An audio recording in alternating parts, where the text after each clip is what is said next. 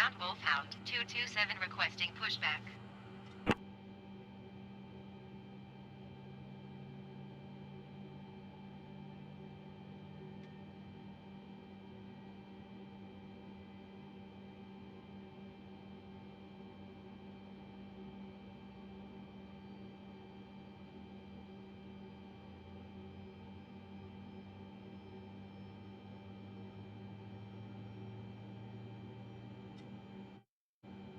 Hey, Black Cat, how's it going, man?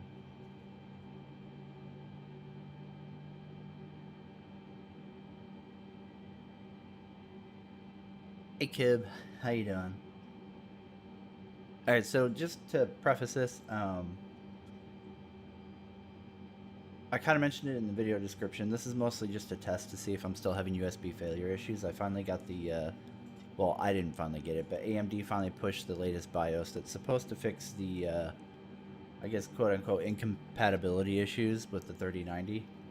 So, I haven't had all the Ground USB things Wolfhound plugged in since 227 then, request taxi since I for got the computer, departure to the essentially. east with Kilo. So this is the first time with the full HOTAS plugged in. I also have the SideTech heavy equipment side panel plugged in because it's extra buttons, and extra buttons are great. So it's essentially plus, my usual Taxi to streaming and hold hardware, short right? runway. Like the 8 left microphone, using headset, taxiway. Victor all that Alpha bullshit. Wolfhound 227. So essentially, this is the first time I've had all the things plugged in. And last time I tried to stream Microsoft Flight Simulator with just this. I mean, actually, technically less because I wasn't using the SideTech side panel back then. I would get USB failure where it would start just essentially cycling my devices. So my keyboard would just kind of go out. I would get ghosting in the flight controls because it would constantly be like disconnecting and reconnecting my HOTAS, that kind of shit. So this is mostly a test to see if I have any issues doing that. I believe I have Microsoft Flight Sim turned to just about everything max in order to try to stress the computer while also running all of this USB hardware. So the concept here is I'm going to try and do the longest flight I could think of, and the longest flight I can think of would be a 25th Infantry Division deployment flight, which is leaving from Hickam Air Force Base, Hawaii, flying to O'Hare International, Chicago, from O'Hare International, Chicago, over to Frankfurt, Germany, and from Frankfurt, Germany, down to Kuwait. I believe the total time is something like 24 hours, 26 hours. So we're just going to let it go as long as possible. Hey, Wiser, yeah.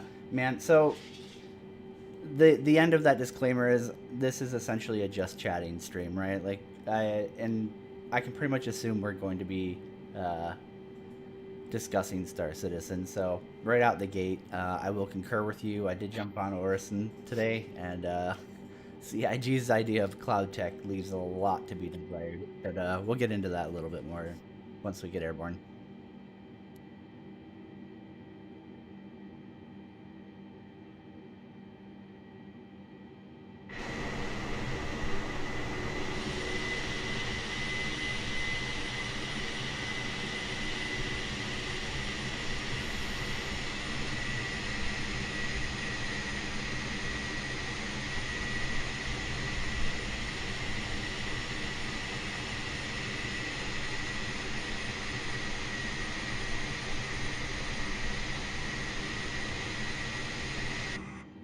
Yeah, Matt, by all means, man. If anybody watching has MS Flight Sim and you want to try and play catch up, we're leaving from essentially Honolulu International. It looks like Microsoft Flight Sim doesn't distinguish between Hickam Air Force Base and Honolulu International. It just identifies Hickam as military ramps. So we're leaving from one of the military cargo ramps, which is accurate. You would load from the terminals there at Hickam AFB with the 747 out on the tarmac. I did Black Cat. I saw Asmongold playing Final Fantasy 14, and I was super happy that everybody griefed the shit out of him. And I was really kind of bummed that Square Enix, quote unquote, banned people for that. I fucking hate Asmongold. I think he's a fucking whiny, entitled fuck. So, personally, I think he should stay on WoW and fucking sleep in the bed he made. What? Of course you are. You fucking basic bitch of World of Warcraft over here. Fuck him. Now he's just gonna go to fucking Final Fantasy and have everybody fucking carry him over there because he's a fucking talentless fuck. I hate him. I hate him as a person. I fucking cannot stand Asmongold. He just has everybody fucking do everything for him. Every time he plays a game, he has a fucking, like, somebody come in and fucking carry him. When he's playing New World Order or whatever, or New World, he has people fucking carrying him. When he plays fucking Final Fantasy, he has people carrying him. When he plays WoW, he fucking has people carry him into fucking content. Like, fuck off, dude. I guess my biggest thing is, like, you know, he's like this big, like, mountain. Mm-hmm. They give it to him? Fuck him. Yeah.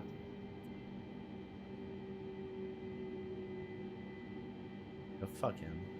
Matt, so we're leaving from Honolulu International and flying to Chicago O'Hare. Honolulu Tower Wolfhound 227 ready for east departure at runway 8 left. Which, oh man, I'm trying to remember how long this flight is. It's fucking long. I don't know if I'll complete it all in one sitting, so it's probably going to be one where I take a break and go work out and come back and do Cleared another. for takeoff runway 8 left Wolfhound 227. I want to say this is something like an 8-hour flight.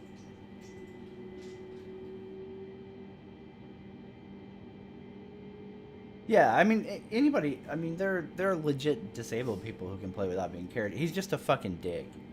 Fuck Asmongold, man. I don't think she could transition to 14, honestly, Black. Like, she's indoctrinated. She has Stockholm Syndrome to the WoW. She can't exist in other MMOs.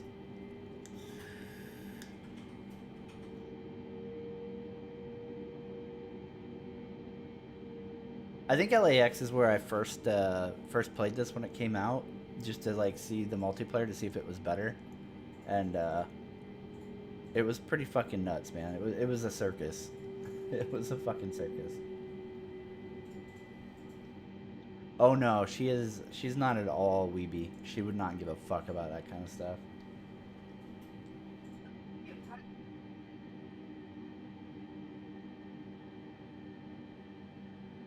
She couldn't. I don't think she could hack it. Plus, it doesn't help that 14 has that initial Realm Reborn story. I feel like that is the biggest gateway to anybody getting into the game.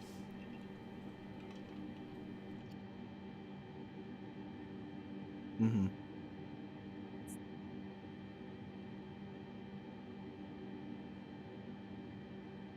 It's just really, really long. It's crazy long. I mean, that's essentially the difference. Like, one of the biggest differences between WoW and 14 is 14 is incredibly story driven, and WoW is like, there's a story here, kinda.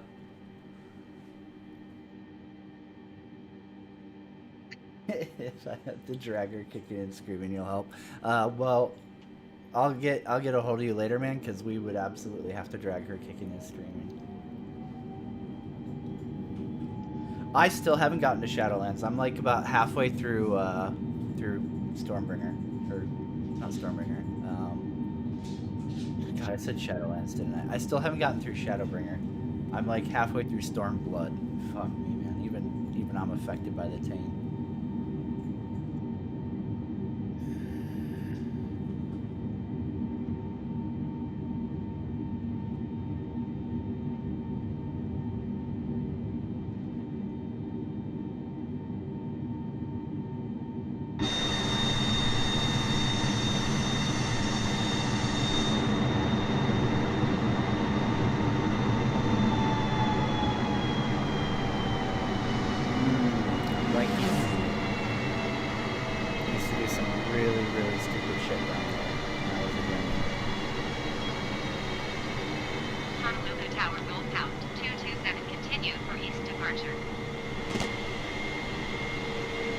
I miss Hawaii so fucking. There are no words. No words for how much I miss Hawaii.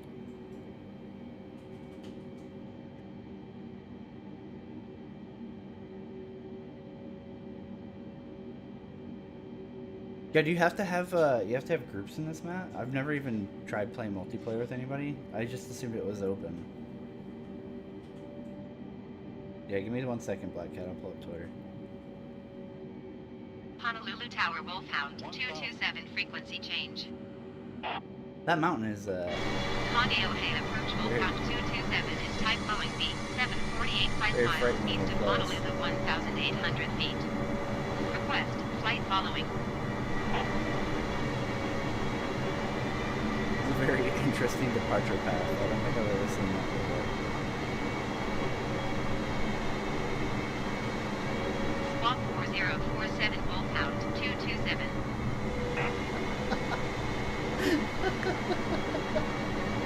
That's a really good one, Black Cat. Totally accurate. Man, so Marines live in K-Bay over here, right? K-Bay, Kaneohe. Roger Wolfhound. This part of the island's so fucking nice, but like there's literally only the one highway, what is it, H3 or whatever, that goes in and out of here. And it literally dead ends into K-Bay. And I used to be really big into, what do you call it, riding motorcycles when I was stationed in Hawaii. And we got in so much fucking trouble because in Hawaii, or at least on Oahu, most of the highways, they don't have like like the gaps between different directions of travel like a lot of other states do. So the police can't just be like, oh, hey, this guy's going 120 miles an hour. I'm just going to go ahead and pull through the gap and then go chase him down and ticket him, right? Like, they would have to go straight until they find an exit, flip around, so or, radio ahead or whatever. So, like, man, guys in Hawaii would do some really fucking dumb shit on the highways because you could get away with it. It was great. It was honestly just amazing. All right, let me see if I can pull that up. Display capture, what do you set to? All right, set to main screen. All right, let me pull that up for you, Black Cat. That deserves it. That deserves a tab out. It's gonna be a long flight, anyways. We've got time.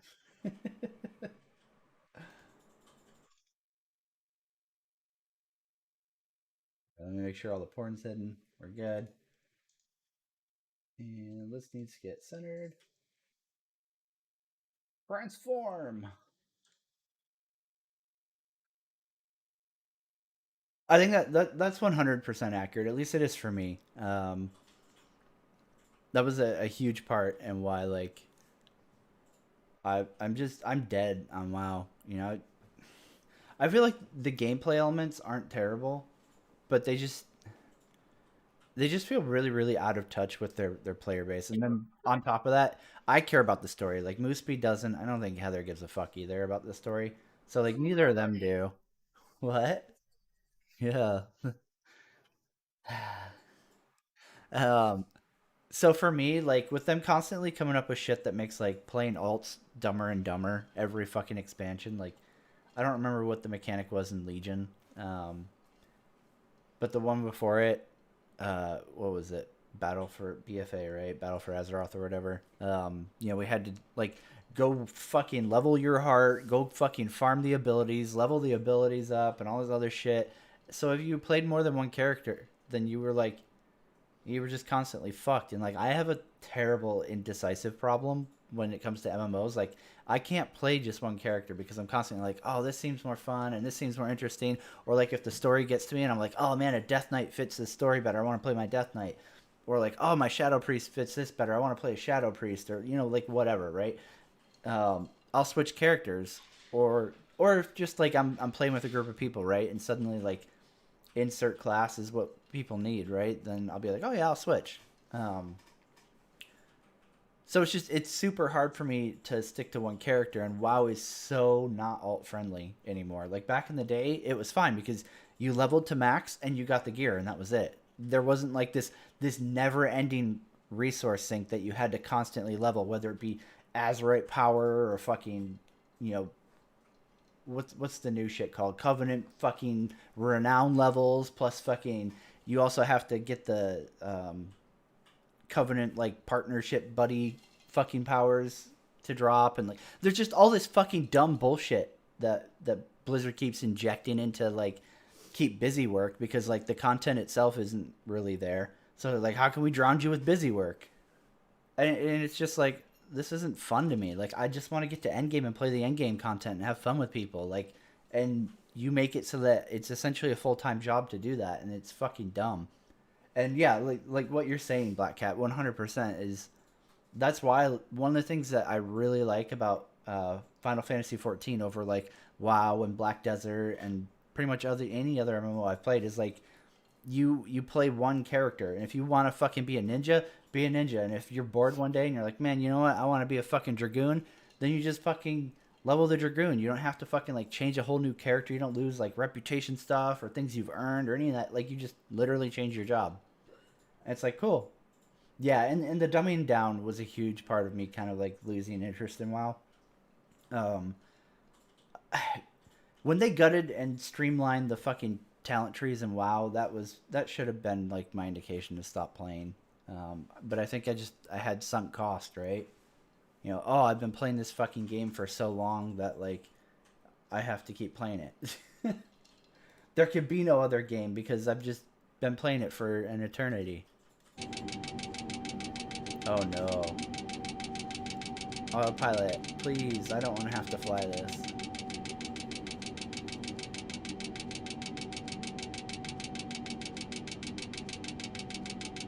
How do I fix this? I'm trying to remember. Um,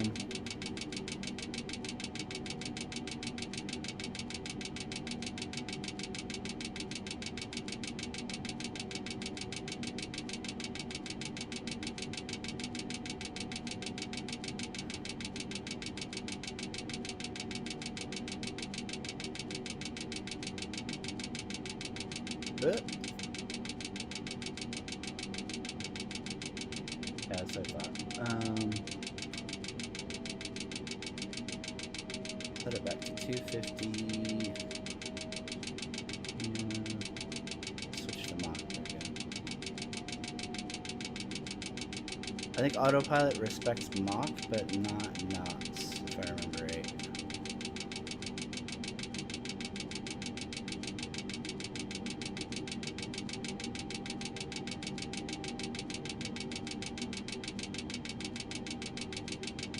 Going to 124.1 Wolfhound 227. Yeah, the 747 may have been a Honolulu bad Center, choice. Wolfhound I mean, this has been a problem with 227, not 16,100 just the feet. 747. It's been a problem on, if I remember right, the A32 or A320, also. And I think one of the turboprops too. The autopilots are like, "Fuck yeah, man! Fucking floor this bitch, full throttle, go get it!" And they just have no chill.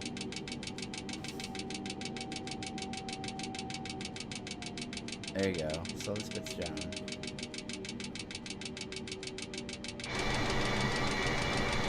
When you go outside, though, it's loud as fuck. So it's like, oh man, how do I pick my poison here? I think we're gonna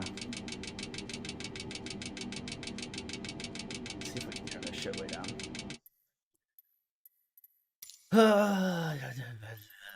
Game hates me, man.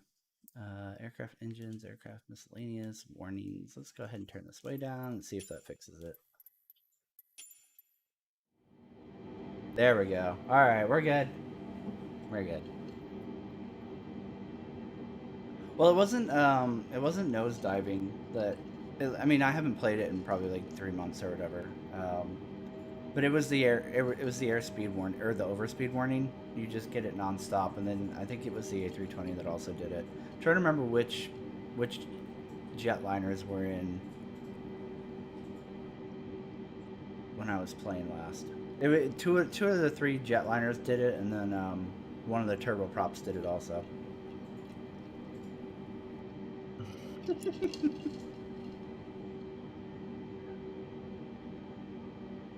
Yeah, we'll definitely need we'll definitely need all of that, honestly.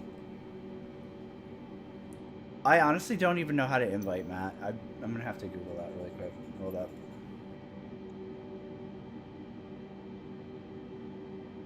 Let me pull that up and try and figure it out.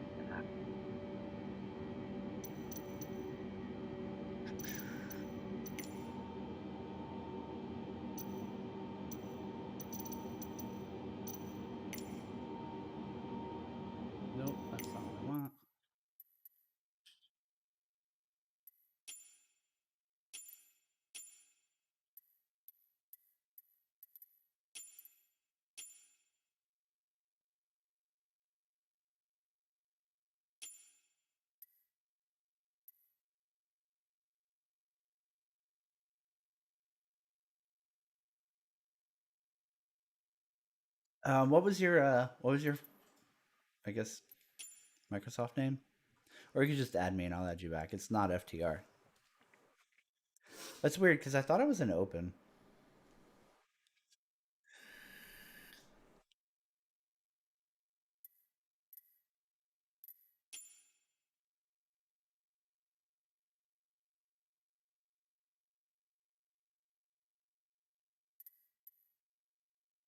Tempted to go back and just restart this. Let's do that. I'm gonna figure out what's going on.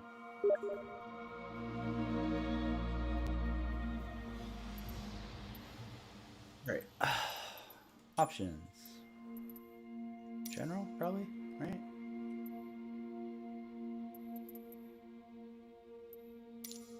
Data.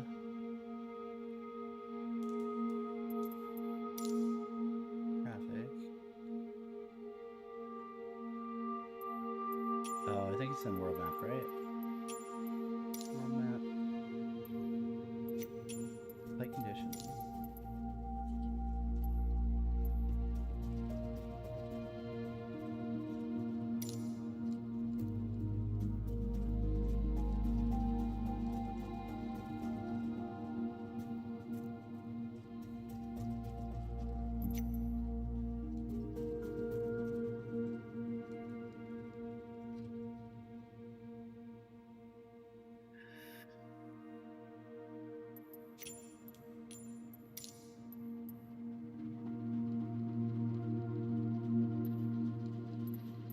Is it Matt UFP? Yeah. I can type, I'm not drunk.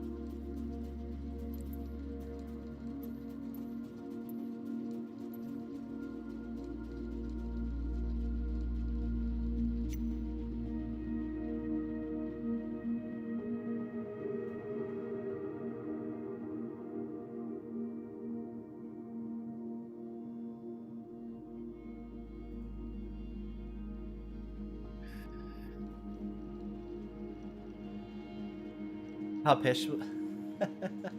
How pissed would she be if I uninstalled WoW? Probably pretty pissed. It's like literally all she plays besides occasionally, what do you call it? Overwatch. So yeah, she'd probably murder me in my sleep.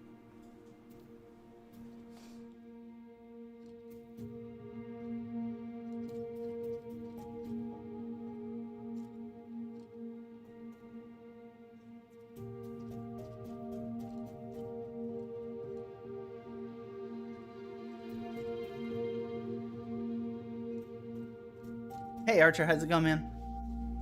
How you doing?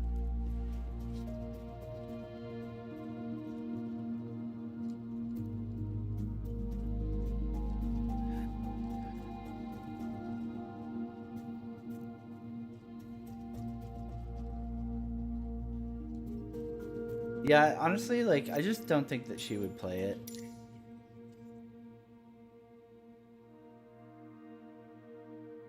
See if this works.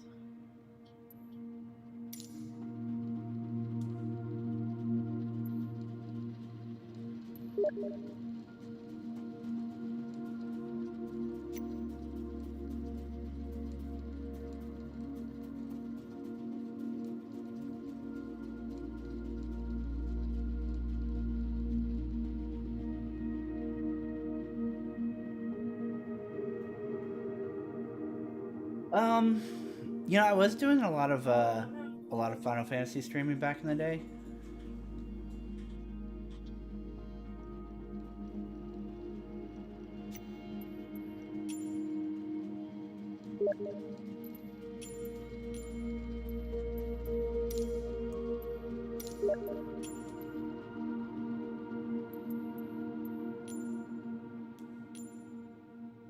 Let's see. Starting from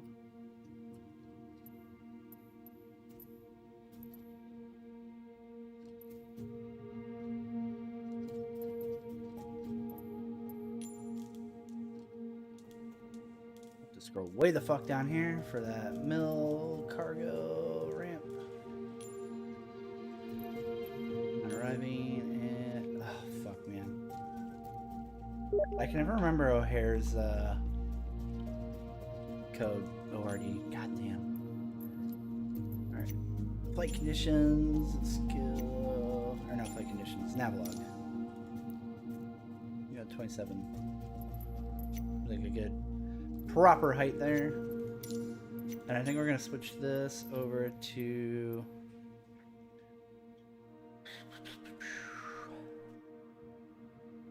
Alright, do we do 787 or.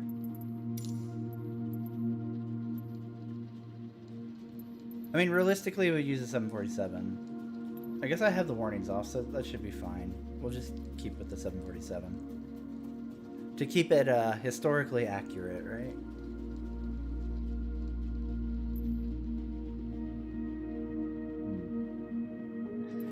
Weren't they going to be adding... I thought somebody was creating one of the larger Airbus liners, but I guess it's not out yet.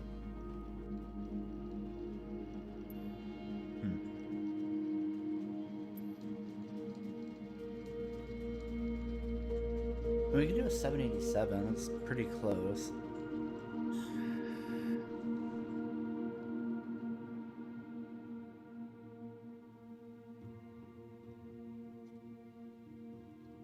Oh yeah, Black Cat.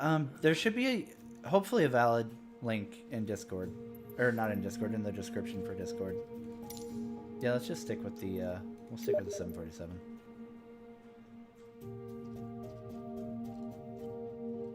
So Honolulu International to Chicago O'Hare. Give this another go, and hopefully it works this time. That's weird that you have to group like that.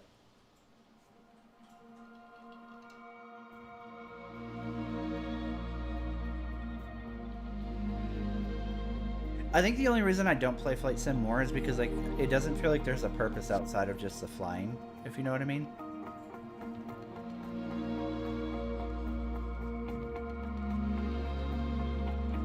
I think that's one of the things that kind of potentially could drag me into Star Citizen's more like non-combat stuff is, you know, like moving cargo and stuff. I feel like I'm actually doing something with the time I spend flying, right? So like obviously flying for the sake of flying is great, but I can only do it so many times. That's one of the reasons that like I'll play my Microsoft Flight Sim for a while and then I'll be like, okay, I'm kind of bored of this, right? And it's not even that I'm bored of the flying or I'm bored of like how fucking amazing it looks. It's that I just don't feel like I'm doing anything, right? Like I don't see, you know, passengers embarking and disembarking or anything like that, right? You're just flying from destination to destination, which is fine, right? But like I guess I just want more than that, you know?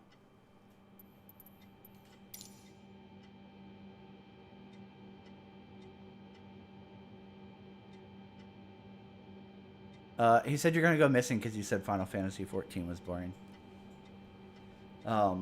Yeah, I was doing streams on 14, but I feel like I got to a point where I was like, oh, I don't really know like what I'm doing, and I guess like I get self-conscious about like streaming games that I don't know 227 requesting what pushback. I'm doing, right? If that makes sense. Let's see.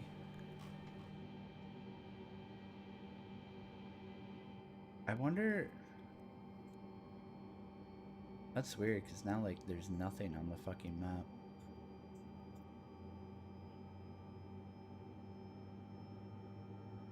There's literally no fucking traffic. Is it group only now? Okay. That's interesting.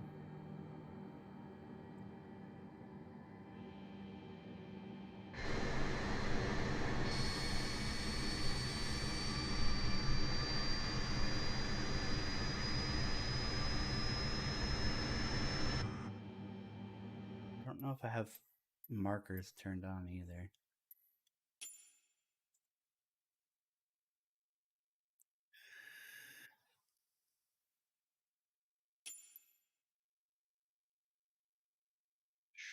What would that be under?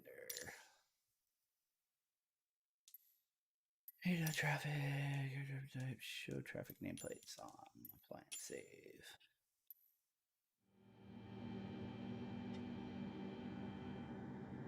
Okay, there we go. I got you now. I just had traffic nameplates turned off. I think it was because I was flying into New York a lot. I was doing like a Detroit Metro Ground to Wolfhound 227 ready to Kennedy, taxi east departure with Kilo. and Kennedy's just fucking slammed. It's just nameplate fucking cancer. So I'm pretty sure I turned flight nameplates off.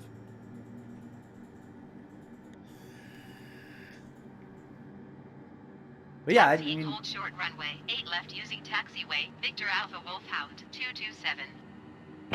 I really enjoy it.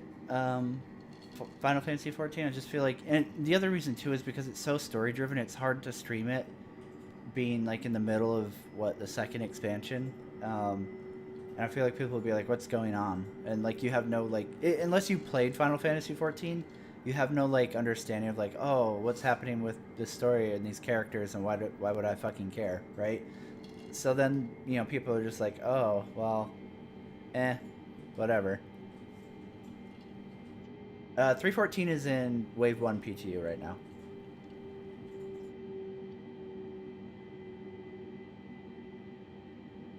At least I would hope it's still Wave 1, because it's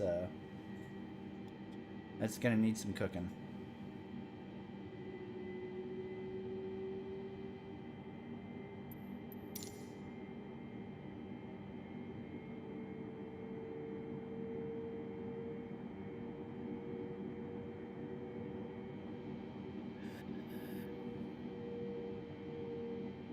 I mean, like, I'm not opposed to streaming it, Black Cat.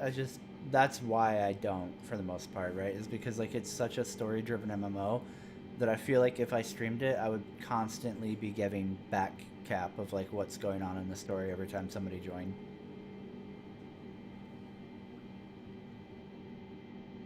Yeah, I think I started playing right before Shadowbringers came out. And then with Endwalker, I'm like, I'll probably be playing a lot with Endwalker because the Reaper is, like, I want that job hard. It looks so fucking fun.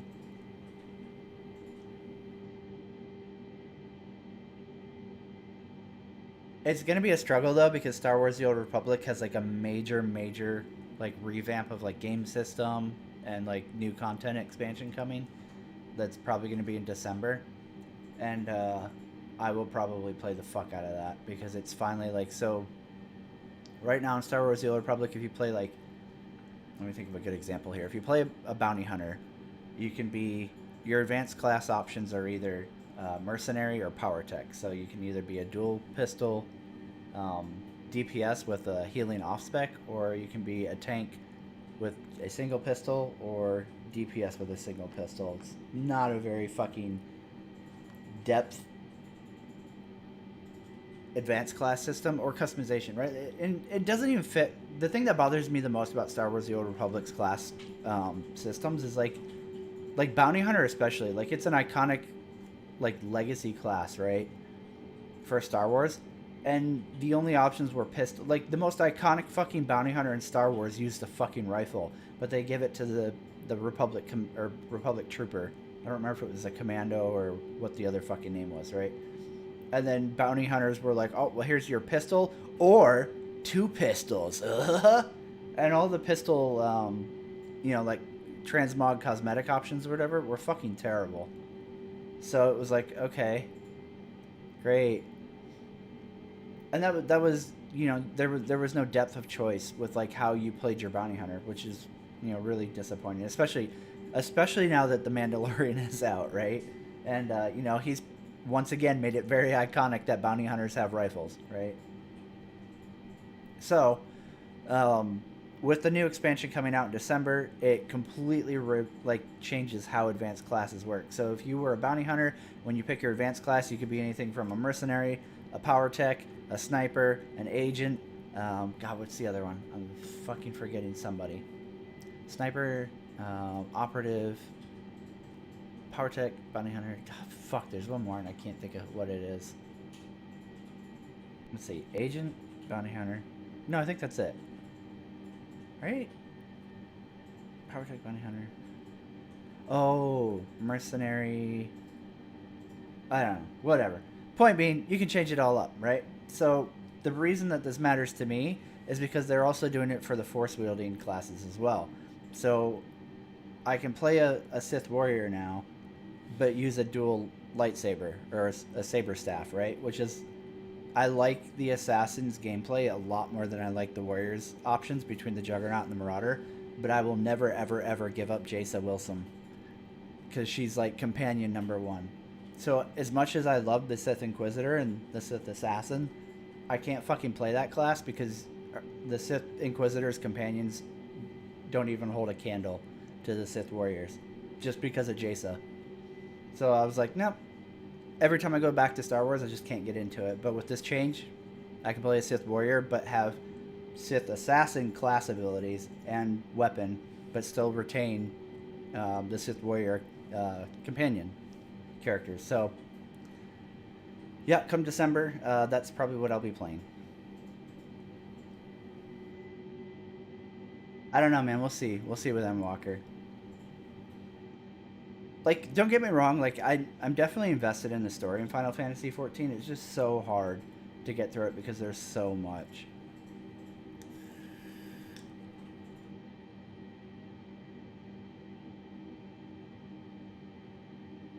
I mean, that's the thing, Archer, right? And that's what we were talking about earlier when Black Cat was saying, like, I should convert Heather to playing Final Fantasy 14. Like, if you don't like story-driven games, you're not going to fucking like Final Fantasy 14.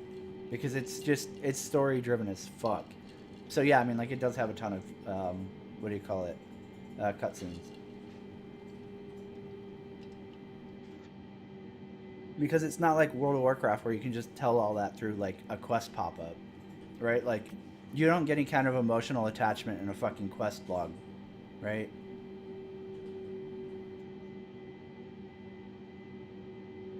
I think I'm between halfway and 3/4 through Stormblood. So I'm definitely pretty close. Which is, it fucking kills me because everybody says, like, Shadowbringers was so fucking good. It was, like, the pinnacle of the storytelling.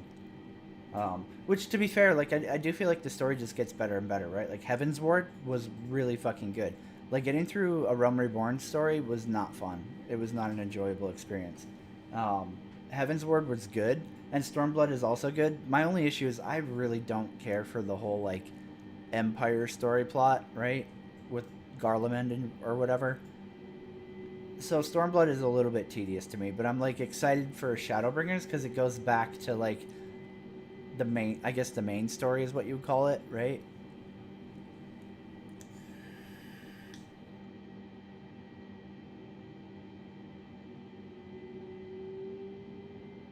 Well, nowadays, Archer, every companion in Star Wars: The Old Republic can be, you can spec them to be any like class type you want. So, you know, there is no more like, oh, well, this is, so before with Sith Warrior, it was Malavai Quinn, right? And I fucking hated him. I hated using him as a healer, but he was your healer as a Sith Warrior. But now in Star Wars: The Old Republic, you can make any character a healer, a DPS, or a tank companion. So you can switch them to be whatever you want, which is really nice.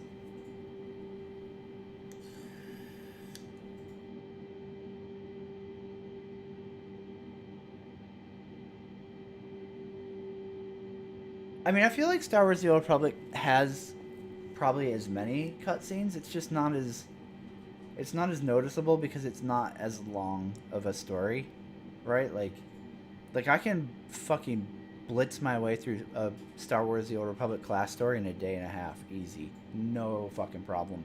And you just can't do that with Final Fantasy 14 because the story is so fucking long.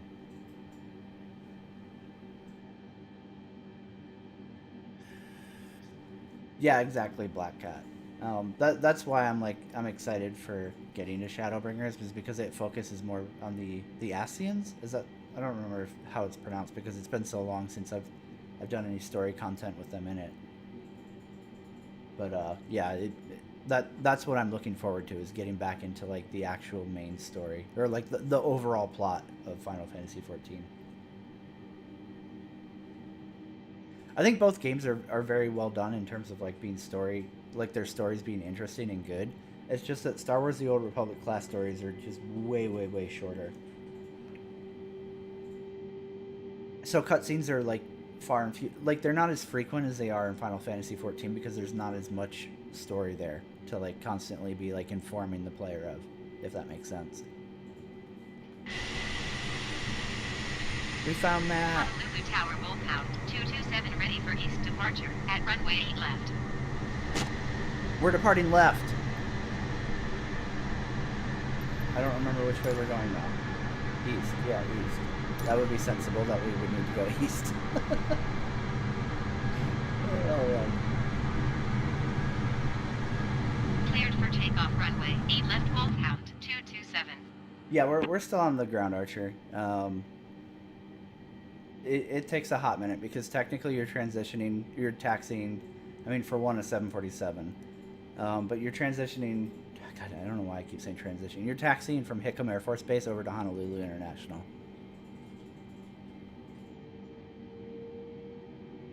I wanted to try to like do it as close to real as possible, so that's why.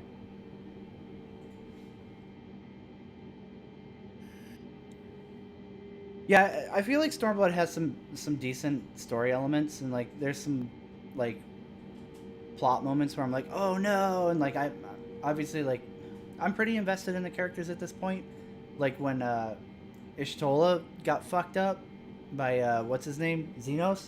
I was like, oh, don't you dare fucking kill her! But then I was like, oh right, I've seen the Shadowbringers cinematic. I know she doesn't die. But I was like, I was real worried for a minute before I like thought about it, because like she's one of my favorite characters. And like the Minfilia shit, like I might have like been cutting some onions when I was playing that segment of the story. It's possible. I can't confirm nor deny.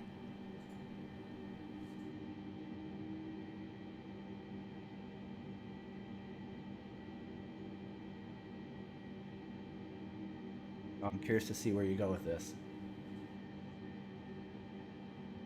Oh, a hard fight. I thought you were gonna fucking talk shit on him.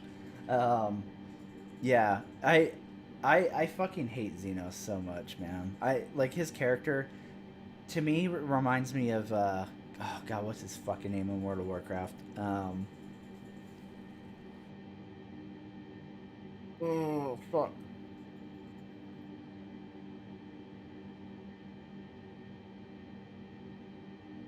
Babe. Babe. Who's the warlock from like Burning Legion and shit? The orc dude. The one we spent like 50 expansions trying to fucking kill. No. No. The warlock one. Jeez, this is how much she pays attention to the story in World of Warcraft. I don't know.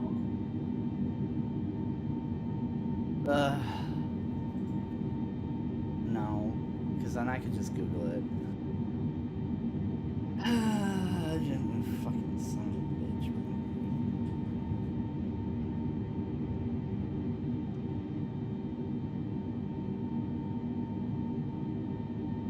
Sorry.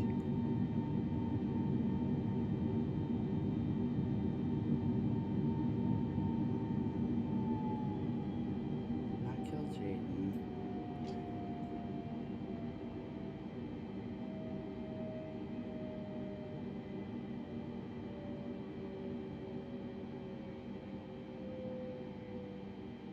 Honolulu Tower Wolfhound 227 continue for east departure.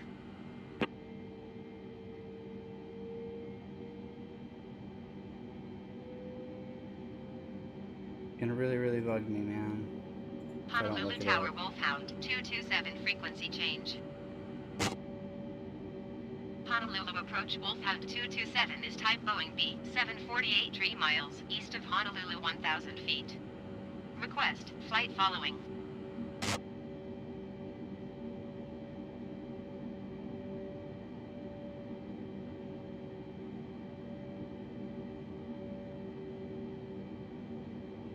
Squawk 0447 Wolfhound 227. That's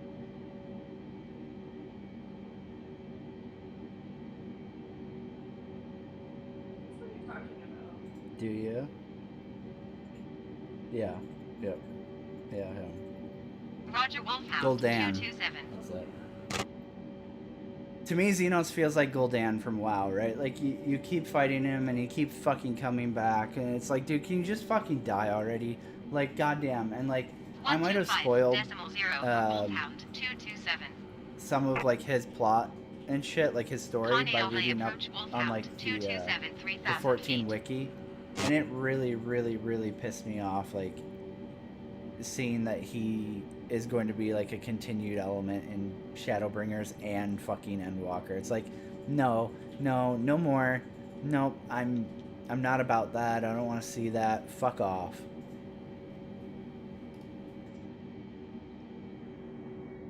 I believe in you, Matt.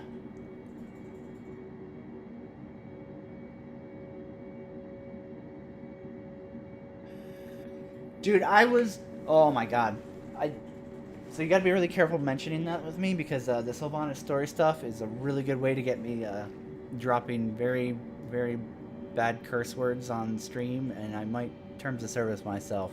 I am so fucking mad that they didn't have the balls to kill her off. Like, she's been like this fucking essentially Hitler villain for how many fucking patches and expansions now, right? I mean, Alter BFA and then Shadowlands. And then you're gonna fucking be like, oh, redemption. It's not her fault. Her soul wasn't complete. Look, guys, now she has her soul back. Oh, so it's not her fault. Fuck that. You can't have her literally burn the fucking Night Elf's fucking homeland to the ground. All the other fucking shit she's done. All the fucking bullshit she was doing through BFA. She gets into Shadowlands. She's literally working for basically Blizzard's rip-off version of Thanos, right? Because Blizzard is so fucking terrible that they can't write a fucking story anymore. They're like, let's just do what Marvel did. And they're literally just copying fucking Avengers at this point, right? Like, what's his name? The jailer, I don't remember his fucking actual name, right? But the jailer's running around collecting the World of Warcraft Infinity Stones so he can shove them into the fucking hole in his chest. And then he fucking gets them, and then finally, as he's like, now that I have all the Infinity Stones, everybody will serve. And Sylvanas is like, light bulb moment. Serve? I'll never serve. You mean you're the bad guy? Like, what? What a fucking shitty, stupid, autistically retarded fucking story. Holy fuck. What retard actually fucking wrote that? Because you couldn't tell me that a professional fucking video game writer wrote that fucking story arc. If you don't tell me they literally found a messed up fucking crack hobo in the middle of the fucking streets in Austin and we're like, hey, we want you to write a story for our fucking game, then I don't fucking believe you.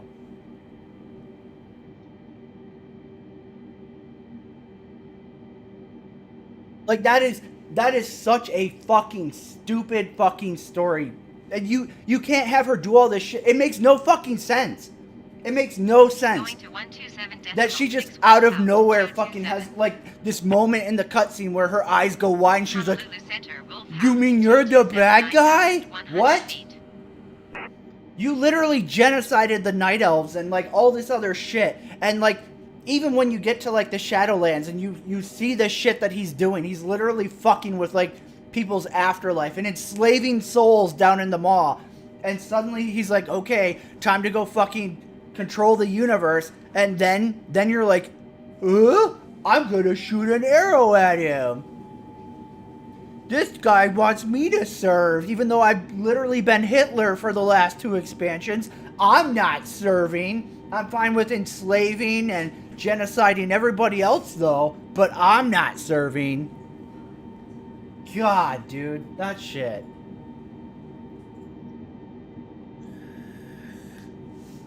It's crazy. It just shows how cucked fucking Blizzard is to Sylvanas and like how afraid they are of losing her, because all the fucking neckbeard simps would fucking lose their shit if their precious milady was fucking killed off.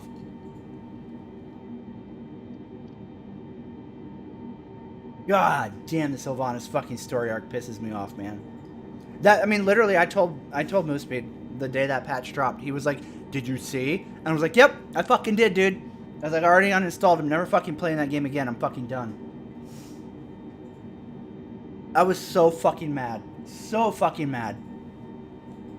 I'll go back and I'll play Wrath of the Lich King when Classic gets to that, but I'm not fucking giving them money for fucking retail. That's insane. It literally Like, I don't think I've ever played any game that pissed me off as much as that did. I'm so fucking sick and tired of Sylvanas.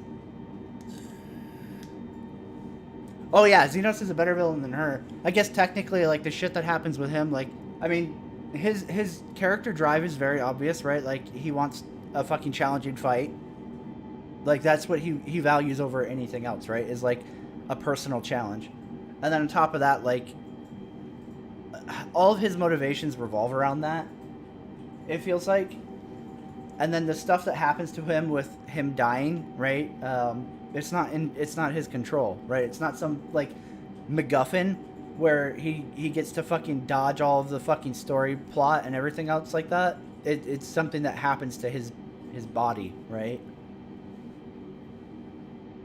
I guess I don't understand the art. I mean, sure, my 10-year-old could 100% write a fucking more cohesive story arc than what Blizzard has done for Sylvanas, but, you know, it's probably me. I'm too demanding to expect them to have, like, character development and fucking sensible fucking story, and not have to retcon everything every fucking expansion to fit their fucking terrible story.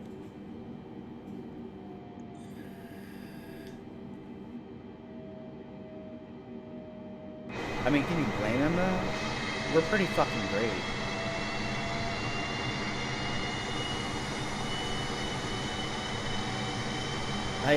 I'll be honest, Matt, I don't know if I can slow down the autopilot to give you a chance to catch up. Because we're probably going to be trucking. But I believe in you. 124.1 for Wolf Count, 227. Honolulu Center, Wolf Count, 227, 16,100 feet. Pretty sure I can snap this into...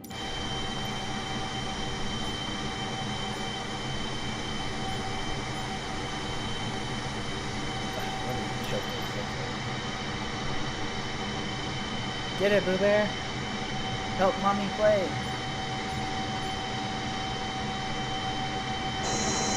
Nope. There we go. Ah, loud!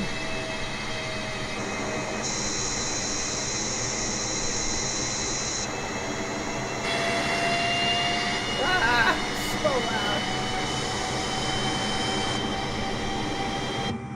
loud. Okay, there we go. There we go. That's bearable.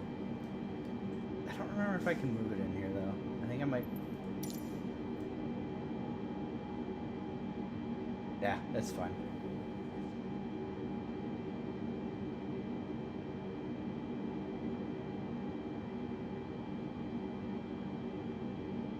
Yeah, it's... Man, her story is just so fucking frustrating.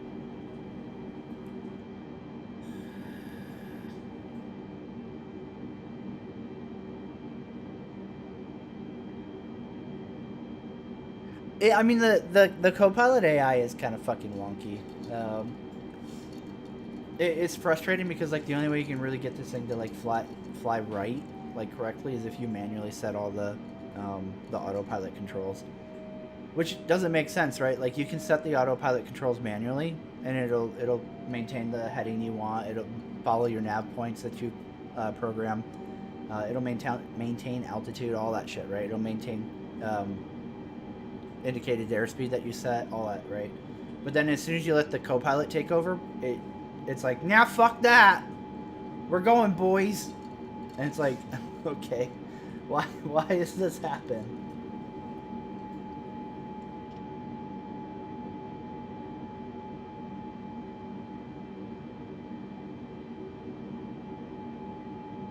Now, is Heidelin our crystal or theirs? I don't remember.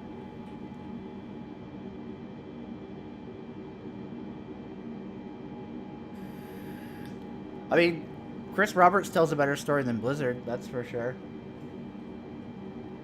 But, you know, a lot of that is because Chris Roberts essentially steals other stories and then, like, comes up with his own based off of other stories, so...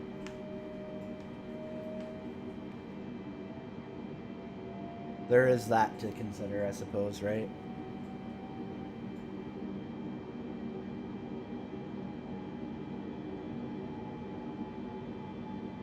Man, I wish I had a window seat doing this flight. I always got stuck fucking in the middle rows. It was the worst. Imagine sitting in a middle row seat for fucking like 8-10 hours. Ugh. Suicide inducing, man.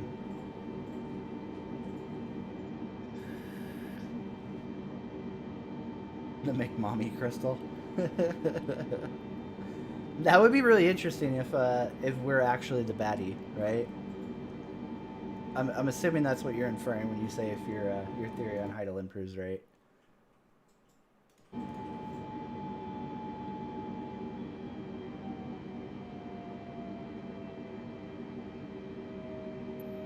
Wish I could like pin these.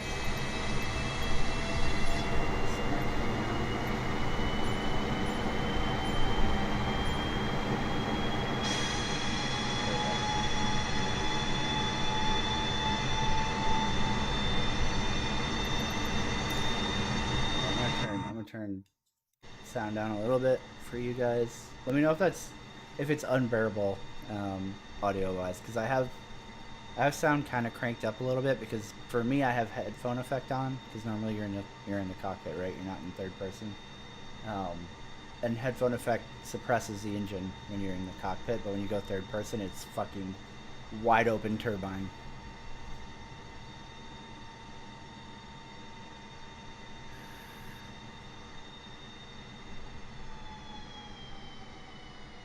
Give in, Archer. Do it, pussy.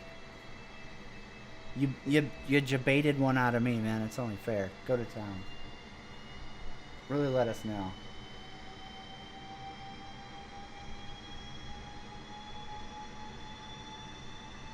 I mean, that would be the first thing that I agree with a Blizzard dev in a long time, is if they actually called him an asshole.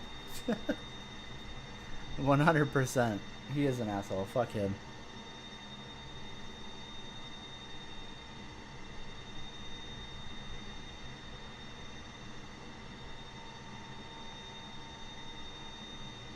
I have no idea how people stand him. Like, I'm not even talking about like people who watch him. I mean like people who actually like play with him. I have no idea. No idea. I feel like it's just one of those weird things where people are like, "Oh, he's big," and so like I want to care what he says and play with him even though he's a giant piece of shit.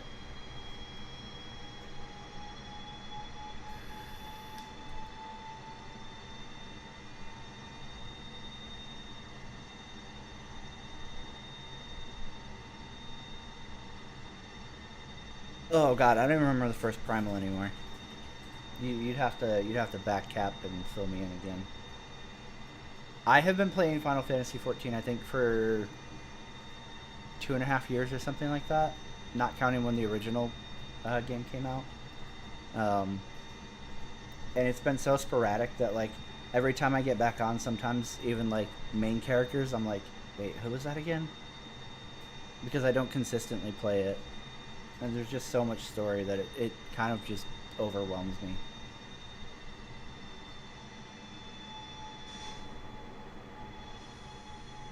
Oh no, we lost Starscream.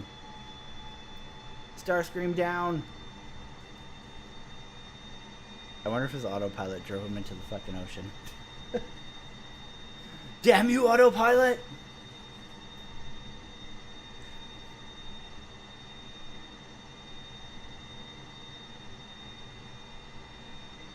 Oh, no problem, man. Yeah, it'll be kind of cool once the Top Gun module comes out. That'll be great.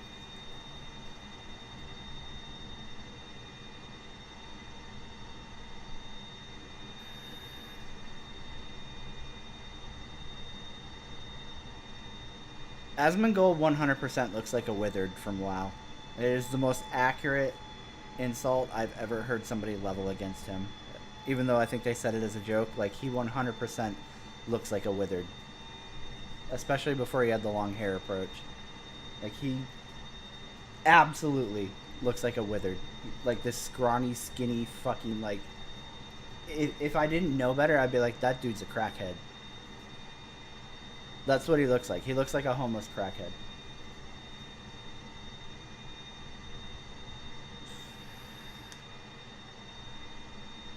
Ifrit. Okay. Let me Google really quick.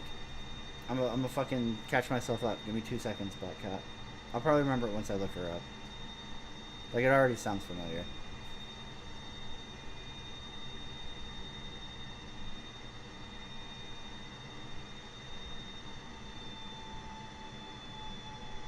Him, not her.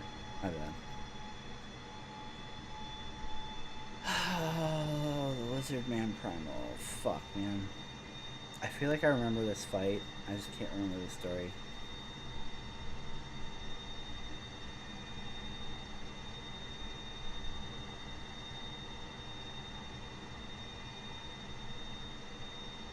Fuck.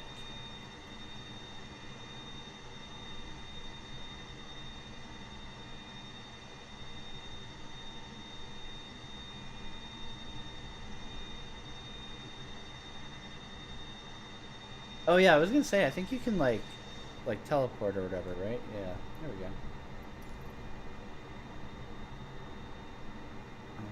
Smart cam on. Go tracking.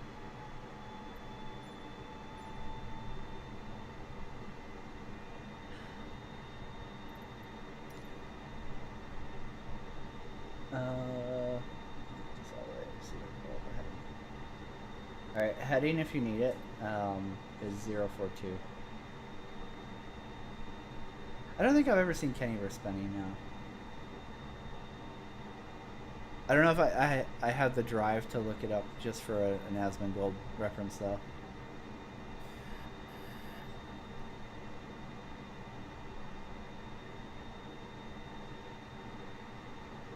I would be embarrassed if Asmongold actually... I mean, for one, he has to actually quit WoW, right? Like, he said he's quitting WoW so many fucking times, I don't even know anymore, right? Like, I've literally lost track of how many times Asmongold has been outraged over WoW, and he's been like, I'm done! And then, like, literally a week later, he's back to, like, getting carried on random bullshit in WoW. Like, the dude is... To me, he's kind of like, I mean, there's 5 people watching this right now, I'm pretty sure, right? So this probably won't get back to Mike, but to me, Asmongold's outrage over WoW reminds me of Salty Mike's outrage over Star Citizen, right? Like, when the entire community is pissed off about a bad patch in Star Citizen, Mike is like, yeah, this is bullshit, let's burn it to the ground. And then as soon as, like, CIG releases, like, a new JPEG, or, like, Chris comes out and fucking sucks the backers' dicks for a second, and the community, like, position shifts, then Mike is like, best game ever, it's gonna be huge, we're gonna be so big. And Asmongold basically does that, but for World of Warcraft.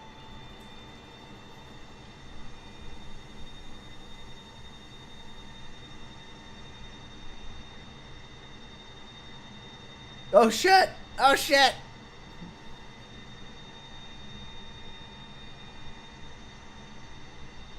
He's going vertical! Don't lose him, Mav! God damn.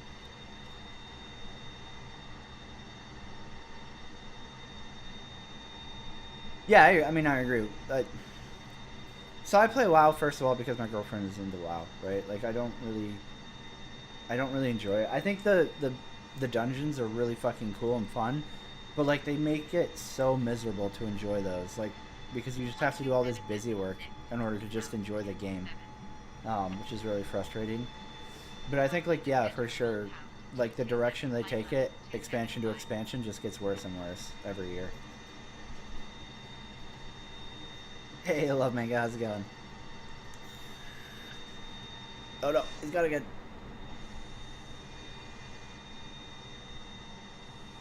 Starscream, no! What if I go back to showcase? Okay, so I can pop back in and quiet it down. Again, please let me know if the turbine is really loud. I don't know, because of, like, the difference between OBS for one, and then also, like, it's hard to tell what, like, game volume translates to versus, like, in my headset. So if it's really bad when it's external, please let me know, and I'll try to tweak things a little more. At least it's nice and quiet when it's internal. Well, and that's the thing too. Like Mooseby and I were talking about like the overall World of Warcraft story, right? So I mean, like they kind of clearly don't know where they want to go after Wrath of the Lich King, and since Wrath of the Lich, like I feel like up until Wrath, they were essentially just kind of like riding out the not World of Warcraft, but the Warcraft RTS game story, right? Like you're essentially finishing off Warcraft 3 up until Wrath, right? And then after they finish off Arthas, like there's a clear like what do we do now in terms of storytelling, right? And they do the exact same trap that Supernatural wrote themselves into, right? So if you've ever seen Supernatural, it's a story about two brothers who are essentially like paranormal hunters, right?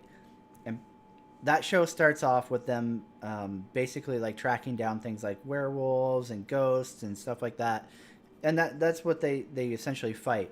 And like the main overreach or overarching storyline in Supernatural when it first starts off, like the show's in like season 1, and honestly I think it's the first 2 or 3 seasons, is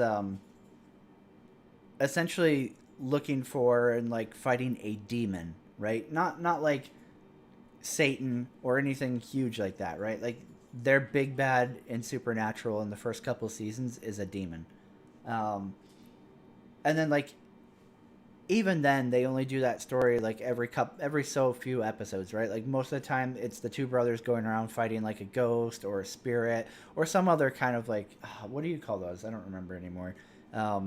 Like Wendigos, shit like that, right? And then they kill the demon, and the show writers are like, okay, well, they just conquered a demon. What do we do now? And they're like, well, what if they conquer an even stronger demon? And then the show writers are like, yeah, that's a good idea. So then the fucking story evolves into now there's an even more powerfuler demon, and they have to kill that in between killing like random, spooky stuff. So then there's like another season or 2 of that. And then they killed the even stronger demon. And then they're like, okay, but the brothers killed the first demon and the stronger demon. What do we do now? And they're like, what if they kill Satan? And they're like, yeah, fuck it. It's the devil. So then they're killing the fucking devil, right? And it just keeps progressing in Supernatural where like they just keep having to come up with more and more shit, right? So like, okay, you kill the devil. What else is there besides the devil? Or actually, I think before that it was the 4 horsemen of the apocalypse. Maybe. I'm trying to remember for sure. So you kill the 4 horsemen or whatever, and then you have to kill Satan. But then like you've killed all these like major, essentially milestone evils from like the Bible, right? And they're like, now what do we do? And they're like, what about these things called Leviathans? What are those? They're like even worse. And they're like, yeah. Well, I mean, right. They don't technically kill the devil Black Cat, but like they kind of do, right? For like the story's purpose, they think they killed him, right? I mean, more or less, like locked him up or whatever. Like they fight him and like beat him, right? But like the point is like, oh, well, these 2 human brothers conquered the devil. Like, where do you escalate from there? And the show just keeps coming up with new shit to think of like, oh, well, how do we get even more big bad? And, they keep coming up with like this dumb shit until you literally get to the point in Supernatural where they're fighting God. Like, God. And it's like, cool. Okay, I guess that's what we're doing. All right. Yeah, why not? 2 humans are fighting God. Okay. I can get behind it. Why not? Right? And that's essentially what Blizzard is doing with World of Warcraft. They just keep escalating. Like, you look at back in the old days and, like, Arthas was considered the big bad, right? And then they kill off Arthas and they're like, what do we do now? And they're like, oh, Deathwing. Yeah, this dragon was corrupted and he's gonna fuck shit up. And they're like, yeah, Deathwing. And then it's like, okay, well, we did Deathwing. Now what do we do? Oh, like the old god powers of shit. Yeah, yep, that'll do it. And they keep escalating it more and more to like the point of ridiculous. Like, where do you go from here, right? Like, Shadowlands is literally like the death realm, right? Like the afterlife. You're killing off the dude who essentially controls the afterlife. Like, how do you get more absurdly escalated from here? And they will. They'll come up with something. I guarantee you they'll come up with something, right? They'll think up some new super old god or some creator of the universe, and like and it just gets more and more fucking insane. And it's literally following the same flight trajectory that Supernatural went, where like you started off this grounded, really cool scenario where you're like, oh, okay, this is interesting, and like it's cool and it makes sense, and then it just gets more and more absurd. I mean, that's essentially where they're going right now. Black Cat, right, is like the jailer is going to the sepulchre. I can never say that word, of like the Eternals or whatever, and it's essentially they're going to like, you know, the realm where like whoever God is in Warcraft, like who even knows anymore, because back in the day it kind of made sense, like, oh, Titans created things, and now it's like, oh, well, the Eternal One's creator god of First Comings created everything. So the jailer's going to essentially the hidden domain of God to get the tools of actual creation, because, you know, the Titan tools of creation are, I guess, retcon now, or only pertain to Azure. I don't know. Who fucking knows anymore at this point in the fucking Jabberwocky fucking story that is fucking Warcraft. So he's going to get the tools there so he can remake existence to fucking fit what he wants it to be. And it's like, okay, sure. And then after this expansion, what you gonna come up with there, Blizzard? Yeah, absolutely, Love Manga, right? Like, when they got to the point of like, you know, they're like, oh, time travel, different fucking dimensions, and like that should have been a pretty big red flag that like they just are fucking clueless on what they're doing. Fucking god, Matt. Camera external. Let's see here.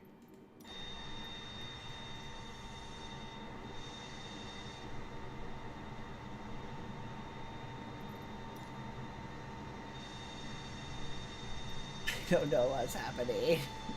I don't know if it's the game fucking up or if it's him like placing his shit over and over again.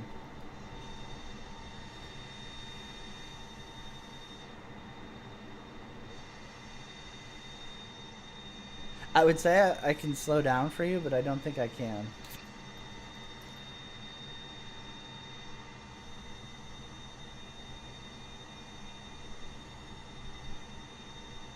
Because evidently the co-pilot does not follow the instruments at all.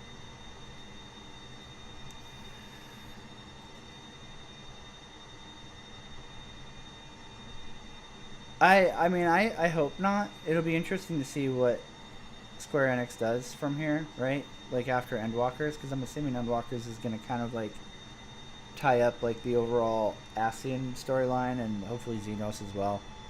So like, yeah, I mean, what do you do from there, right?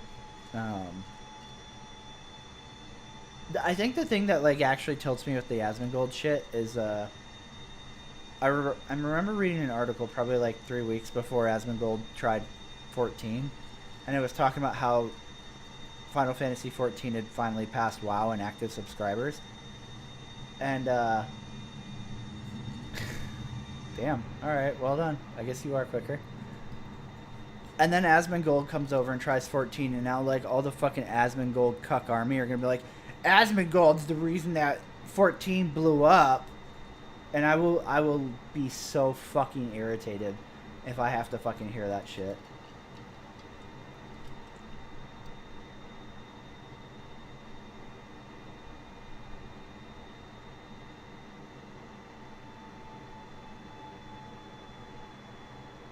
Like, I'll actually lose my shit if I have to hear fucking retard Asmongold fanboys be like, we made 14, we blew it up.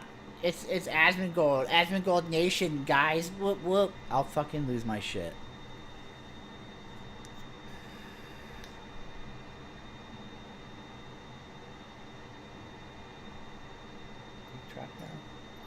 Are you in a modded like fighter jet plane? Is that why you're blowing past me right now? I'm assuming. It's weird because like if you're running like a modded aircraft that's not like vanilla to the game, you show up as like other aircraft, which is, I mean, like good, I guess, right? Like I would rather see that than like nothing or some shit, but.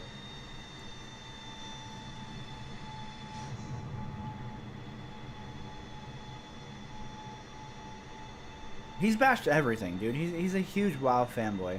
Like, I don't think this is going to stick. I don't think he's going to actually transition to 14. He's 100% going to go back to playing WoW.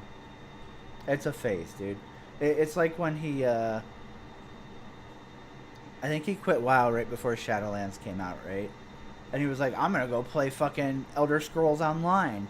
And he did that for like fucking, I think 2 weeks or some shit like that.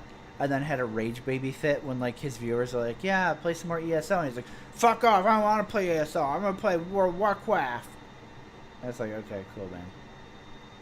Then stop telling, like, I mean, and like he's like flipping out on his viewers being like, okay, we don't care, stop talking about WoW, go play ESO.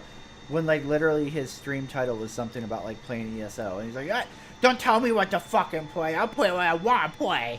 And it's like, your stream title literally... It'd be like me fucking saying like, oh, Elite Dangerous stream, and then I'm just gonna play fucking Star Citizen the whole time and talk shit about Star Citizen while I'm playing it. That's essentially what Asmongold does. Like, dude, I hate that guy so much. He's so unbearable.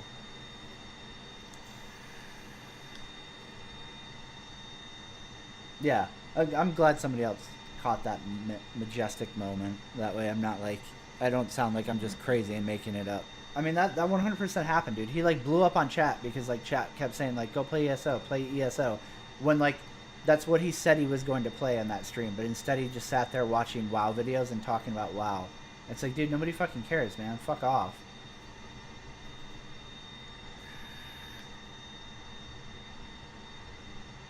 Like, if you say you're gonna play ESO, then play ESO. I'm fine with you playing ESO and like talking about like your thoughts of like what you think isn't good in ESO or World of Warcraft, right? Like that's fair. But like if your stream title says playing ESO and like you're playing WoW or like watching WoW videos and talking about WoW, like you can't be mad at your chat for being like, so are we playing ESO or what? Like that's retarded.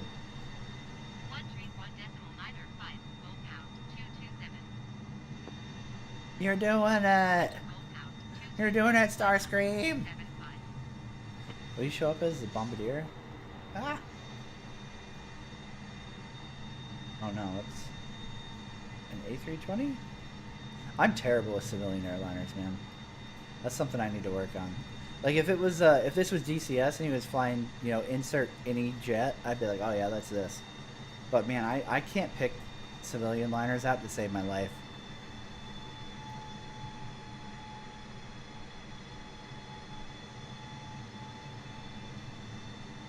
Which is probably a result of like years of growing up with my dad playing military flight sims and like being around all that, right?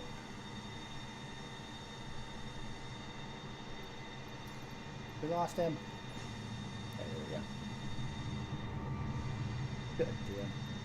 It's funny because like you're in an F-22, right? So like the way you're flying, it totally makes sense for an F-22, but because you show up as a fucking airliner, like in my head, all I can think of is like the flight attendants and like the passengers in your fucking plane just literally screaming their death screams as they're fucking throwing about the cabin. Little fucking babies are just bouncing down the aisles and shit. The stewardess is like been crushed to a pulp by her fucking beverage cart.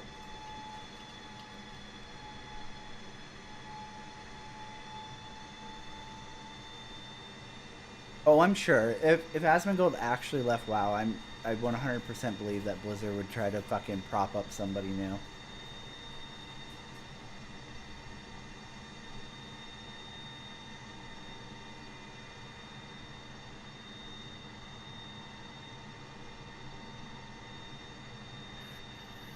And the thing too is like Asmongold's a giant cuck to WoW, right?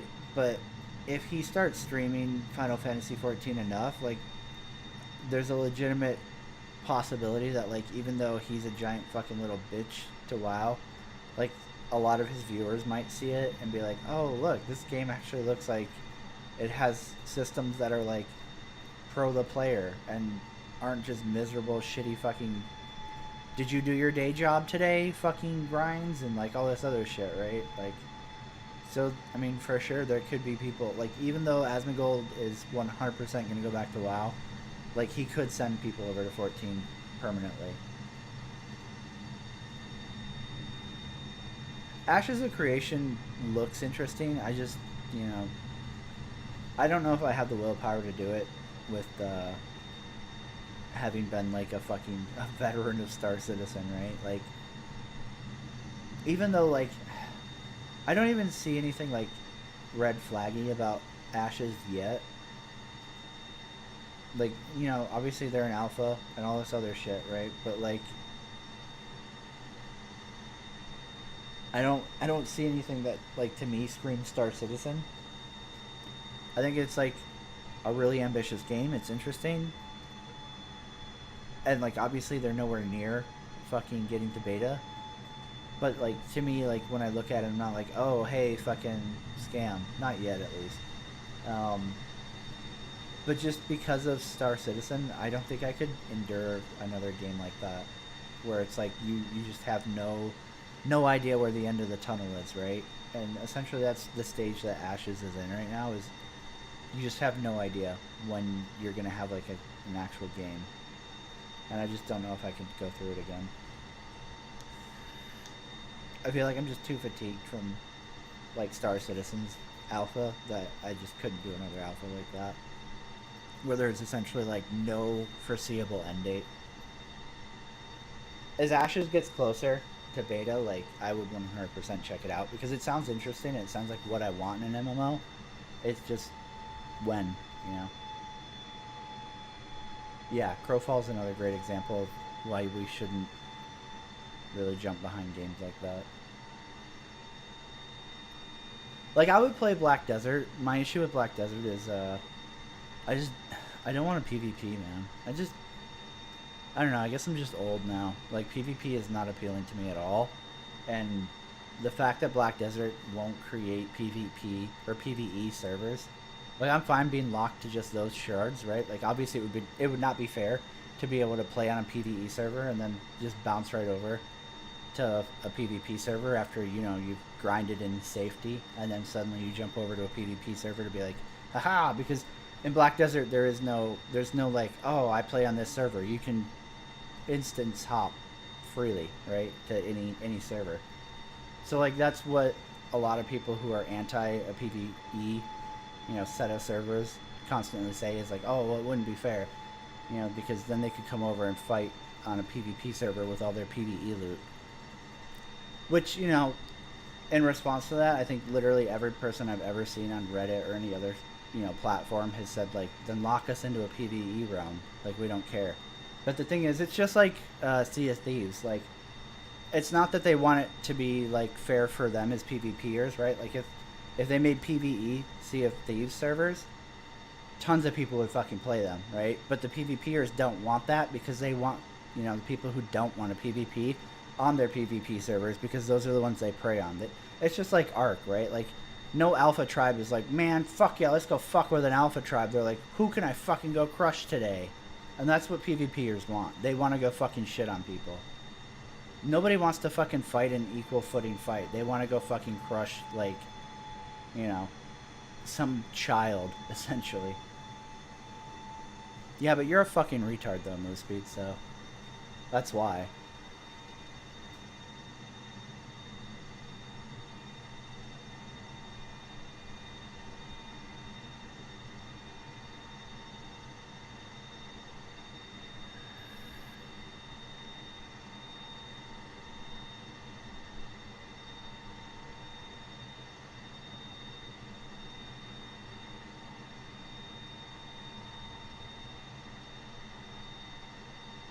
Yeah, I don't think you'd ever be able to convert her, honestly.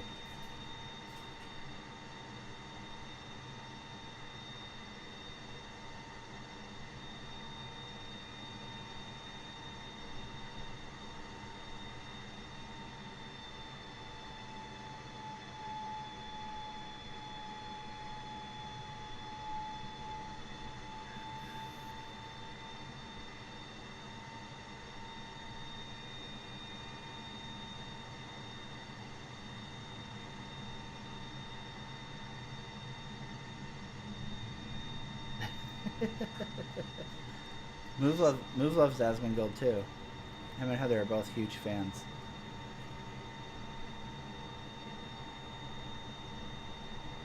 And we're like maybe a quarter away through the Pacific. We're practically there.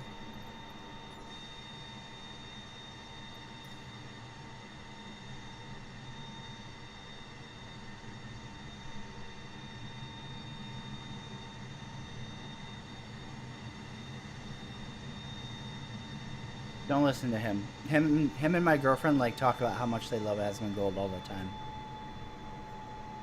They sit there and chat, just fucking back and forth. Like, what's your favorite Asmongold video? Just nonstop, man. It's terrible.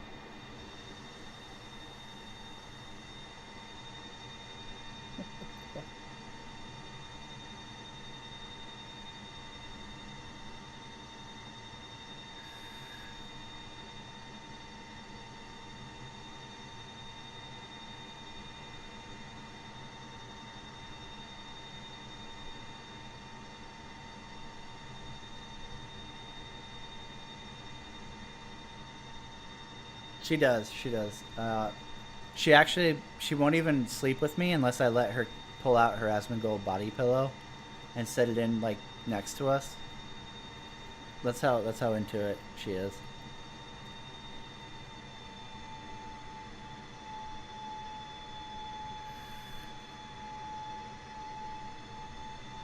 She likes to imagine that he's being carried through our intercourse the same way he gets carried through his mount farming.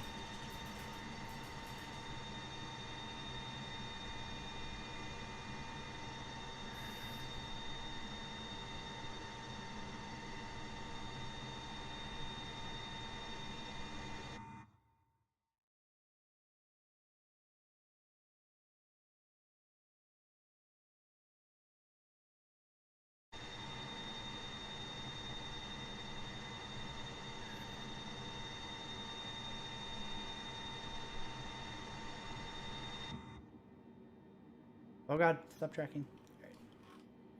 Oh no. Smart cam off, same type. No.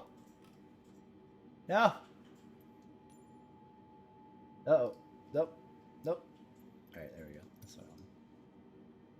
We good? We're good. Okay. Phew. I want to know where the fucking stewardess is with dinner. That's what I want to know.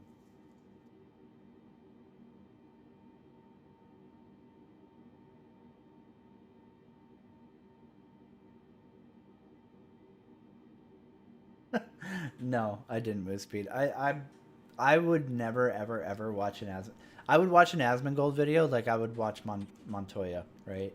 Like it would never ever fucking happen. The only time I ever see Asmongold content is when I look over and Heather's watching it.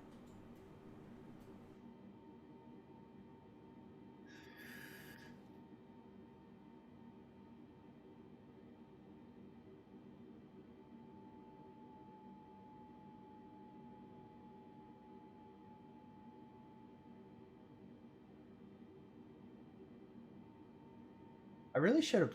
I probably should have looked at like what the cloud ceiling was, so that I could actually fly through the clouds and record some of this because I want to use. I'm planning on using Microsoft Flight Sim and MSFS and then also DCS, and whenever I get around to doing the 314 Star Citizen video. Um, which, to be fair, right? Like I would never actually War Thunder 2. I would never pit Star Citizen against any of those three games because they're all much more complete, better games. um, but Chris Roberts kind of opened himself up to it when he started talking shit about like Microsoft Flight Sim and like trying to fucking humble brag Star Citizen. So at this point, I'm like, all right, dude, fair enough. So let's go ahead and compare your Cloud Tech fucking Cloud City Bespin mining trade hub, whatever, to how the Cloud Tech is in other flight sims then. Since you're such a big swinging dick and you think your game's so fucking great, it's only fair, right? I mean, you've made comparisons to these games, so let's go ahead and compare them. So I want to record footage of like an actual cloudy area and like flying in and amongst clouds on DCS, Flight Sim, and War Thunder, and then we're gonna compare it to Orison whenever I do the 314 video. And I don't think Star Citizen is gonna look super great in that comparison.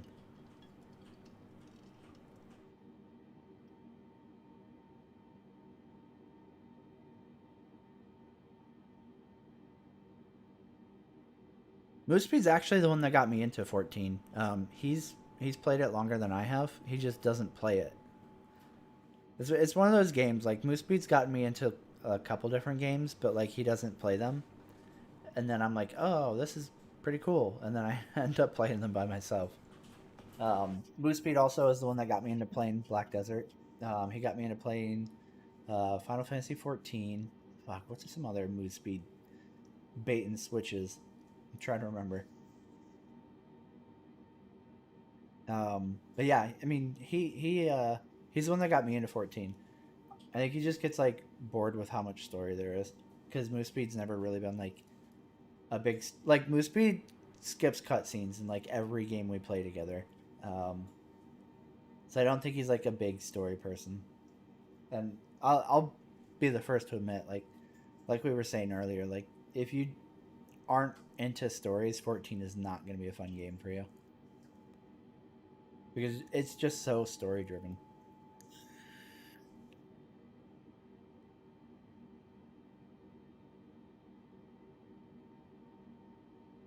No, you got me into playing BDO. You, like, were talking about it all the time, because you were like, oh yeah, Black Desert, Black Desert, Black Desert, and I tried it like 2 years ago and I didn't like it. As soon as I started playing it, I was like, no, I'm good. And I didn't like, because you were like, oh yeah, the combat in this game. I'm trying to think of what game I was playing at the time. It might have been ESO. ESO, there's another one. Wispy got me into playing ESO. But yeah, like, he was talking about like the combat and like how good the combat felt and blah blah blah. So I ended up trying it, and I tried it with a Musa, and I don't know what the difference was, but like, when I tried it probably 2 years ago, 3 years ago, whatever it was, I hated it. I didn't like it at all. And then, let's see, it would have been 2 months ago or something like that, I reinstalled Black Desert, because like there was just, I think it was right after Outriders, so it probably would have been April. Right after Outriders just fucking burned itself into the fucking ground, with the developers making the dumbest decisions ever and not fixing any of the actual issues. And there, that was it, right? Like, I had no other games on the horizon. There was nothing else I was like looking into playing or anything like that. So when Outriders sucked, I was like, I'm at a complete game drought. There's nothing on my horizon. There's nothing that I'm planning on playing. Like, there's just nothing to play. I was like, fuck it. I was like literally scrolling up and down through my Steam library over and over and over again. And finally I was like, Black Desert, why not? I haven't played this in forever. We'll give that a go, right? Ah! My plane's having epilepsy when I try to look it.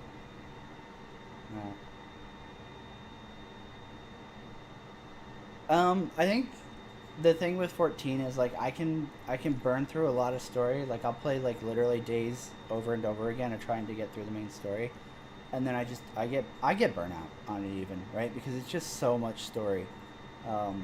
It's overwhelming to try to catch up to like current game, starting from scratch. It's literally overwhelming. Like, if I could do it again, if I were to jump into 14 without having ever played it at all, so that I have no attachment to like characters and wanting to know the story, I would 100% buy a story skip to Shadowbringers.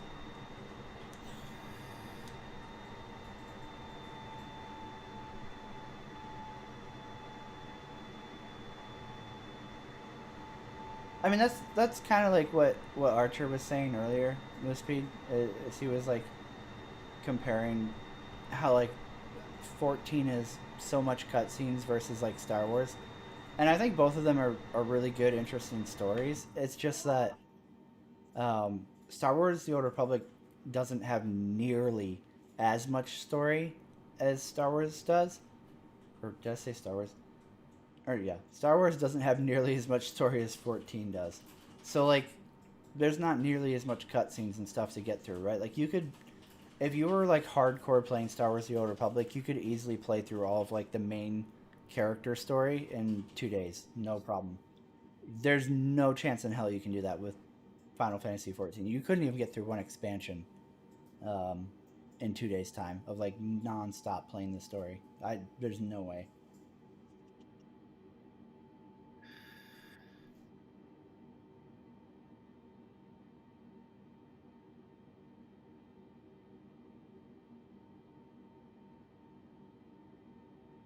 I think the only thing in 14 I don't like compared to other like competing MMOs is like the fashion game is not nearly there.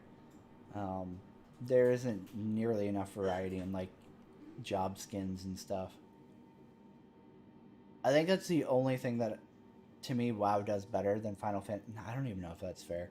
WoW's kind of like a little bit in the same category. It's just that there's so much variety in armor and stuff like that in World of Warcraft versus like Final Fantasy 14. Like glamour options seem really really limited.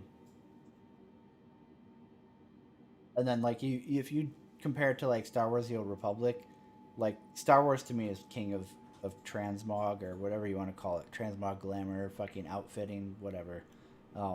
There's so much customization you can do with Star Wars: The Old Republics. I mean, granted, a lot of it is like technically cash shop items, but like you can buy those with credits off of the market. So even then,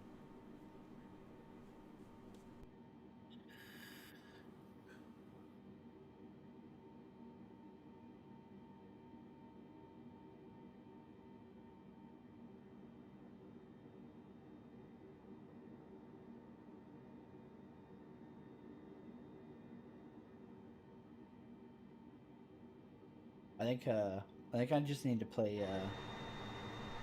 DCS when Matt is around.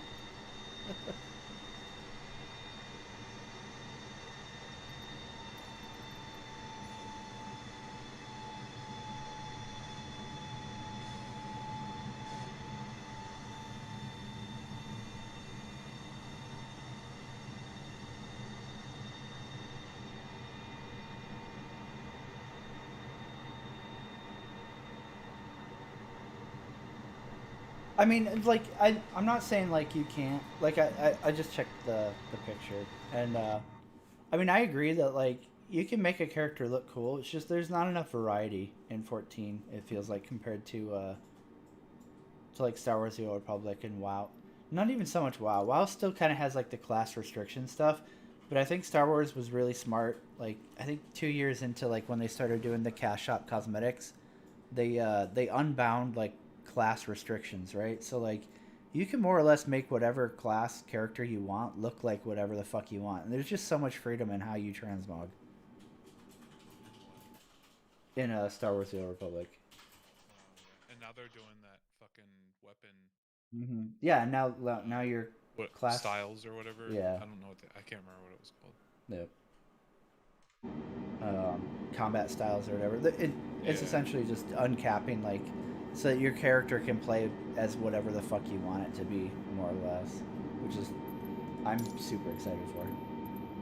Yeah, that's really nice. I think I need to play a fucking Jedi side, I think, at some point. I've Dustin. never leveled anything on that side. Can't help you there, man. Good luck. I just feel like I'm through all the store. I've done all the stories that I would care about doing on the Empire side. Yeah. Yeah.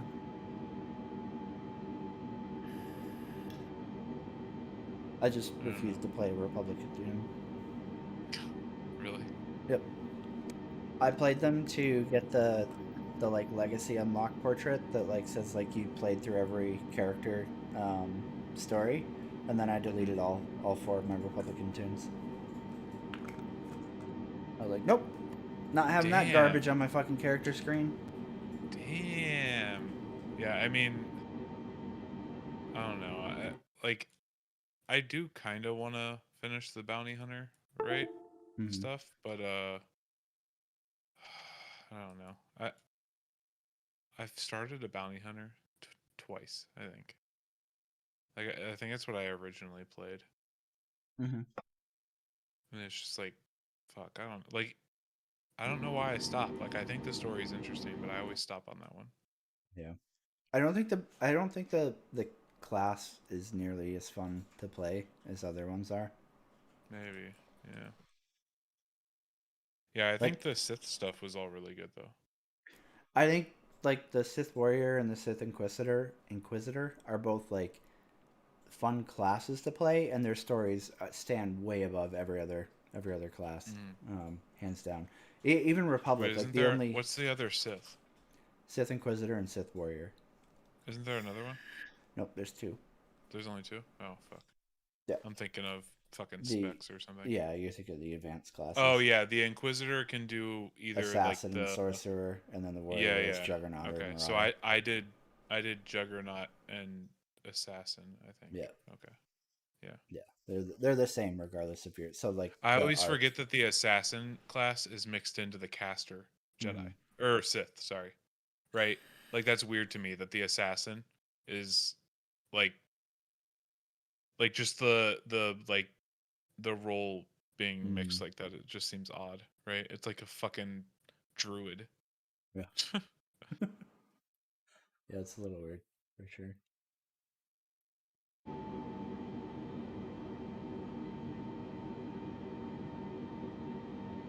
Yeah, I would too, Black Cat. There's no reason to play until, especially because like I don't know if it's retroactive, right? Like you might have to make a new character. I don't know. So Oh, that would be really weird, right? Wait, we're talking about SWTOR, right? yeah, With the yeah, mm-hmm. that'd be Switching. I don't think it has to be retroactive. I hope so. I mean, I guess you're right. Like we've been let down by gaming in the last couple of years a lot. So like being, you know, skeptical isn't a bad thing probably. yeah. Oh, Was that's what there we need to new? do. We need to play some Baldur's Gate. Yeah, I didn't even think. I like. It's just it's such a slow development cycle with Baldur's Gate. I feel like that I forget about it all the time. Let's see if I can pull up the news article. Where's that Baldur's Gate 3? What's coming in the new one? I haven't looked into it. I've like caught some of the stream, uh it was just like they do like funny like entertainment streams. It's not so much about like the content. Like I think they try to show off the stuff, Hmm. um but they literally had like 5 people playing like the characters, right? Mm-hmm. Like on screen, and then the chat could vote for like which one does Oh no. shit, and it yeah, I don't know. Hmm. But like it's always funny, and they lean into the funniness of it, Yeah. right? They're not being Mm-hmm. like super serious or anything, Yeah. you know. So, like, dude, when we found out about fucking druid forms or whatever, remember? Yeah. The way they did that is they literally had a cow. Yeah. Or I think it was a cow or something on their stream for like fucking 40 minutes. And then at some random point, the cow gets let off and they turn the camera back over there and there's a person standing there. And they're like, oh yeah, that was him, right? Or something. Like, it was just like, okay. Like, they just don't care. They're just like, yep, this is funny shit. We don't care. Yeah. Um, I did play Starfighter a little bit, Tolwyn, when it came out, and it was just so laggy and desynced that it was just not enjoyable to me. Um, I think like it gave me hardcore PTSD of World of Warplanes, and I was like, nope, not playing this. I'm good.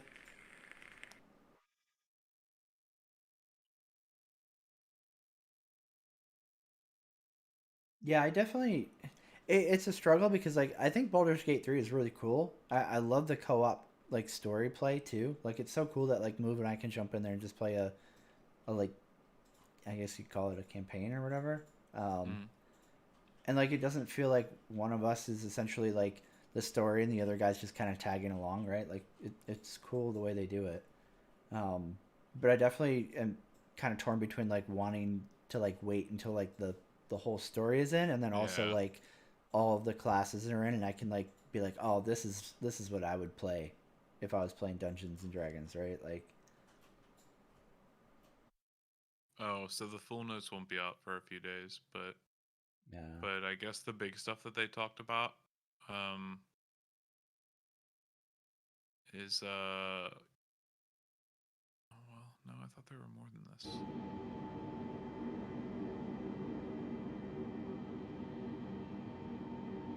I guess they upgraded the UI and the AI, and then they made camping different no, in really. some way. I can't remember exactly. I think that there are like dungeons that let you rest in them or something now, That's cool. and then the camp changes. So like I think before the camp screen was just like, oh, you're in your camp, right? It looks like you just traveled fucking all the way back to your camp. But now the camp changes based off of like where you're resting and shit. I think Oh, they that's said. cool. Yeah. Yeah, mini camps, I guess is what they're calling them. I think like the only thing that was kind of like frustrating to me was like with cleric, I felt like my main things were like being able to cast, and then like once I couldn't cast, I just felt useless as fuck. That's Compared casters to for like, you. well, like you playing druid, like it felt like you essentially were carrying us, is what it felt like. Oh yeah, because I wasn't just a pure caster. I was Mm-hmm. a druid. It's special, right? Like, Right. I was a caster, but only when I wasn't shapeshifted, right? Yeah. And shapeshifting is like super strong usually Mm-hmm. at certain things, and yeah, yeah. I wouldn't pick. I don't think I'd pick just a caster. I don't know, but I also like. I think so. Like, in my experience, um, something like a cleric pays off more later on, Mm-hmm. right? So like earlier in campaigns, uh, like casters can feel incredibly powerful as long as they have their spells, right? Mm-hmm. But melee are kind of just like, okay, we're always here, right? Like we're just Yeah. always here. But like eventually, spells don't usually, at least in D&D, right? At Mm-hmm. least in a lot of the D&D that I've played, they don't scale the same way, right? Like, well, spells don't really scale, right? Mm-hmm. Like my level 1 spell will always just be a level 1 spell that like by like level 10 I might get like a +2 to the damage on it or something, right? Like Right. but you will get level 10 spells or whatever. It's not 10, I don't think, but Yeah. you get what I mean. Yeah. So like you're only as strong as your spells that you have available, but like fucking melees at some point, dude, they're fucking rolling like d20s plus 18s to hit somebody and they only need a 10 to hit. They like literally the only way you miss is if you roll a 1, right? Yeah. Because that's an automatic miss regardless of what your final number is, right? Mm. Well, I mean, at least the way I always played, maybe. But yeah, like, so you're just fucking whacking the shit out of people, right? And the wizard's like, dude, I used my last fireball. Yeah. Yeah. And they're just like, well, I got this shit, so fuck off. That's kind of how it felt when we were playing our Baldur's Gate shit. Is like, once I ran out of like whatever it was, I don't remember if it's mana or like whatever they called it, like the willpower or whatever. I think it was prepared spells. Prepared spells, That's, yeah. Like that's the way clerics work it. yeah, once I ran out of that, I was like, well, good luck, move speed. And I just kind of would try to like run at shit while it just fucking decimated me. And I'm like, oh god, please don't die, please don't die. Dude, you fuck shit up with those spells though. Like, yeah, I mean, like you feel like, really strong, and then you were doing the damage. Yeah. I was like, I know you were like you thought you were saying that you thought that I like felt strong, right? Yeah. But like, only when I could avoid shit for us, right? Mm. Like going in that fucking trapped room with my spider was like big brain. Right? That was the best shit. I just walked under the gas. Yeah, just like skip right? the whole room essentially. But like in combat, you were protecting me still, right? So like it wasn't really that big of a divide. Yeah. You know?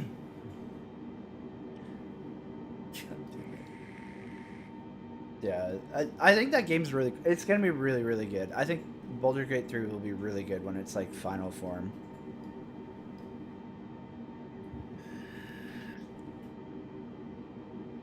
It's just one of those things where you're like, please be done already, right? Like I can't wait for it to Yeah. be done, type deal, right? Like it drives me crazy, but I don't want to like ruin it and play it before it's done, you know?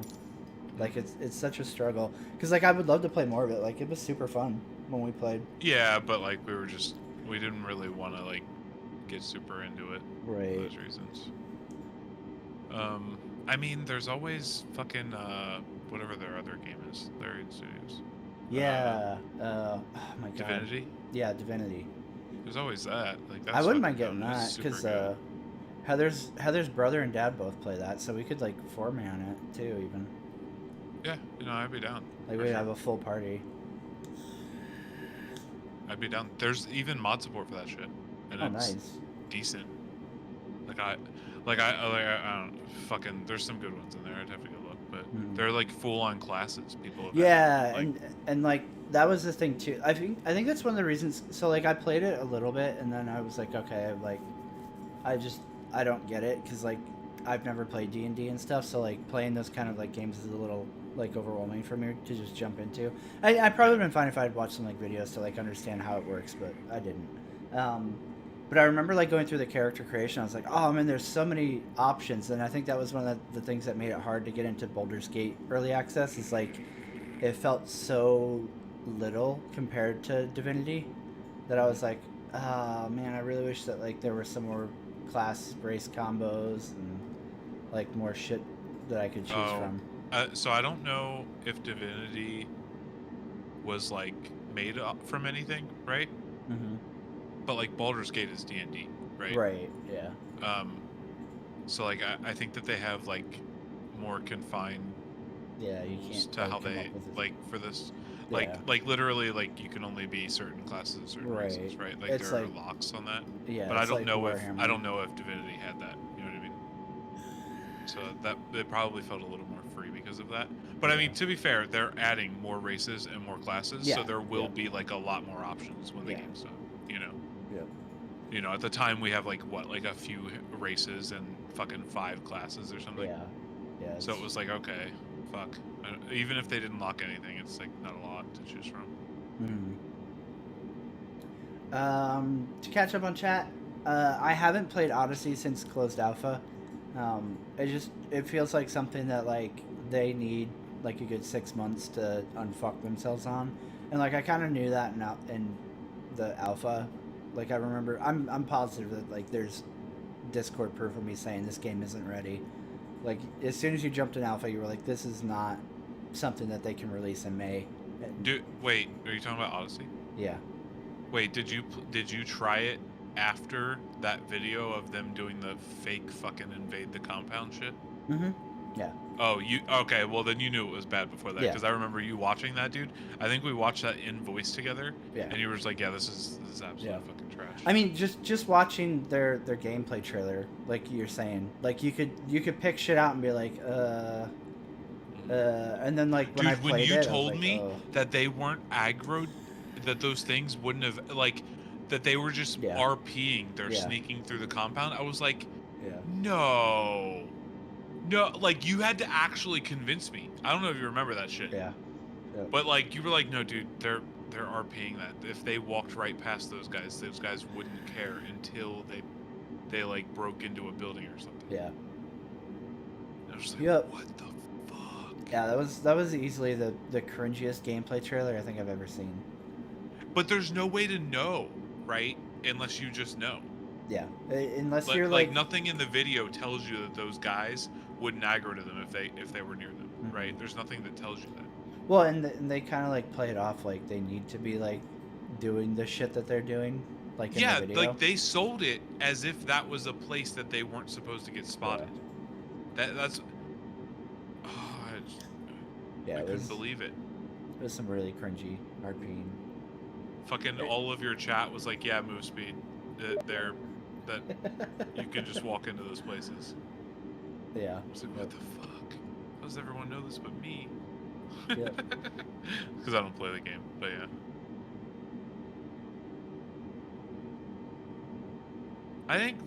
I personally think that like ship interiors are the least important thing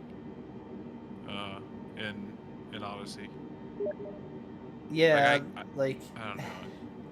it People seem to would be making a big nice. deal out of it. Well, it would be nice if, like, because if you're gonna add first person shit, right? Like, especially because Elite is still like main center focus a space game, right? Unlike Star Citizen, where it's kind of just fucking devolved into we're in everything. It's a game. life sim that happens to have space. To have a space theme, right? Yeah. Yeah.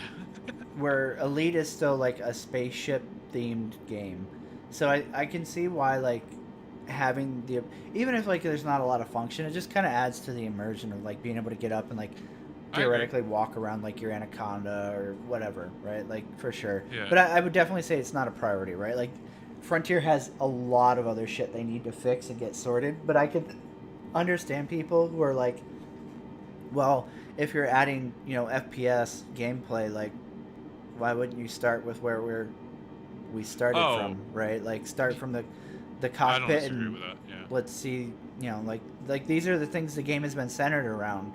Like we've literally essentially been these ships for the last fucking how many years. So like I can totally see like why people want it. Yeah. But I would agree that like it's definitely not the most important I just thing meant for like them some to people fix. made it a huge deal. Yeah. Like yeah, they for were like, sure. fucking garbage game doesn't have interiors. Like, and like this, he brought it up in chat, but he only brought it up once, right? So I'm not talking about him in chat. But like, dude, there are so many people that like every time the game gets brought up, it's just like fucking ship interiors. Where are ship interiors? As if they can just shit them out. Yeah. Right. And to be fair, I think like there's a lot of people who bad faith use that because they're Star Citizen fans and they want to like use that as like, well, Elite doesn't have fucking interiors, and Star Citizen you can walk anywhere you want and go inside this, and it's like, so I think that's one of the reasons you see that point brought up all the time whenever you're talking about Elite post Odyssey. Is like a lot of people want to use that to shit on Elite and be like, see, it's not a better game than Star Citizen. Which I'm not saying that's what you're doing, Black Cat. Yeah, but, I don't think he's doing that at all. Just to be clear. I definitely see that in a lot of people. Like when I'm watching other people, like not even in like my own chat, but just like seeing other people have a discussion, it almost always turns into that. And then in terms of like the No Man's Sky comment you made, what like the next major No Man's Sky update is, roll dice and pick a card because we never know. They don't tell us shit, right? That's why everyone's always happy because because they literally never tell us what they're working on. They just drop have no a fucking expectations. Yeah. Right? They drop a patch note fucking 3 days before the patch drops, and we're like, holy shit, really? And that's No Man's Sky, right? Man, I don't know if there's, I mean, outside of like MMOs maybe, like any other game out there that like consistently puts out that kind of content, right? Yeah, it's crazy. Maybe. No, not even Destiny. I don't think. No. Yeah, definitely not. Yeah. And they're not even like a live service game or anything. Yeah. Yeah, which is the craziest part is it's all free. It's all free, and like there's nothing. They haven't charged for a single update since like we're charged for a single thing, or mandatorily charged, I guess. But since the game, since buying the game, right? Yeah. It's fucking crazy, dude. They just keep putting like, I wonder like how those conversations went, right? Because there was a point after launch where like, I mean, shortly after launch, where they were like, all right, we got to fix our shit, right? But then there was also a point where it was like, all right, when are we going to start charging for this shit? Right. Right. Yeah. Like they could have started charging like 2 updates ago, right? 3 oh, updates easily, ago. easily. And I think people would have been like, you know what, they earned it, right? Yeah, that's how I see it. Is like if Hello Games, away for free. Yeah, if Hello Games dropped a paid expansion next month, I would 100% buy it just out of feeling like, you know, you guys have earned this. At this point, like, you've given me so much content for free, and you stood by your shitty game and fixed it. Like, I don't even mind paying for some new content. I mean, yeah, like people can say like, well, you only got the game they promised on launch now. I think we're right? well past that now. Well, we're well past that, but like people could have said that Mhm. like not too long ago, really, right? Like, Yeah, I think whatever the multiplayer expansion was called for them, right? Like, oh God, I don't remember what it was. well, I mean, like, I just mean like there was a lot promised that we didn't get, right? And I don't think we got to like such. I'm not saying like specifically everything and only that was in that, but like the content, but like just like the size of the game that was promised, Yeah. and then the size of the game we have now, it's like pretty similar, right? Like I'm sure like fucking 2 years ago someone was like, can we please start making money again? Yeah, right. Like, Please. And I'm guessing the fucking what's the guy's name? Sean. yeah, Was just like, Sean Murray. no, Yeah. no more money. It ruined us when we took Sony's. No more. God, wouldn't that be a fucking change? I mean, what's the other explanation, I don't right? know. Yeah, I mean, I don't know. Like, I don't know. I honestly couldn't. they're buying answer, a lot of goodwill, is what they're Yeah. doing. That's the only realistic thing, is that they want to sell other games later, and they want those games to sell really well. So they're just they took the hit on this one, right? Which Yeah. they didn't take a hit. They made tons of fucking money, right? It sold so well and sold so many copies that they're way in the green, right? Yeah. Like, so they don't. Yeah, they're taking like a little bit of a loss, right? But they're still making fuck tons of money, so that their next game can make fuck tons of money. Mm-hmm. I mean, it's pretty smart, especially because they're not a giant studio, right? Yeah. Like, it's a little different when you have, you know, like 400 people to pay. True. Yeah, I mean, I think still to this day they're like a sub 30-man studio, which is crazy considering the amount of content that No Man's Dude. Sky has now.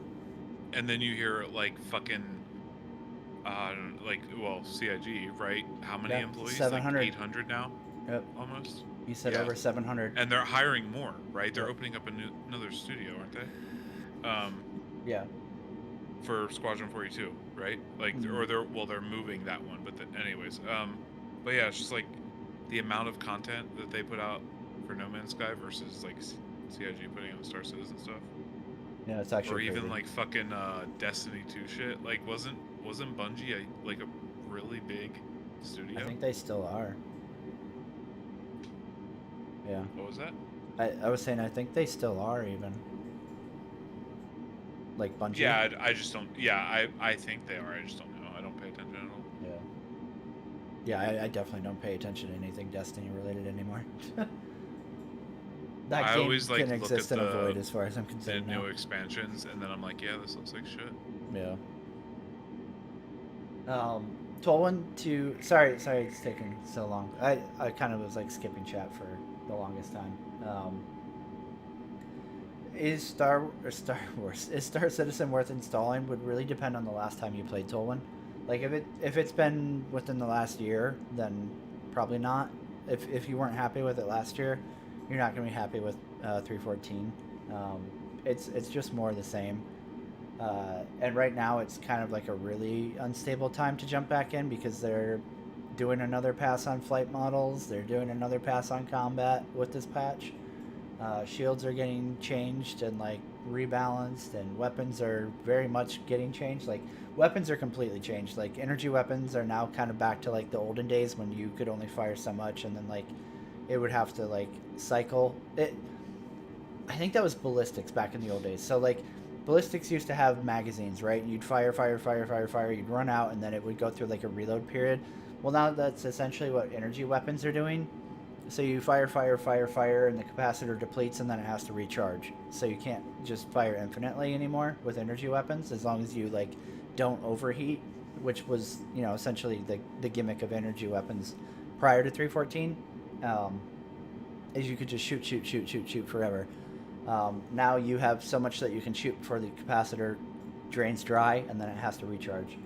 And then with ballistic weapons, they've massively depleted the magazine capacity, or the overall, not magazine, but overall capacity that ships carry. As far as I'm aware, I haven't looked to see if they boosted it back up, but that was what they were doing in Evocati. I haven't tested it. Like, I got on for an hour in 3.14 and then got a 30K, and I was like, well, that's about it for me. So yeah. 5 years ago, what would that have been? 3, right? I'm trying to think. It's 2021, 5 years ago. Math is hard. So 2016. It's very different. If the last time you played was 3.0, it's very different. I would check it out for sure by now. It's still essentially like a very, very much tech demo, work in progress. Nothing really works well, if it works at all, type situation, but it's definitely very different than 3.0 and those like prior year patches, right? I'm trying to think of when 2016, what patch we had. It might have been like even pre 3.0. I would check it out. If you haven't played in 5 years, I would check it out. It's worth looking into. But it's definitely not, it hasn't like, you're not going to jump in and be like, this is a totally different game. Like, it's essentially the same problems. It's just, there's new locations you can go to and new ships that weren't flyable back then. That's more or less like where Star Citizen is. If anything, the PU might seem less stable to you, because back in the day, I don't remember 30Ks ever being a huge problem until like 3.4-ish is when it got really bad, and it's been shitty ever since.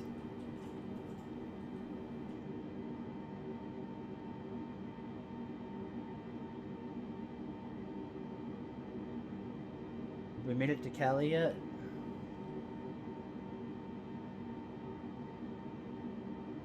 No, we have not. I probably should have started a clock so I could fucking time it. That would have been smart. You big dummy. I mean, that's kind of like one of the running memes. Black is like, you know, I'm trying to remember which, I think it was a Gamescom vid back when CIG still went to Gamescom before they got embarrassed and were like, maybe we should stop going to these real conventions because people will laugh at us. But I want to say it was Gamescom 2016. 2016 or 2015. It was when No Man's Sky first came out, right? I just can't remember if it was 2015 or 2016. I know it was like right around the time when Heather and I first started dating. But No Man's Sky had launched, and it was like just it was getting. No Man's Sky came out in August of 2016. Yeah. Okay. So it was Gamescom 2016, and it came out, right? Everybody was pissed. Everybody was like rage raping Sean Murray for lying and all this other shit, right? And Chris Roberts gets up and he's showing off what do you call it? God, what's the landing place at fucking Delamar? I don't even remember anymore. It's already gone. It's only been gone for like 3 months, and I already can't remember it. Levski. He's showing off Levski, yeah. right? So they fly the freelancer out to Delamar, and it's like, you know, red 1, red 2, like Chris commanding his fucking minions that are flying and the guy that's like riding shotgun. And they get to Delamar and drop the dude off, and he goes inside Levski, and he goes to like the main terminal and then like takes the elevator down to like where the actual merchant area is, and then has the freelancer outside of the Levski elevator like following the glass down. He's like, as you can see, we're a real multiplayer game. And like takes a very obvious jab at No Man's Sky, because like No Man's Sky lied about the multiplayer, right? Well, the meme now is that like No Man's Sky has added so much fucking content, you could fucking drown Chris Roberts in it compared to Star Citizen. So like now it's like it's like the biggest insult that aged like just the finest fucking wine, that he talks shit on Sean Murray and Hello Games and No Man's Sky when they have done so much and for free, right? you pay the entry price and like there's just so much fucking content for free. And here's Chris Roberts with just still fucking barely even, you know, a tech demo. Fucking 10 years in, right? With hundreds of developers. And at that point, when No Man's Sky came out, I think it was 12 people, right? So, like, you can't even compare it, right? It's like your mom and pop store that's down the road right now, like, you know, the corner store, being compared to fucking Walmart. And the corner store is just fucking teabagging Walmart right now.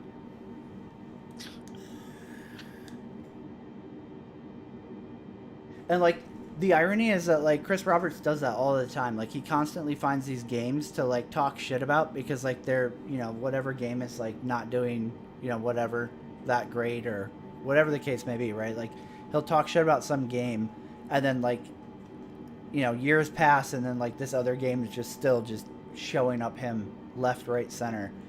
And the dude just doesn't know to keep his fucking mouth shut and worry about his own fucking game.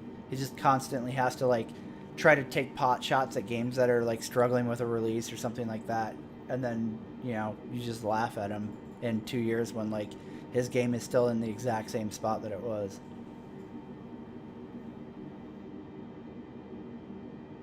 Yeah, what an idiot.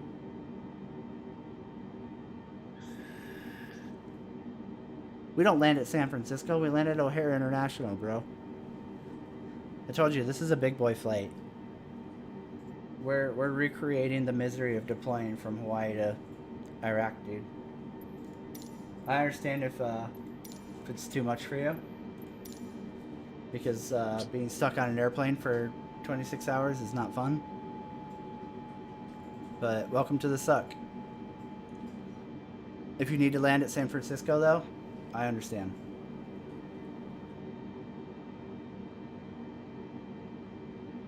But that is not the flight plan that we have logged.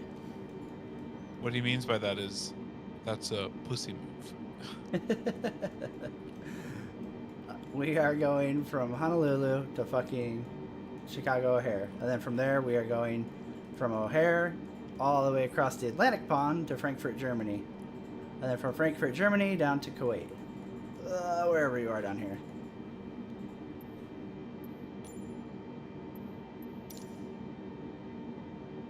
Otherwise, it's not accurate to the stream title.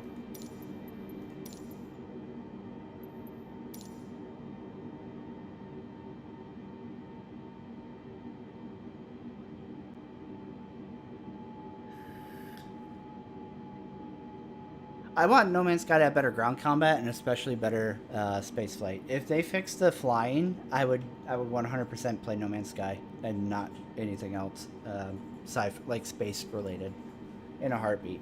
My biggest blocker right now is definitely the flying. It's very, very arcade, and it doesn't feel good arcade even. It feels not good in every way, which is a shame because the building is amazing. Like, the exploration is cool.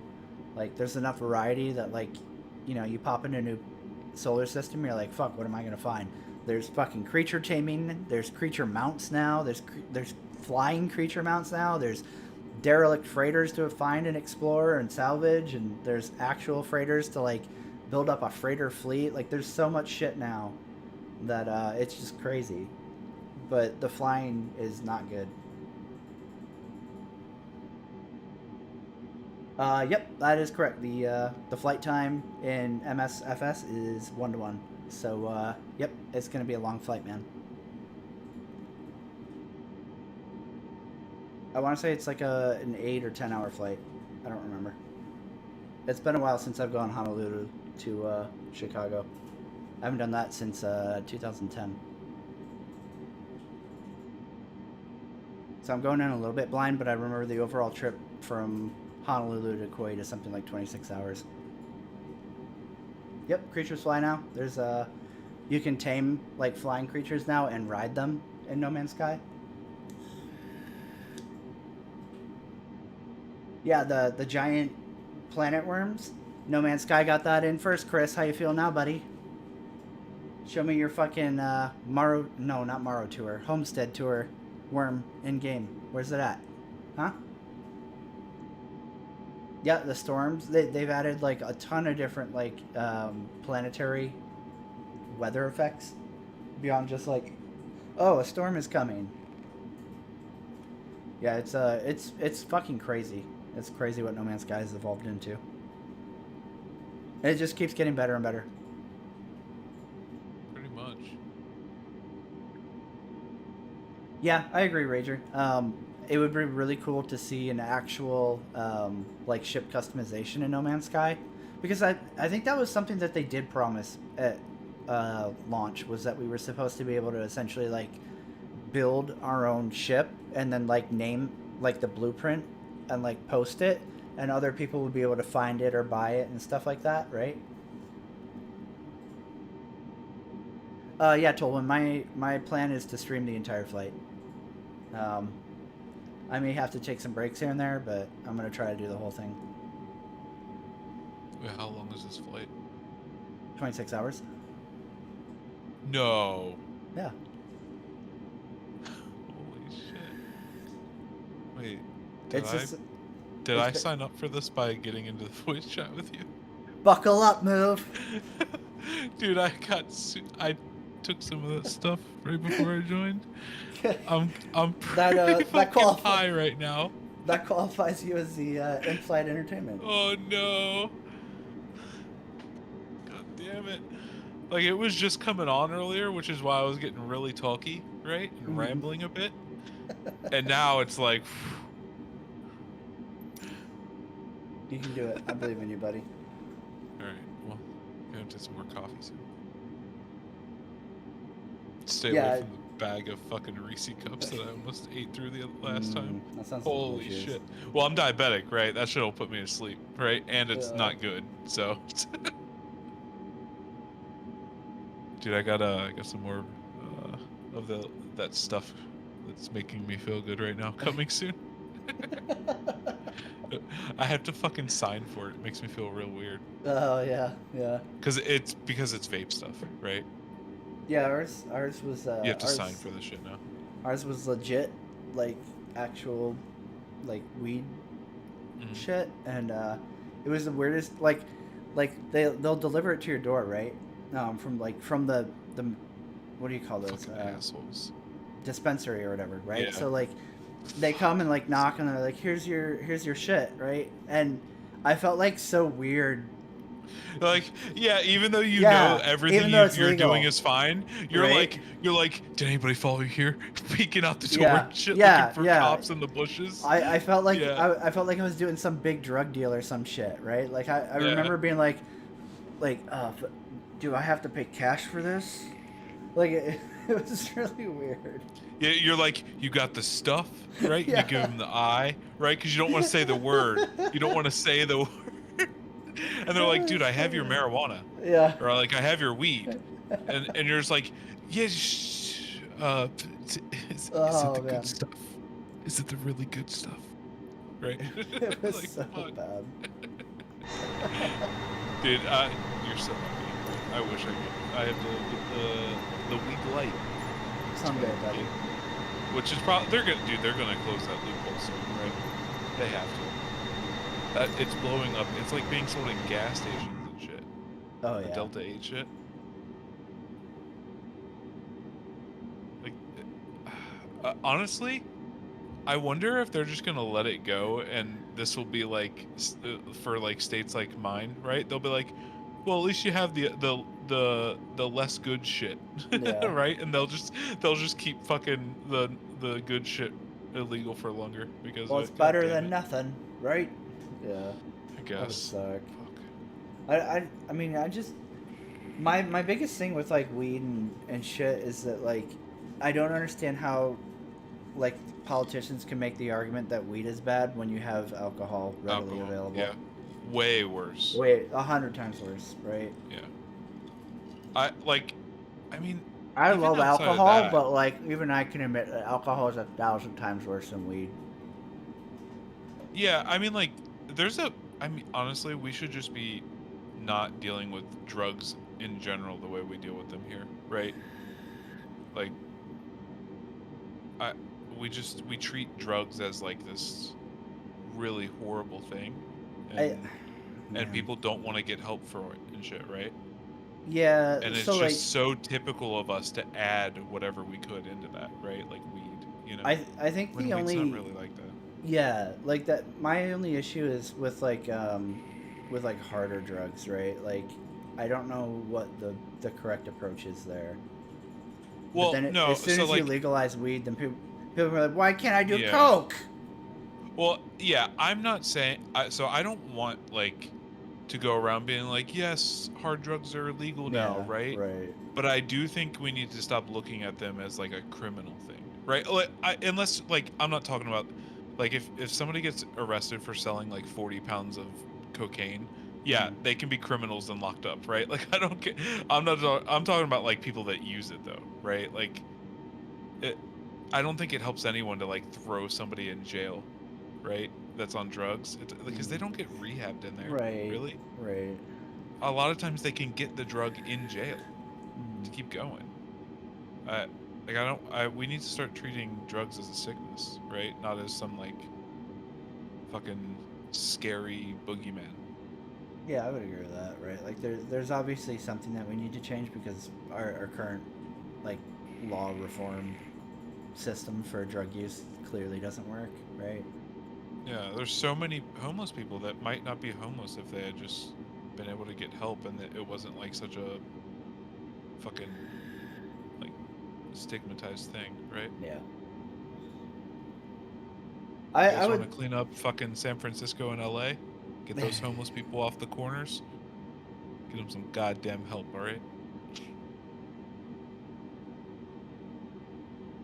I agree, Rager Actual. I would love to have like custom paints in Star Citizen. Unfortunately, you know, evidently the promise, you know, be able to fucking make your own color combinations and shit has been tossed out in favor of like selling paint skins, um, which I think is unfortunate. But at least it's something, right? Like, it sucks saying this because like you know you're taking in like a system that's not really player friendly, but it's so much better than just seeing every ship look exactly the same. Like, God, it's nice seeing variety. Um, it sucks that like it is the system that it is, but like man, when every freelancer literally looked like a default vanilla freelancer, or like every fucking saber looked the same, like it's fucking fatiguing. So I mean, like I'm glad we have something, but it's definitely not the system that they promised for sure.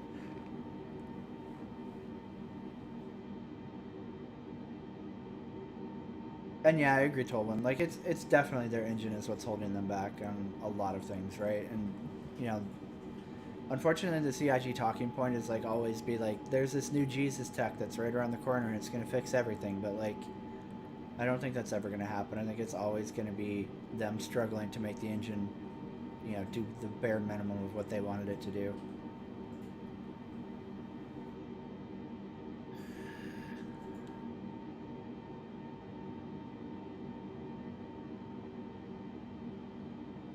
I think if nothing else, Star Citizen has been therapeutic in terms of like teaching me to like set my expectations at like absolute zero, right?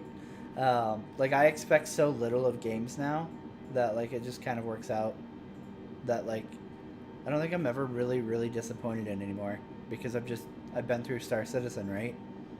Like when a game comes out and it's like riddled with bugs and like the normies on Reddit are like flipping tables and like pitching a fit about how bad insert game is, I'm sitting there like, it's not that bad. Like, yeah, there's problems, but like, eh. Like, I play Cyberpunk and I'm like, this isn't that bad. But like, all the normies are like, oh my god, Cyberpunk's so bad. And then I'm sitting here like with my copy of the game, going through it, playing the entire game, and I'm thinking back to like Star Citizen, and I'm like, you guys don't even know what bad is, bro.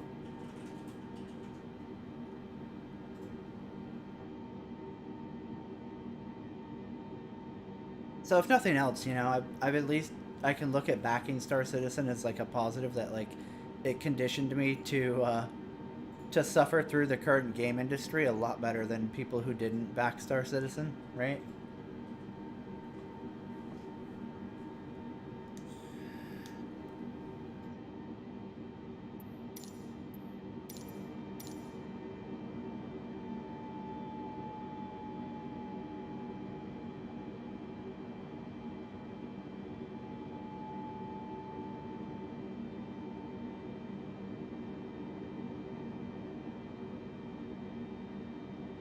I always find it funny that the chat messages come up in the stream preview before they actually come in through the chat app. So like, I'm always like, oh fuck, do I try to read that now or do I wait for it to show up in chat?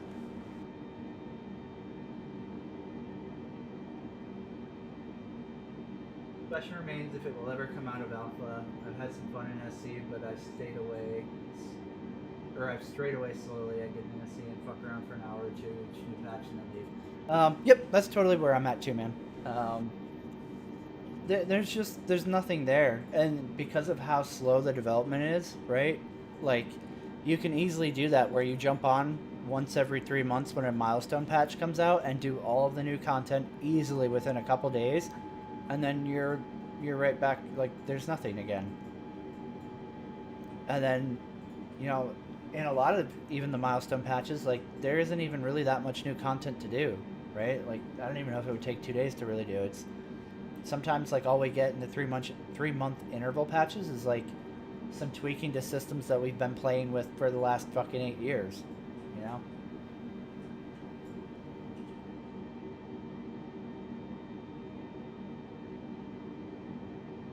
Oh, for sure, Toll. For sure, man.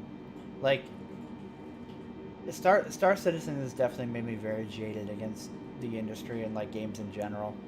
You know, like, we were talking about Ashes of Creation earlier, and, like, I haven't seen anything to where I'm like, oh no, this is a fucking con job, right? But like, I won't even chance it because, like, when I think of like how deep into alpha and like how long of a road they have, with, you know, essentially no end in sight, right, is the problem. Anytime I see a game where like they're trying to get people to back it and support it, but like there's no end in sight, I can't get behind it anymore because of Star Citizen. Like, all my PTSD warning lights start flashing, and I'm like, nope, I've been down here before. I'm not doing it.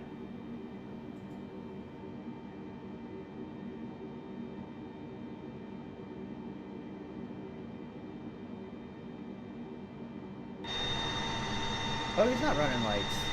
That's weird. Huh.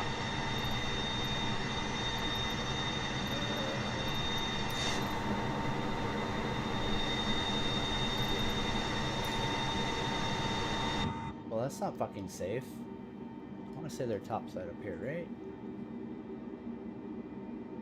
Oh man, it's been so long since I've done this. Runways, where are they? No, that's icing. I thought the autopilot hit that, but evidently not. Taxi, runway, landing. Where are you?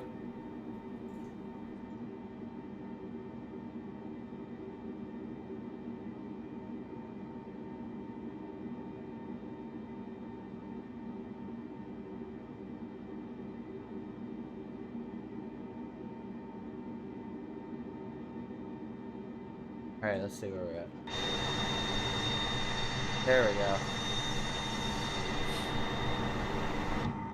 That's so weird that the co-pilot didn't fucking pop those on. I think there's definitely some weird weird behavior with the co-pilot in this game.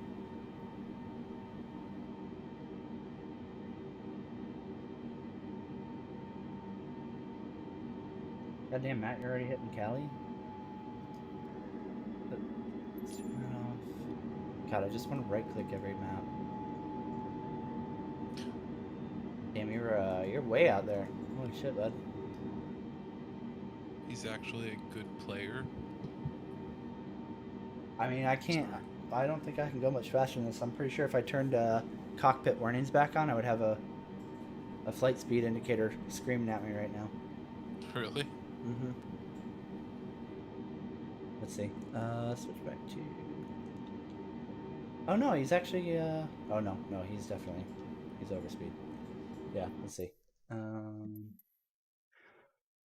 What was that under? General options, audio, sound. You guys can enjoy this for just a second. I'll turn it right back off, don't worry. There you go. Click, click, click, click, click, click, click, click, click, click, click, click, click, click, click. Yep. Yeah, the co-pilot won't obey the set autopilot speed settings, so he just goes balls to the wall. So I'm actually going faster than I should be going.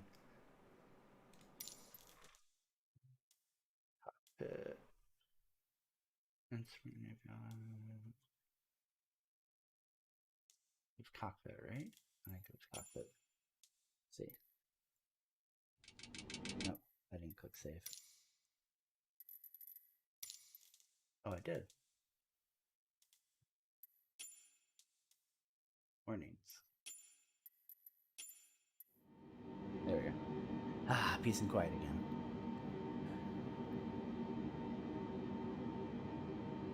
Yeah, it's definitely kind of a bummer that No Man's Sky of all games is kind of like schooling Elite and Star Citizen both. I kind of understand it with Elite, right? And I know that'll make a lot of Elite people kind of tilted that I'm gonna not necessarily shill for Frontier, but like at least give them a scapegoat. Is that Elite isn't their brand, right?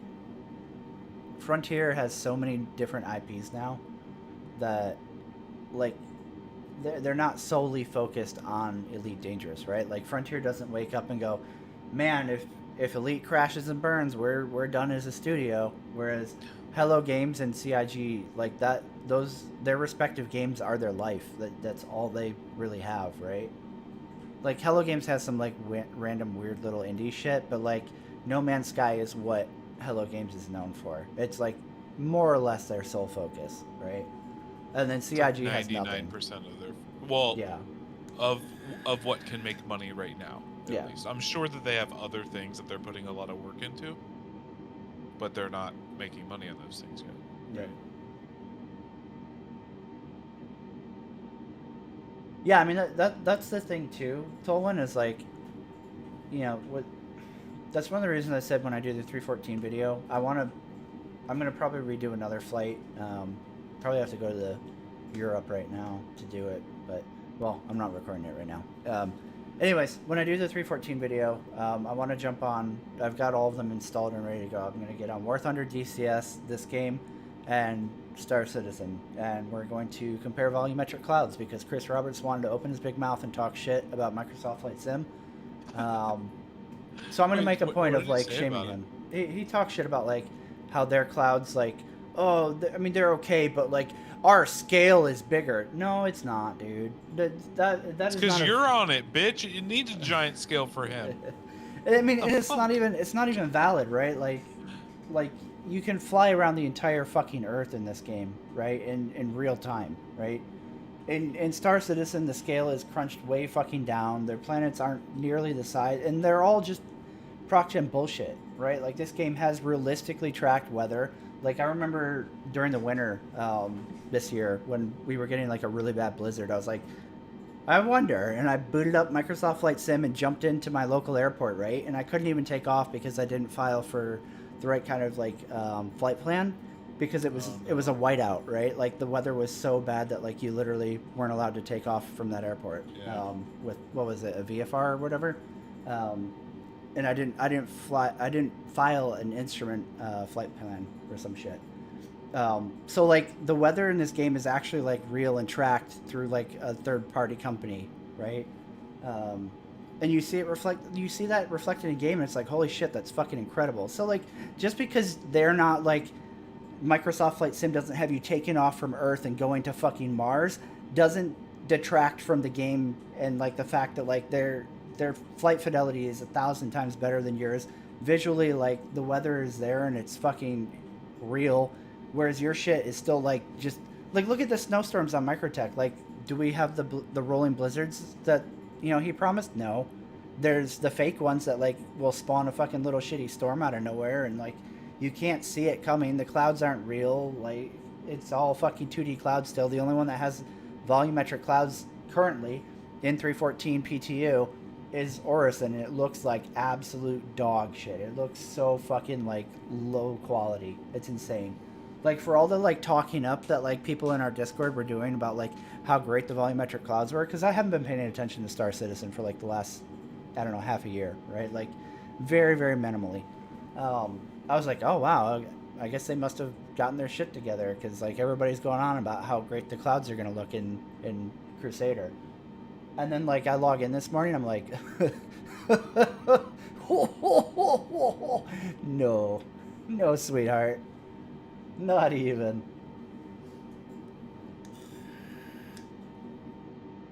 Yeah, and that's the other thing, Matt, is like there's actual flight physics in this game, in DCS and War Thunder. Like all of them have actual flight physics, where Star Citizen is like you're flying a spreadsheet. You're flying an Excel sheet that tells them like, okay, this ship can fucking go this fast, it has this much yaw and this much roll, and like there's no real like effect on it. Like atmospheric flight is still a fucking joke. It's just them like coming up with like this bullshit worldwide fucking, oh yeah, there's this much wind and yep, it just drifts, like, and you can't compensate for it. You can't like fly into it or against it. You can't gain additional speed by flying with it. Like there, it's all fake, right? Like everything in Star Citizen is still fake. And like, yeah, if you want to be a pedantic fuck, you could be like, well, every video game is fake, right? But like games like Microsoft Flight Sim, War Thunder, DCS, like they actually build mechanics and implement systems to like simulate it as real as possible. Where Star Citizen is just like implementing mechanics to pretend that they're simulating it as real as possible, and it's almost always so easy to like see where that wall is and to be like,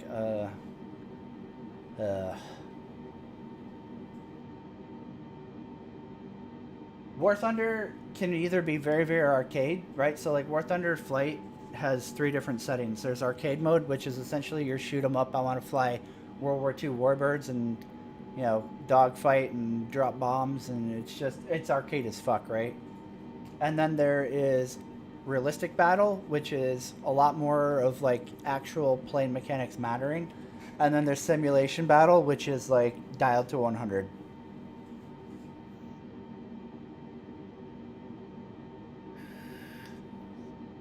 I mean, DCS if you want to play jets, for sure. But if you want to do World War II shit, then hands down War Thunder is better than DCS still. DCS just doesn't have the proper support for World War II.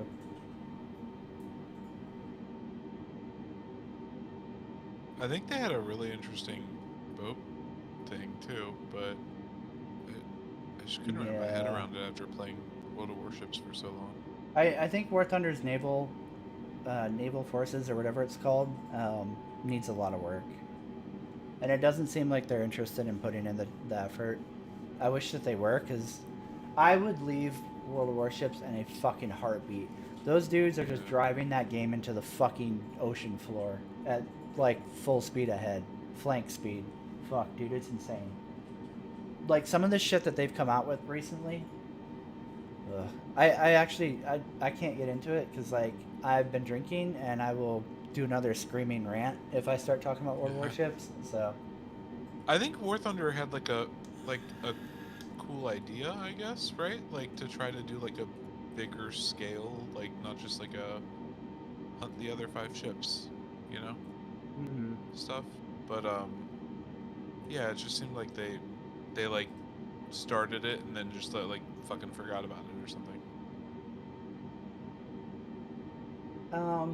I don't think Naval's dead. Like you can still jump on and get a match pretty quickly, especially after they did the rework with the skill tree, with Blue Fleet and what do you call it?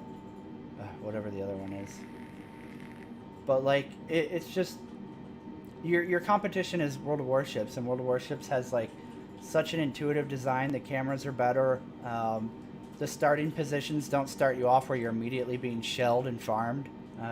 Just shit like that. Like there's a lot of shit that like if Gaijin sat down and was like, okay, we're gonna fix this game, you know, they could turn Naval around in like a couple months easy, and it would easily out fucking pace World of Warships, because like their damage model doesn't feel like it's a hokey fucking arcade game. It's just that like everything else around it, like their aiming is not intuitive. Their aiming is a fucking cancer. Even after you like figure out and you know what you're doing, it's still not like enjoyable to use. It just needs a ton of work. The Naval just needs lots of work.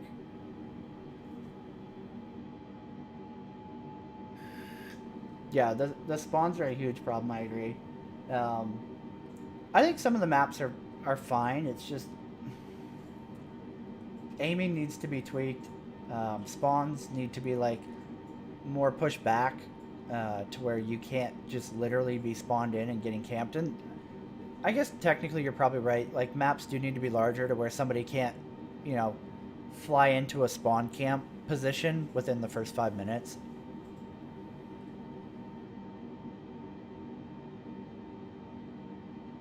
And I think one of the things that Warships does better than War Thunder is like the pacing doesn't feel as insane in Warships as it does War Thunder. Like naval forces in War Thunder is is like it feels like playing a Counter-Strike match. Like you spawn in and instantly you're just shooting at fucking 50 dudes and it never slows down. It is a 100% fucking pedal all the way to the floor, non-stop anxiety driven fucking murder spree. And Warships is more like, I don't know, I guess you're a lot more tactical and like methodical and like how you engage and where you push and like all that shit is, it feels a lot more like thought out than War Thunder where everybody's just like to the middle and it just turns into an insane brawl. Remember when I was in that little fast boat in War Thunder and I got stuck on that dock, but everyone that came for me, I just fucked them up? Yeah. I was like, I don't know how I'm alive. You have a great night, Black Cat. I'll see you later, man. Thanks for hanging out That's tonight. funny.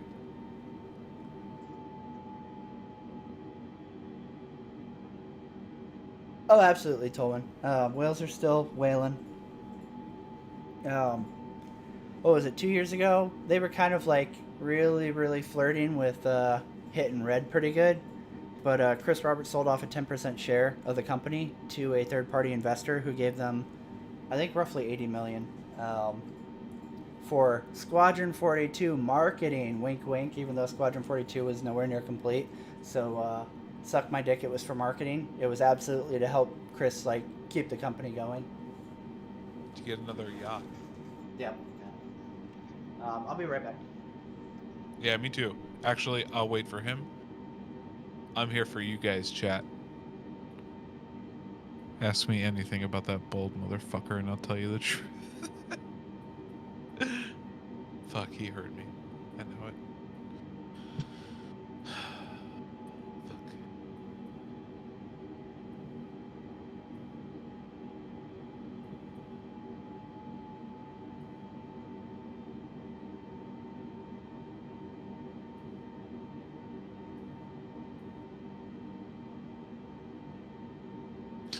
God. Fuck, dude. Black Cat Gamer. You're just like, go from talking about weed to wanting to see SC burn.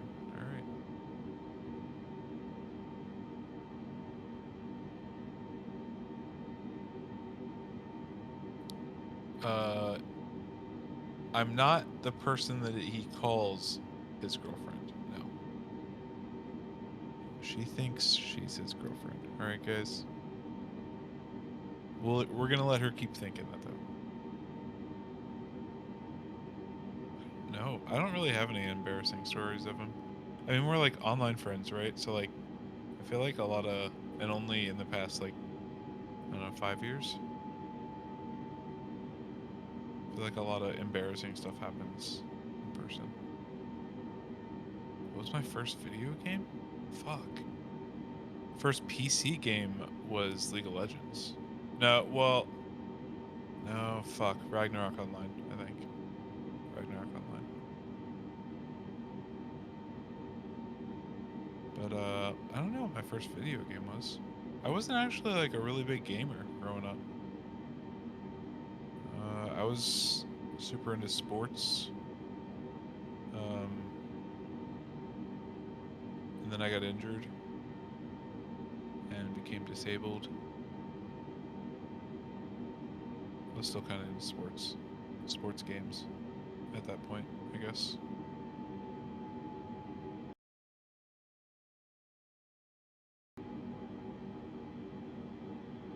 Pokemon.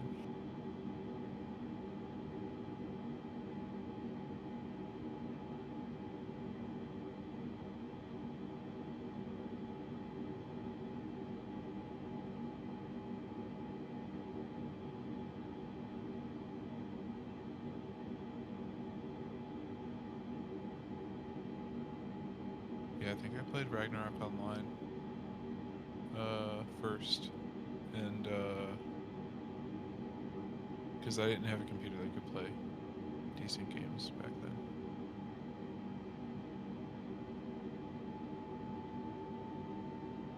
I have 3 fingers and a missing leg. Wait, or like legit?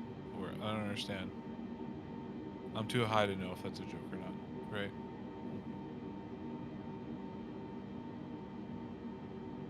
I apologize if that's offensive. I don't know what to tell you.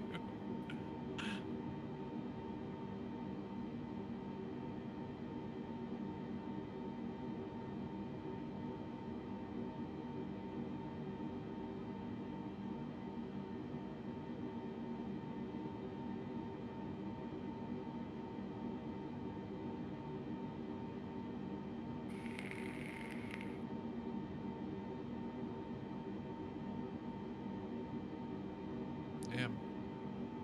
Yeah, mine's far less, you know, exciting sounding. I'm not missing anything. I just dislocated my hip for too long, and I lost blood to my femur head, so it died. And I dislocated my hip on a hill when I was 10.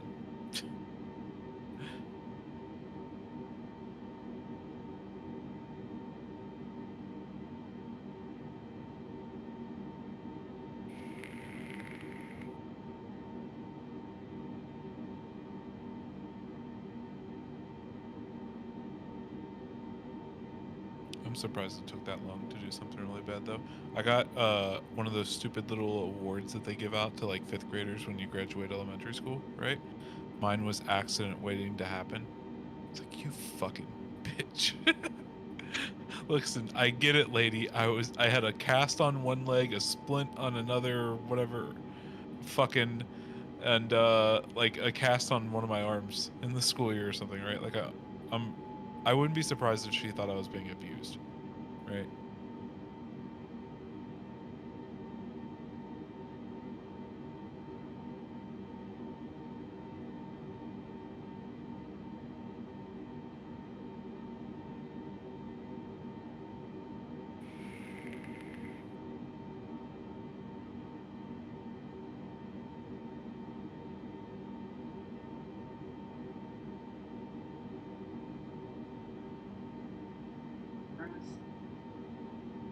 He's coming back.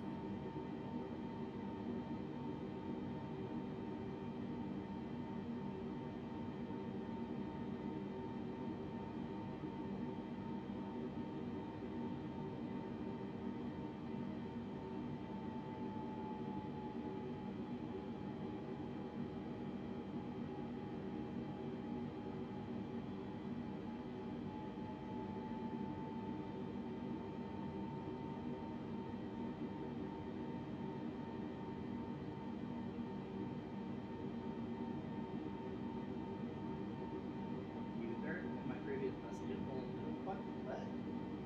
And I like looked through it, and then like I was scrolling through the chat to try to figure out who it was. And it's like, wait, isn't this her mom? Did she fucking block me? What the fuck? Yeah, no, she didn't have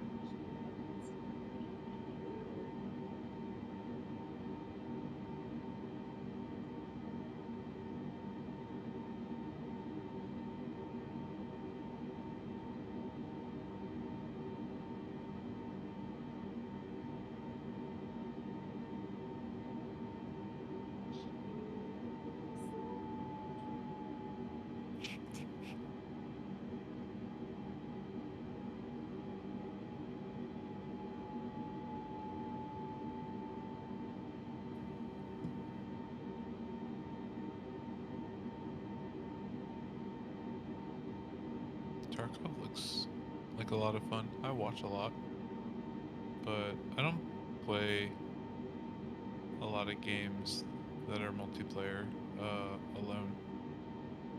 Like, I don't think I'd want to play Tarkov alone, so I don't know anyone else that plays it. Or, well, I don't play games with anyone that does.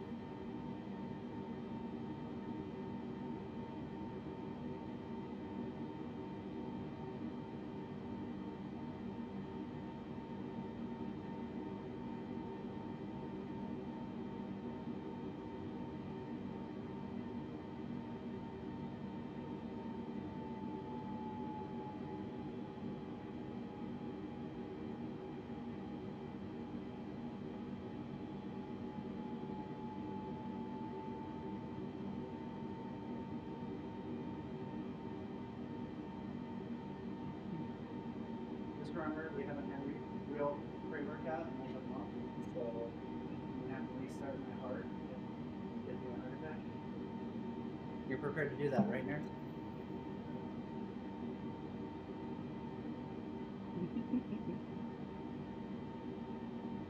Wow, you sound really uncertain about saving my life. Alright, I'm back. Don't worry, I'll save your life.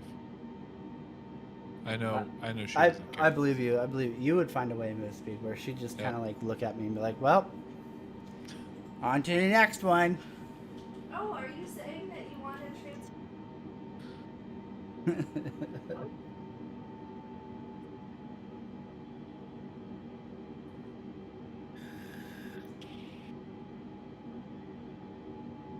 Alright, what kind of shit were you fuckers talking? I like literally left the room and my headset disconnected and I was like, fuck! Oh, thank God. Holy shit. I was like, oh, motherfucker. Leaving move speed unchecked on stream. I think I even said he probably hears me. Fuck.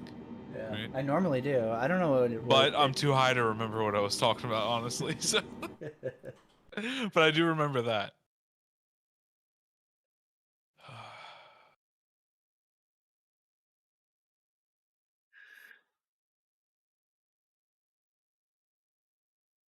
Damn, you shipped me and Pokimane? You're a boss, Black. Thanks. Isn't it Pokemon? I think her name's Iman, and that's why her name's that. But yeah, it doesn't matter. I don't know. I only know because she's her like the group of people that she hangs out with, I guess, are always on live stream fails because it's all like drama channels and shit. Ugh. I mean, like, I don't know. I guess I wouldn't call her a drama channel, but like, that group is sort of famous for being a group of famous friends, right? Like, I think they live together and shit. Like, they have a house and stuff. So, like, it ends up being drama, but I don't think it ever is, like... Intentionally like, I don't... channel. Yeah. Oh no, I fucked with the showcase camera. There we go. Ah, sunset. Even back out. Come on, co-pilot. Oh, this is where I should take a picture and post it to Reddit, right? Oh my god, guys, the sunset! Oh look, and it actually reflects off the wing of this plane. Are you thinking of the wrong subreddit, dude? You're thinking of the Star Citizen subreddit, right? I don't know what you're talking about. Yes. Fucking screenshot simulator, though. Honestly, I can't get mad about it in the Star Citizen subreddit because, like, what else is there to do, right? Yeah, I mean that's 100%, and I mean, you know, like I feel like I try to acknowledge that, right? Like, you know, like, let's be real, like this is the gameplay loop in Star Citizen is taking pictures and posting it on Star Citizen subreddit, right? That is Star Citizen, and it has been for fucking ever now. Apparently I stole their leg. Wow, dude, you do a little bit of drugs and look at you. You're fucking stealing legs and shit. This is PK Bradley, okay? No, it's not. Listen, I did weed, alright? I took weed. It wasn't anything else. I swear to God. Alright, we definitely have long enough. Like I said, I think this is an 8-hour flight. So what I'm going to do is, in probably about 30 minutes, I am going to go work out really quick. And then come back and keep this going. Because like I said, we're going to do the full trip. Jesus Christ. What made you want to do this? I mean, I mostly just wanted to see if, like, I was going to lose controls while, like, I was playing. Because, like, I mean, you should remember, right? Like, when I first got this, I was, like, super pumped for it. And, like, I kept having issues trying to play it. Yeah. So, I mean, this is just a way to test it. To see if, like, it does, like, as the computer, like, it's You're not playing taxed. in VR, though, right? True, yeah. I think that was one of the things that Was I did you have were doing problems when it without it started? though. Yeah. Oh, Yeah. you did? Oh. When I was trying to stream without it, I was still having problems. I wasn't having issues if I wasn't streaming. So I don't know if like Oh, the computer okay. was just like there's too much or what the deal was, Yeah. but that was definitely because at first I thought, oh, okay, well I could just take the Rift off, which I mean definitely sucks. Oh, it's so much better playing this with a VR on. It's insane. But I was like, oh well, at least then I can still stream it and like fuck around and like have like talk to people while Yeah. I'm flying.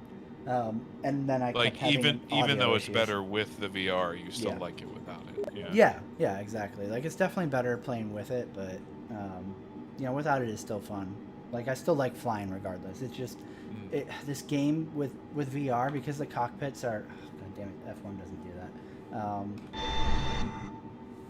that.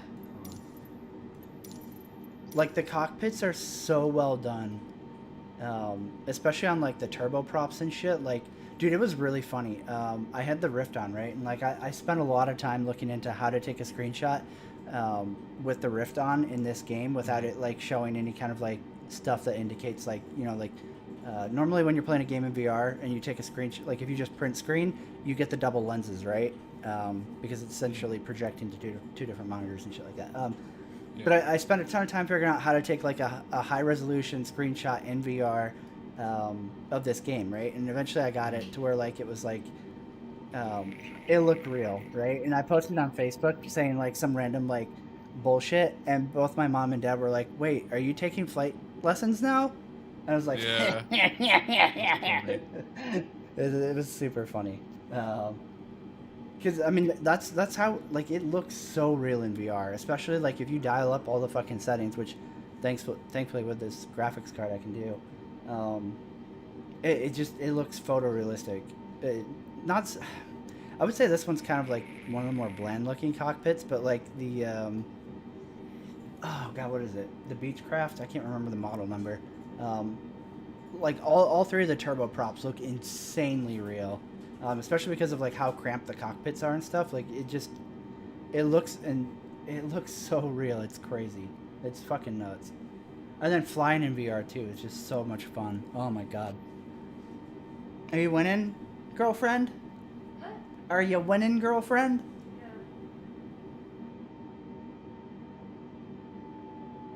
Wow, way to be a fucking baddie and blame everybody else. It's too small. Oh, okay, here we go.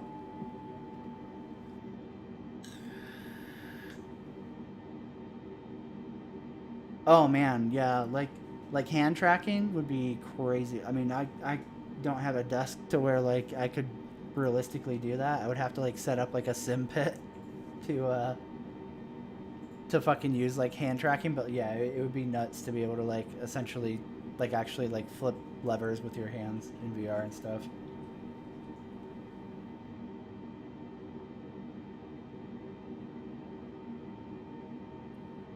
I don't know if I would want to fly with a VR controller though. Like they kind of had that in No Man's Sky, and I did not like it at all. It felt really weird.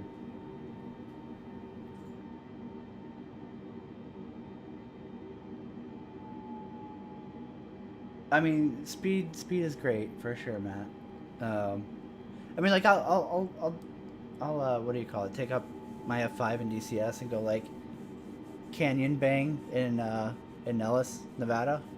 But like this was more of like an endurance thing that I wanted to do, so like it's gonna be slow.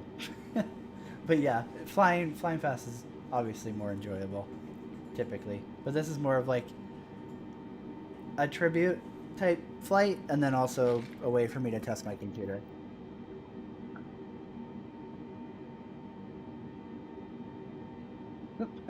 With your sport can. I don't know, man. That sounds like OnlyFans content.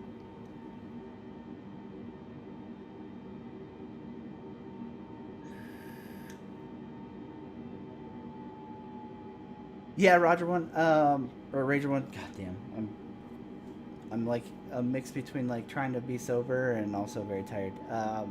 I was kind of going through that because I want to upgrade because my kids have essentially stolen my my Rift. I never see it anymore, So I was like, oh, I should get a new headset. And then I was like, well, right now my computer doesn't fucking run it, so it doesn't matter. But it seems like so far everything's working. I'm gonna have to get out my old headset and see if I have issues later. I just don't want to stream with VR because it's kind of a pain in the ass. But I'll probably test it and see what happens. And if it's still like I'm not having USB cut out, then I might look into it. But at the time when I was like, oh, my kids have stolen my Rift and I can't play any of my VR games anymore, time to look into a new one. It's definitely it's a tough choice, right? Like and it's made worse too because I think a lot of the headset companies have a new like next gen headset around the corner, like that they're developing. So it's like, do I buy like what's good now or do I wait? Because that's kind of what I fucked myself on with the Rift, right? When I bought my Rift, it was Rift or the HTC Vive, and then like right after I got it finally, like I think Vive came out with a new one. The index Steam was doing the index. Rift came one- out with a new like version or Holy whatever. shit, dude! The index is super good. I don't for when it launched Mhm. it was like I'm sure that other ones are catching up at some point. Yeah. Yep. But when it launched, dude, it was like holy shit, this is the one to have. It, Yeah. Yep. Only hands. Fucking hate you. That would be a good OnlyFans account name right there. I might alt tab and get that set up. Yeah, for sure. Like the VR shit seems to be getting better and better. Like one of the big things that I was really interested in buying a new headset for is like almost I think like two different ones from like the big companies, or maybe it's like their next gen ones also. I know at least one of them has internal tracking now, so you don't need a sensor. It literally like the cameras pick up like as you're moving your head and track it just by itself, which is huge because I don't have room to mount the sensor cameras with the Rift, right? Like it's really I have to like slide one monitor half off my fucking desk and then move my tower way over to like get it to fit in order to have the Rift out. So like having internal sensors on the headset itself would be huge. And then the other one is like a lot of them are going with wireless also, where like you just like if it starts getting low you can plug it in, which would be fucking great because I hate having the cord hanging down like off the back. So it's definitely a struggle. Like, do you buy now with whatever is cutting edge now, or do you wait to see what the next generation is going to be, right? And obviously the next generation is going to be probably much better, but then it's like, okay, well, do I buy the next gen or do I wait fucking 3 months for them to announce, oh yeah, our next great fucking step in VR is in development, and then you're like, oh fuck, I just blew like $800 or whatever, right? I feel like that's the struggle with VR right now, is it's still kind of like one of those techs that I think is going to eventually be really awesome for gaming, but it's still in like its early stages of development for like being implemented into gaming. Like it's still not there to where like the price is low enough that it's common and everybody would be able to have one, which means game developers aren't going to consider it like a vanilla feature for when they're making games, right? Because if it's still a niche market share, then it's just not going to be something that's implemented automatically, right? I'm really so like obviously I have a Rift now, so like obviously I'm tied to the Oculus right now, Jellyfish, but like I really don't like Facebook owning it. It makes me very, very hesitant to want to spend money on that because like like they were talking about how like Facebook was trialing putting in-game ads in for fucking shit, and like let's be real, Facebook is not really great for us, the user, right? And man, it just makes it really hard to want to touch anything by Oculus, which sucks because they have Facebook money developing it, right? So like I feel like the Oculus is going to keep getting substantially better and better, but I really don't want to have to like be tied to Facebook. I think man, I think buying outside of Steam is the bad idea. Mm-hmm. Because I think it's like the opposite of the Facebook issue, right? Like I have no problem with anything Steam does, right? Like I feel like they're always mostly on the right side of things, right? Mm-hmm. So like I would expect that they'd always at least leave it possible, if it was possible, for their like headset to be used on other people's games, right? Mm-hmm. Like they would always make that work, but I don't know if Facebook cares if you can play Steam's games Right. on, right, or like specifically Valve's, right? Like they literally made a VR game. Valve did, right? Whatever that's called, Alex or whatever, Yeah. right? Yep. It's like the best Boneworks. VR game, right? Like hands down. Yeah. It's insane. But I don't think Facebook cares if you can play that on theirs, right? They want you in their ecosystem. Yeah. I mean, so And much so that like they literally put out a deadline to where like if you had an Oculus, you have to link it to Facebook, and if you don't, then your entire library is fucking wiped, and you can't they use did their that? Yep. Oh my god. Yeah, dude. I don't care if theirs is the best. I wouldn't pay for it. Yeah. Right? It was a huge turnoff, which sucks because like at the time when I was looking, like I think Facebook was the only one that had the internal sensors for that, but like some other companies had like that on the roadmap or whatever for like their next headset. I don't know if they're out yet or not, but I remember seeing that and be like, oh man, that would be so convenient for me with like my desk set up. And I mean, my desk isn't small either. It's just that one monitor is so fucking huge. So I was like, oh, that would be so great for me, but Facebook. And I'm not about to commit to that. Yeah.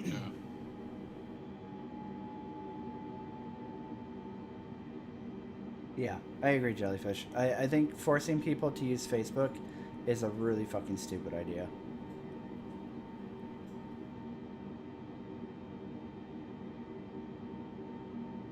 Yeah, I would just wait.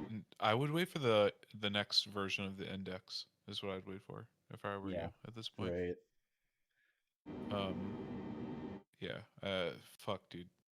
The index was really good, and I can't imagine they, dude, their hardware is always like really good. Like I know some people had like issues with the controller that they made, Yeah. like that normal controller, but I think they just took a leap, right? They were just like, let's try something different, you know, it just didn't work out. Some people really liked it, but I like their that fucking Steam Link box that they used to have that they stopped selling because now it's just an app on your phone. Mm-hmm. Like those were really good too. Like I have one that I bought it for $2 when they discontinued them. Because that way I can, with this you can mirror like a desktop onto a TV wirelessly. So I just grabbed one, right? Like they were really good. People just didn't buy them because they didn't like. Not a lot of people are dying to play their PC games on a TV, I guess. Right. Yeah. You know. But I feel like they always have like really good hardware though. Like the quality of it is really good. So I can't imagine their headset would get worse.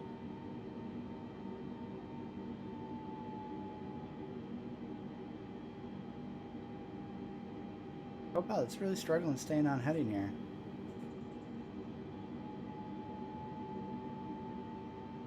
I mean, Steam still is on top, right? Like, no I would one's say so. unseating Steam. Yeah. Fucking, I'm pretty sure Epic, it might be regretting spending all that money to get shit onto their store too.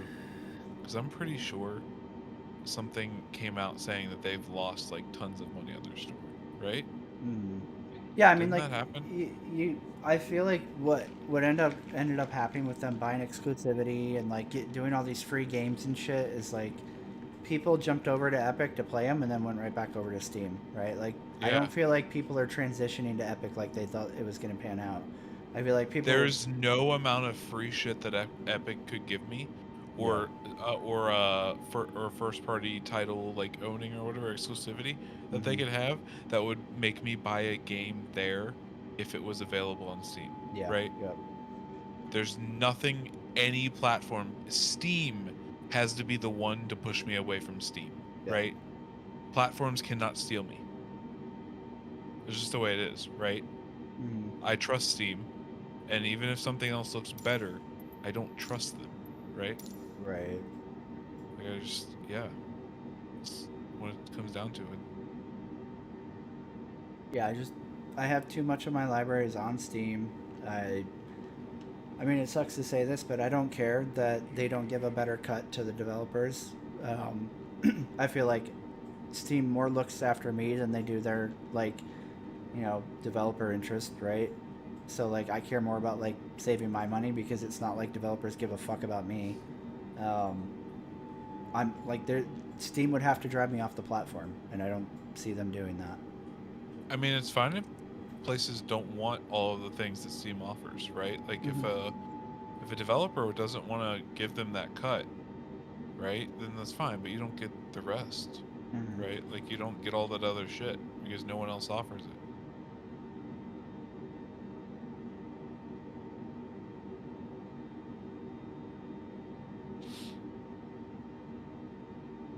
And that's another big one too. Black Cat is like, I know on Steam, like, if I get a game and it's shit and I can figure it out in 2 hours, I'm getting my money back. No questions asked, right? Every time. Yeah. Like, as long as I'm under that 2 window. And then even after 2 hours, in like numerous cases, I've gotten a refund. Like if there was like a outstanding circumstance, they've still refunded me, right? Like Steam has a safety net that I know is there and I've used, and like it's reliable, it's consistent. It has like so many nice features built into the app. It's not a fucking cluster. Like, I haven't used an Epic launcher in probably over a year now, but like the last time I was on Epic, like it was like, why is this such a fucking nightmare? Or like, who's the other one? Ubisoft was terrible also. Theirs is the worst, I think, honestly. You have all these fucking other, essentially like game app or library platforms that keep trying to like be Steam without like even, it seems like, considering what makes Steam so good. And they're like, yeah, come be on our shit. And it's like, dude, oh, sweetheart, no, that's not happening. It's cute, but no. Yeah, like that's crazy. How are you gonna not have a fucking store card? Holy fuck, that's nuts. I didn't even know it was that bad, because like every time I've used Epic, it was to fucking either like do a what do you call it, like a review copy code redemption, or to fucking like claim a free game, right? Like I don't think I've bought anything on Epic, and no plans to either. Yeah, Uplay, or whatever they're calling it now. I think they actually changed the name, but Uplay was hands down the worst one I can think of. And the thing that actually like literally pissed me the fuck off with Uplay is like, you jump on Uplay, right, and you go play like Assassin's Creed or Ghost Recon or whatever their new big game was, right? And you'd be playing it and playing it and playing it, and then you would exit, and then I would get a pop-up to buy the game I was just playing. And I'm like, hey, fuckface, I fucking own it, you fucking autistic ad spamming fuck. Good fucking good detection there, buddy. Way to fucking know your audience there, your fucking customer base. Real smart. You're literally spamming me, which for one, like, just fucking infuriates me. The fact that you're fucking spamming me with pop-ups. Like, could you imagine every time you exited a Steam game, if Steam did a pop-up to go buy a fucking game? I would... The game you were playing. Yeah, I mean, well, like, just in general, right? Like, let's say it's not the game you're playing, but just like... let's say I exited this, right? And then Steam was like, hey, do you want to go buy fucking, I don't know, Train Sim? It's also, our fucking shit, says that, like, this might be a game you would like, right? Like, I would be really fucking annoyed if every time I exited a game, Steam was like, hey, pop up, you want to go spend some money? Like, that would actually piss me off. But the fact that Uplay would spam me with the same game I was just playing made it 1,000 times worse. Because it's like, not only are you fucking annoying the shit out of me with a fucking unnecessary window that I now have to exit out of after I close my game, in addition to closing your launcher. Like, it's now a fucking 3-step process. Close the fucking game, close the pop-up, close your launcher, and then go on about my day. But you're also spamming me unnecessarily because I already fucking own the game you're spamming me for. Congratulations, you've just dialed my fucking tilt to fucking 100. Good job. Like, fuck, dude, it's so fucking cancer. Dude, I felt like I was building up with you there in anger. I mean, like it's just it was the same thing. Like my dad still plays EverQuest, right? And I can't play that fucking game, but like every time he bugs me and my brother to go play EverQuest, I like get this itch to go back and check in on EverQuest 2 because like I actually like that game way back when it first came out. Like I chose that, and my brother and my dad chose Warcraft or World of Warcraft, right? So like I played that by myself essentially with like some random friends. They chose right. Yeah, I'm I so guess. sorry. That was a joke. It was a joke. I'm sorry.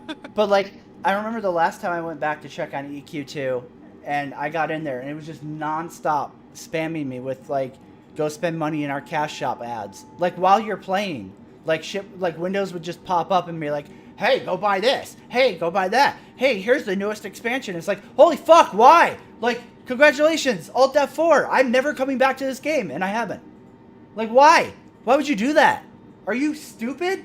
How fucking dumb are you? Like, go find your fucking marketing director and fucking stick his face down a garbage disposal because that motherfucker deserves it. Holy shit. It's insane.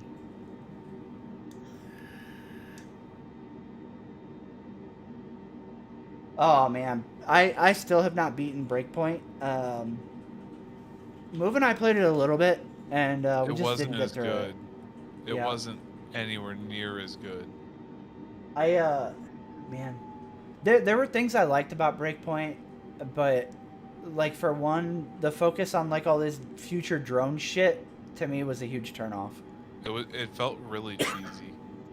Yeah, I don't know what it felt like, but it didn't feel like real, right? Like Wildlands felt like kind of grounded still in Tom Clancy and like Ghost Recon, but like I don't know, like the crazy drone swarms and like the fucking robo tank and fucking like just all that shit was like really unappealing to me. It was like a fucking Marvel movie. Yeah, it was like it felt more sci-fi than fucking Ghost Recon, right? Yeah. And then yeah, like the story itself just kind of felt convoluted as fuck. You even had like instead of like just like a tough guy villain, it was like I don't even know what to call it, right? Like the guy, whatever his name is, the guy that played Punisher, dude. Yeah. Like he was fine, but it was like the way the character was written, right? Yeah. Like it was like really like villainy. Yeah, it was like cartoony villain. Yeah. That's a good way to explain it. Yeah, I agree, Black Cat. I would rather play Division 2. I mostly like Division 2. It's just it's too spongy at the higher like tiers and shit. Like once you level up to world tiers, it just becomes too bullet spongy for me. It bugs me a lot. I love the story. I like the game. Nobody I know plays it, and then like doing the world tiers just feels like a bullet sponge fest. Like you don't feel powerful, and like it just takes the oomph out of like all these cool guns where like you're like there's 1 magazine, 2 magazine, 3 magazines to kill a guy with a baseball bat. Woohoo! It's like okay. Yeah, I agree, Rager. I think they were kind of pushing it with Wildlands. Like the whole storming the fort to get the kingpin or whatever of like that cartel or whatever the fuck it was like a little bit.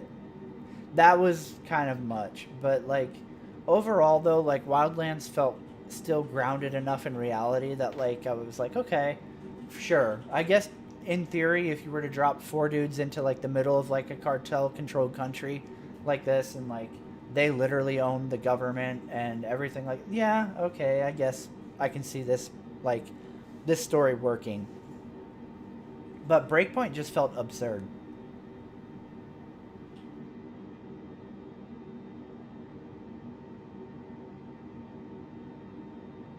Oh yeah, for sure, Black Cat. I wouldn't mind installing Division 2 and playing some more. Oh god. How bad is it? Is it the most delicious pre-workout you've ever had? Wow, she's so fucking like in her other world, she doesn't even fucking acknowledge me anymore. It's like I'm a fucking ghost. I'll never ignore you like that. Was it the best pre-workout you ever had? Huh? How is it though? Like, does it taste okay? It is. Wow. I haven't had it yet. I'm waiting because I feel like mine hits way faster than yours ever does. Like, I feel like as soon as I take it, I'm like, well, my face is itchy. Time to go. And you're like, drink, and then an hour later, you're like, well, I guess it's time to work out. Oh my god. Alright, I'm gonna wait.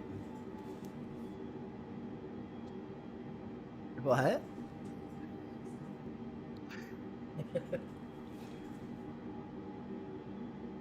um,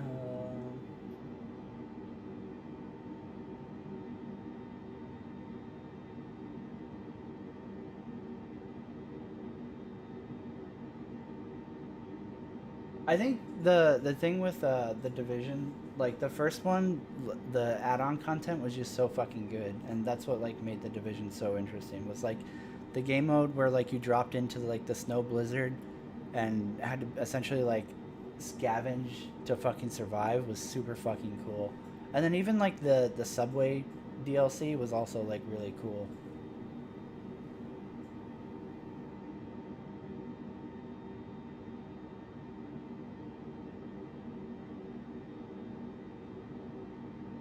Yeah, Outriders is just a fucking mess across the board. Outriders is just.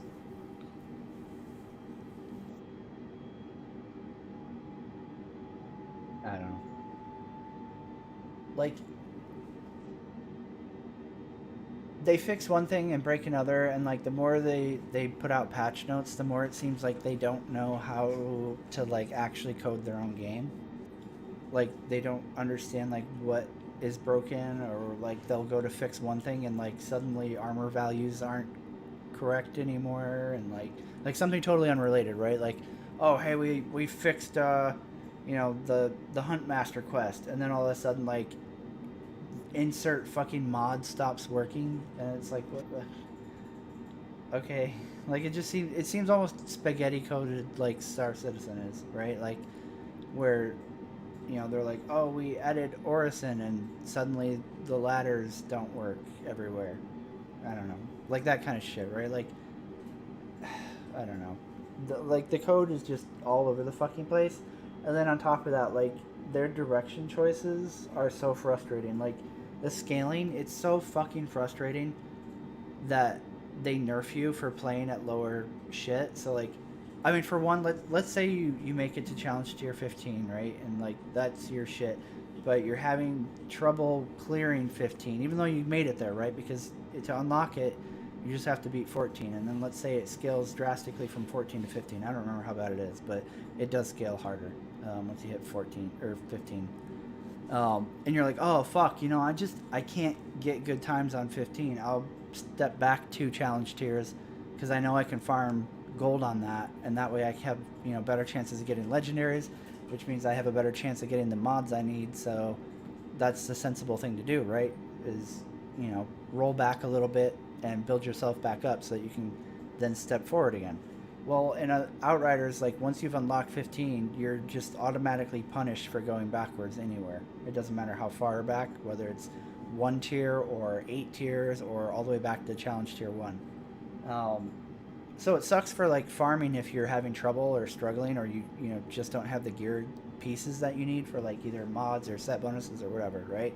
But on top of that, like if you want to play with people, like I was trying to play with Heather's dad and brother, and it was fucking unbearable to play because like I get scaled so bad that I'm almost a hindrance, because on top of that they scale up difficulty the more people who are in there, and like a duo is not that bad, right? Like playing with one other person, the scaling is still like pretty close to like if you were playing it by yourself. It's a little bit harder, and there are more enemies. And then once you're playing with 3 people, it's like, fucking yeah, man, just dial that shit. More enemies. Enemies have like fucking 8-time health. Like fucking crazy shit, yo. And the loot's still gonna suck because fuck it.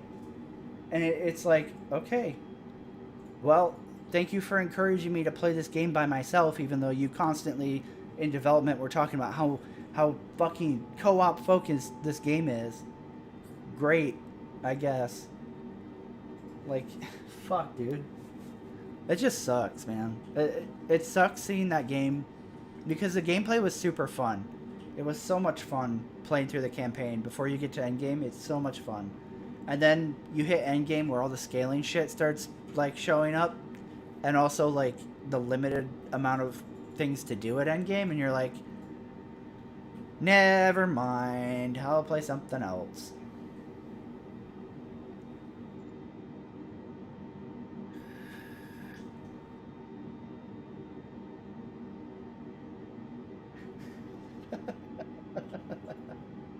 The sport canned OnlyFans.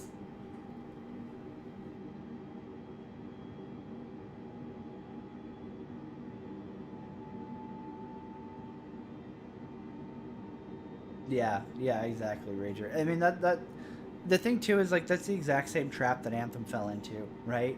Is gating the loot so hard because like that's what they were using as like your fucking carrot on the stick to keep playing, right? Versus like, hey, the game is fun and the loot is like a side grade reward, right? They didn't focus on making like what was there fun. They focused on like, well, you have to do this same thing over and over and over again in order to get like this, you know, drip feed of loot so that you can do the same thing over and over again, but slightly better. And it's like, okay, cool.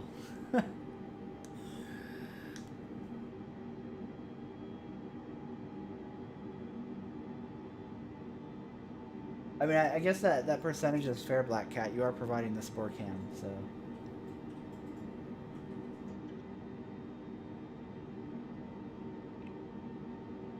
Hey, how's it going, Digital? Oh, this is way better than the gummy worm one. What are you fucking... Are you high? Oh, she's back Who's in high? another universe. Who's high? I was talking to Heather. Oh. We know you're high. Okay. Just making sure, man. I mean, Destiny was the Destiny killer, really. I would 100% rather play Outriders than I would rather play Destiny. Yeah.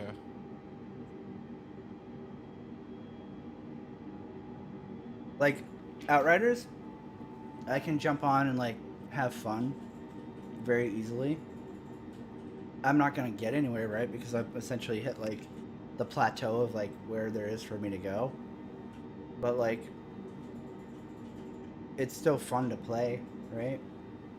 Then I get on Destiny, I'm like, all right, time to clock into my second job here, and still feel like I accomplished nothing. And, like, the thing, too, is, like, Outriders, you feel like a god until you hit endgame, and then you're like, okay, like, there's nowhere to go from here. I'm leveling out. It's a plateau. And in Destiny, you never ever feel like godly, right? Like you never ever feel like this light imbued fucking super warrior that can just obliterate the world, right? Because they constantly scale you no matter what. That like you always just feel like you're just barely slightly stronger than what you're fighting. I mean, I hate that about Destiny. It was super frustrating too because like when me and Move were doing raiding a lot, we were doing prestige raids, right? Which in Destiny is like as hard as it gets. And we were getting prestige gear, but like at no point did I ever feel stronger. Did you? No. Like it just felt like we were trading out almost cosmetics, right? Like, oh, now we have the shiny shit for people to be like, those are prestige. I think the only thing that ever changed is I felt like I survived longer. Like I could take more hits. Yeah. When I got better gear. Mm-hmm. But never like I kill faster. Yeah. That never felt true. Unless that like I just got like some like incredibly good gun, obviously. But like something broken. Yeah. That they would promptly nerf because then it was too strong in PvP. That's the other thing I liked about Outriders is I didn't have to worry about like insert. Yeah, like insert thing is super strong in PvE, but it's fucking just skull fucking teabagging dudes in PvP, so we have to nerf it across the board. Like, why? Cool. Great. I'm so glad I get to suffer my gameplay loop because PvP people are struggling. Like fucking what was it? The laser shit that we used to use from Rasputin. Oh fuck, dude. Sleeper. Yeah, sleeper. That shit Sleeper getting nerfed. stimulant, right? Yeah, sleeper. Yep. I was so pissed when that got nerfed into the fucking ground because like that was like. I love that gun. Yeah. It was so fun to use, dude. And Whisper the Worm, like that getting nerfed in the ground. I didn't care about that. I never used it. I was never great with it, but like it was really strong in boss fights, right? And like I mean, like especially if you could get crits every shot, which granted is hard as fuck to do sometimes, because some of the bosses like just don't cooperate. But like it was really strong for boss clears. Yeah, that is true. I don't like snipers in Destiny. I think they felt really bad. I think everything else was good, but I think there was that was it Prometheus lens that was also good for bosses, right? I think I always just used that. The beam one. The beam, yeah. I think I always just used that until it became spike grenades or whatever. Yeah, I hated the grenade meta. Oh, the grenade launchers, dude. Yeah, I hate grenade launchers. Edge Transit. You remember that shit? Mm-hmm. Oh, gotta get your god roll Edge Transit. And even if you don't want it, you're gonna get 12 of them. Yep. yeah. It's all it drops. Yeah. I mean, like, I guess that's good, Matt, that Sleeper got buffed, but like, the CEO of Bungo couldn't fly to my house and fucking blow me for 12 hours straight, and I would still not reinstall Destiny. Oh, dude, I do anything for money. So if they want me to play for money, you hit me up. I don't have a stream or anything, but I'll take the money. Fuck. Yeah, I will never touch Destiny again. I get like I feel like. How much money would you require? Oh, like if they came to you and they were like, "Listen, a realistic number that we give you every month to play every month, you know, for you to play like 3 days a week or something." It would have to be like $50,000 a month to play 3 days a week. Holy shit! What the fuck, dude? It would have to be a lot. It would have to be a lot. I hate that game. I hate it, dude. Dude, if Blizzard came here and asked me to play after Sylvanas Salvation, it would be even more. Oh my god, really? Fuck yeah. Dude, just do it for like a year. Just get through it for a year and you've got so much money. Even if it was like 10 grand.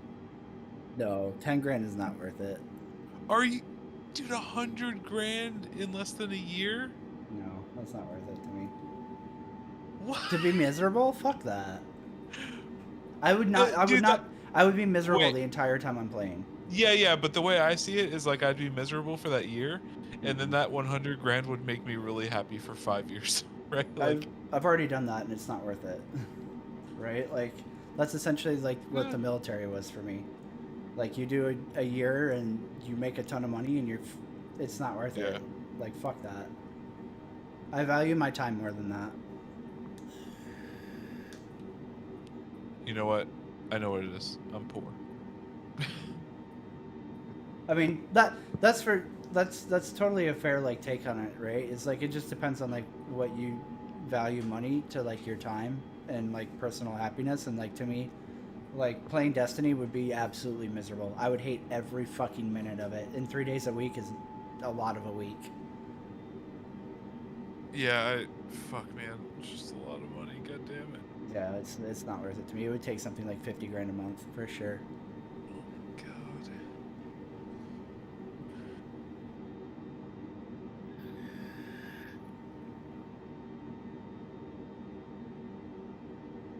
You guys are gonna have to wait on the OnlyFans. I'll do that once I get desperate and the Star Citizen money dries up. Then I'll start transitioning over to OnlyFans. Joke's on you guys. He's only gonna upload cat pictures there. OnlyFans said they wanted to branch out of the adult content. Here you go, kitties. Here's some pussy. He sends me very lewd cat pictures regularly. You brought that on yourself. Oh man, I'm too lazy to pull up a picture of the animal in question, but Milkers? yeah, of the penis head animal from Ark. Yeah. So, Move and I met playing Ark Survival Evolved, right? And in the recent expansion, they added this creature that is like a nurse tame.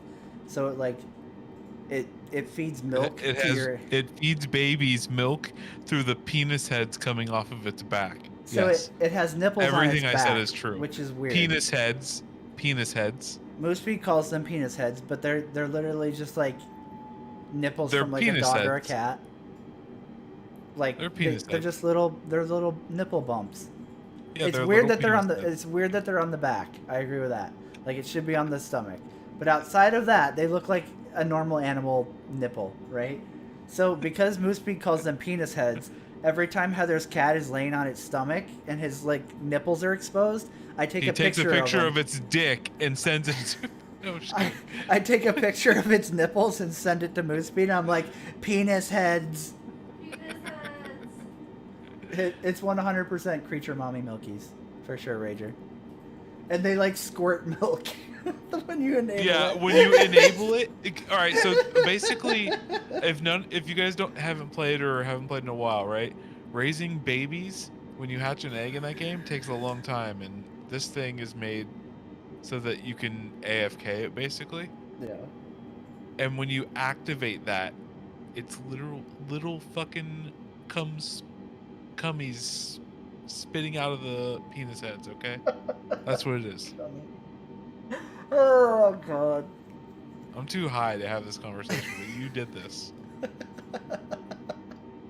I mean, you're the one that's taking it to penises and cum here, okay? Just, I don't know what the creature's name is, fuck. Maywing, right? Yeah, just Google Ark Maywing and look for a video. What is it? Is it M-A-E wing? M-A-E, yeah. Yeah. I think because I named mine Baywing.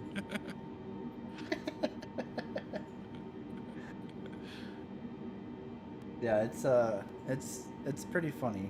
It's definitely amusing. But outside of like it being, weird that it's nipples on its back, it just looks like a normal penis set heads, of like animal nipples. Yeah, it absolutely has penis heads on its back. I think Moosefeed just got like a penis fixation, so. I mean, what's wrong with that and penis heads? When you're a hole, everything's a penis, right?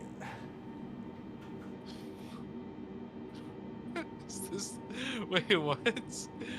When you're a hammer, everything's a nail. Is that what you were doing? Oh my god.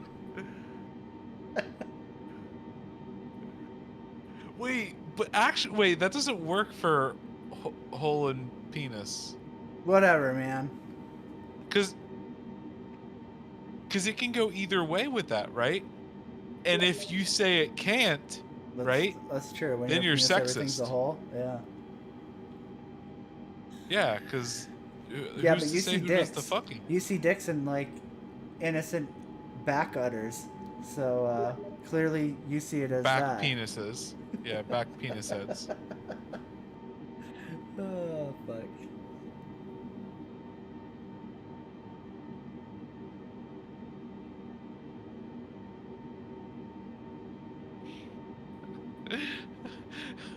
I googled it, but I don't see the penis heads. And then someone else was like, Google penis heads. Your fucking chat. Probably don't do that. Probably definitely don't Google that. I don't think that's gonna get the intended results. Alright, hold on, let me pull it up. God damn it, dude. Google penis heads. Actually, while you're at it, put cat penis heads because Failure was showing me his cats. All right, let's see here. So this is the Maywing arc, right? And like these little bumps on its fucking like back or whatever are the nipples, right? Penis heads, yeah. And Moose Speed's like, those are penis heads. This They creature is are. so weird. It has penis heads all over its back because they're on like both sides of it or whatever. And when you turn it on the nursing mode, they just squirt milk nonstop. It's Cummies. fucking... Yeah. Cummies. It's pretty terrible. I give you that. So yeah, now whenever any of our cats are laid over and I can see some fucking pink nipple poking out of the fucking fur, I'm like, pull out the phone. Those snap. are penis heads in chat. All right. All right, people are not happy with this. You should leave it up. Those are penis heads. No. Yeah. Sorry, bud. Those are just critter nipples. Critter penis heads, yeah. It's a bestiality stream now. Critter dicks. Oh man. I'm not tired. I'm awake. I'm sleeping. I don't even think we've hit the West Coast yet. Let's see. It's in sight on the map. So only 14 more hours. So what are we at right now? We're at 4 hours. So yeah, I think it's an 8-hour flight. It's actually, I think it's a little bit quicker than what it should be because we're over speed. So I think normally it's like an 8-10 hour flight or something like that. But I think we might get it done in like 7.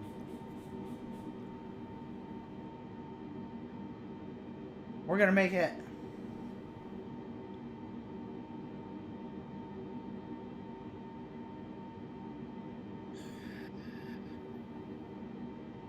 God. Go penis all.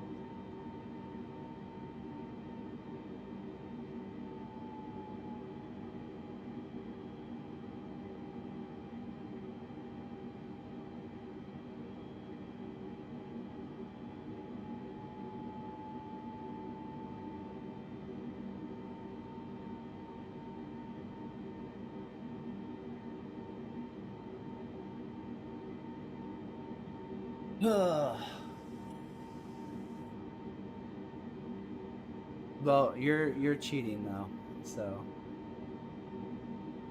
fuck you, Matt.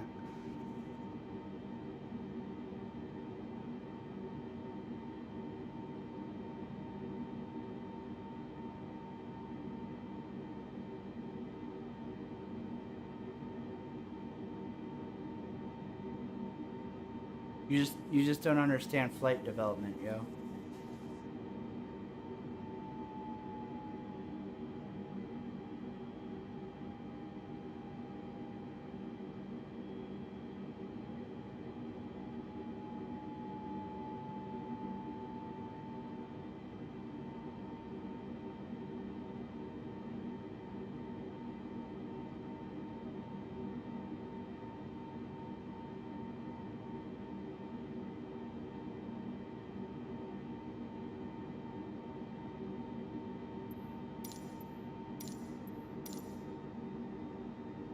I'll be right back.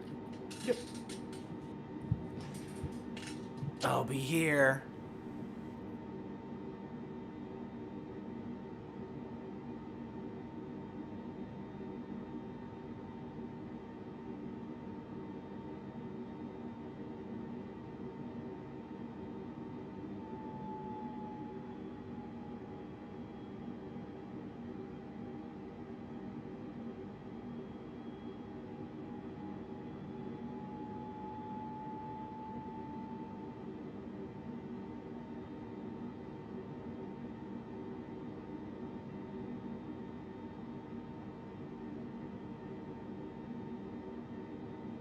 Wow, Haxer.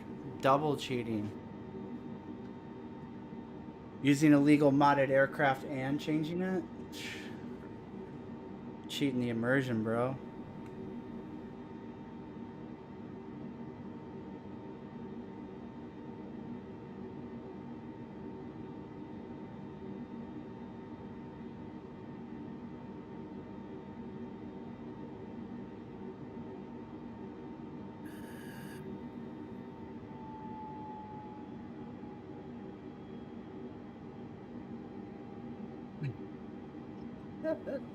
Great value, Elon Musk looking motherfucker. Damn. That's fucked up. But super accurate and clearly who he has a man crush on.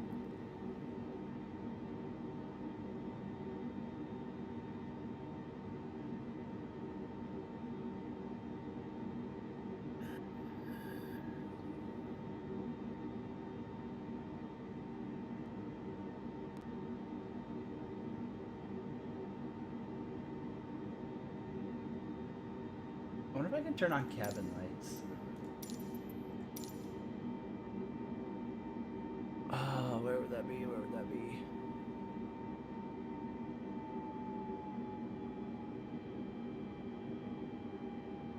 I think there's a seat belt, but I don't remember where that shit is.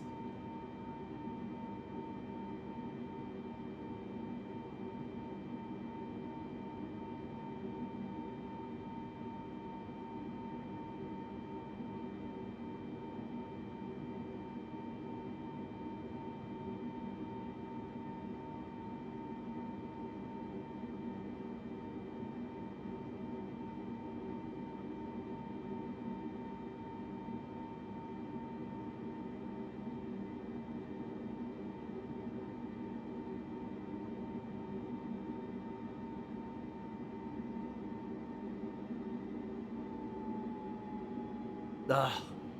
I'm like almost positive that you can do that, but I don't remember where the fuck they're at.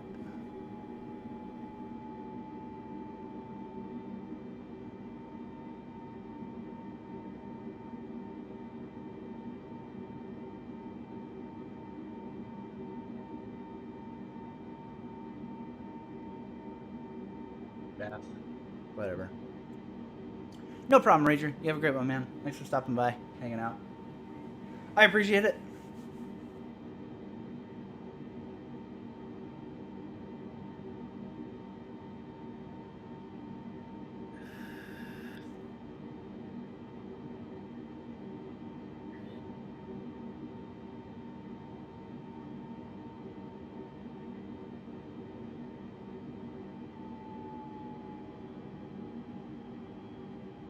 Alright, let's do this. And resize the map.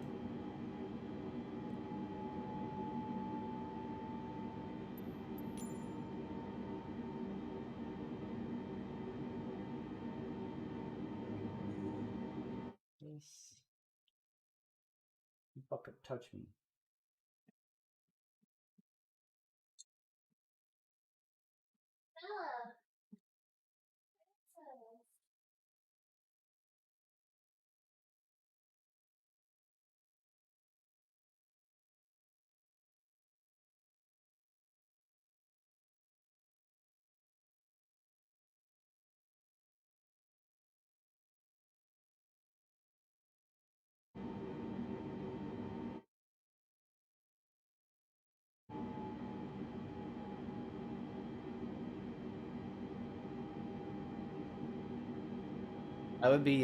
That'd be pretty fucking crazy if like actual tornadoes were in this thing's weather shit.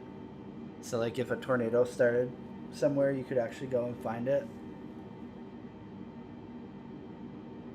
I know they had the hurricane. God, what was it? I can't even remember which hurricane it was last year.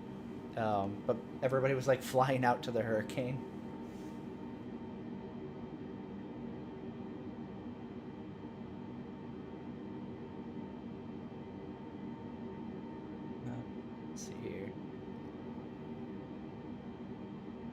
I think we're good for handover to Mr. Copilot for a minute. I'm gonna go work out really quick. It should be just like 40 minutes, and then I will be right back, and we will continue this flight into Chicago O'Hare International and refuel, and then take off from O'Hare outbound to Frankfurt.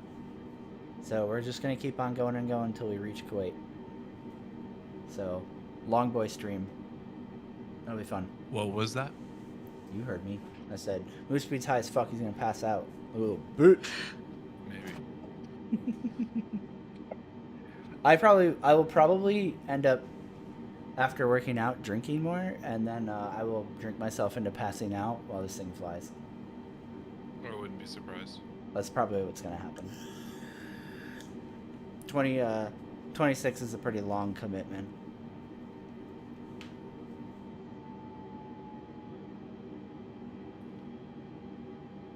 Huh.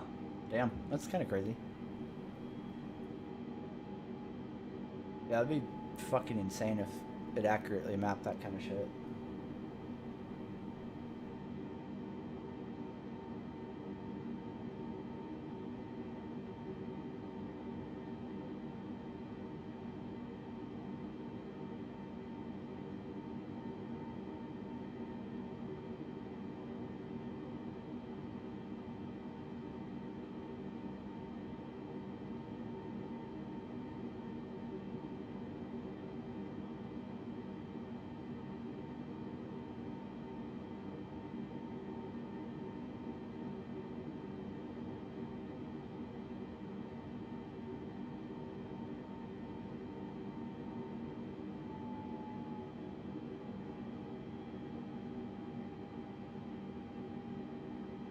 Oh, man. Oh, fuck. Where did I put that fucking speaker?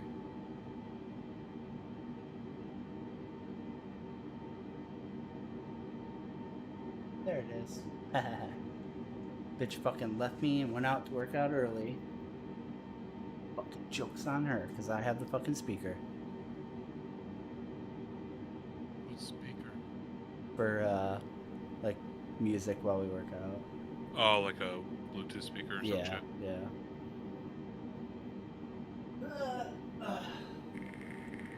Sucks to suck, bitch. What do you listen to while you're working out? I don't. She picks everything. So, ratchet thought shit. Wait, what do you do if she's not there? Do you just not work out alone? Yeah. Oh, okay. So you have to, like, sit there listening to, like, Tatiana or something? Yep. Yep. 100%. All the Megan the Stallion and fucking, what's the other bitch? Cardi B. Oh, God. You know, all them great artists of our time. That's what I get stuck listening to.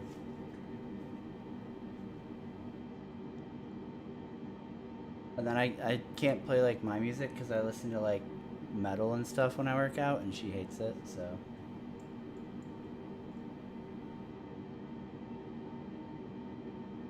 I just suffer in silence, like the good boyfriend I am. Goddamn women. I know, it's fucking terrible. Always ruining shit.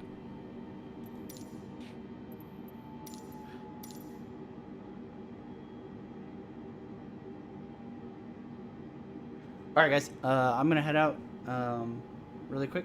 I should be back in like 40 minutes or so. It'll probably be pretty quick tonight.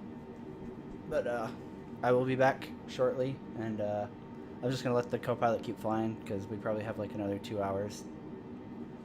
Actually, let me see. Sorry. We're at 3 hours right now. No, we probably have about an hour till we hit the West Coast, I would think.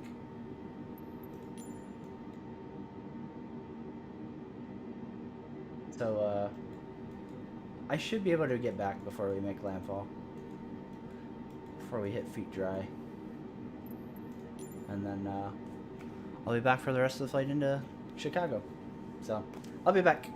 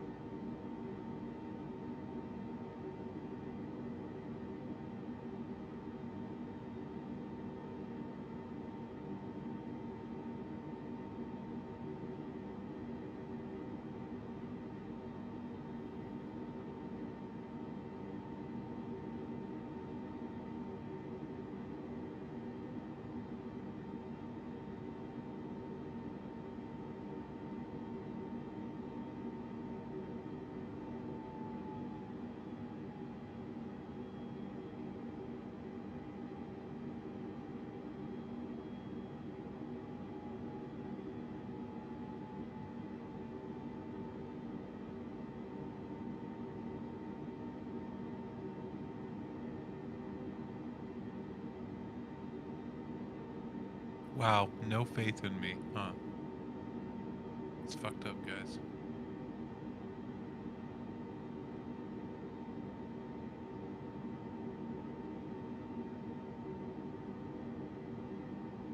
One tree, 2.2 for Wolfhound, 227.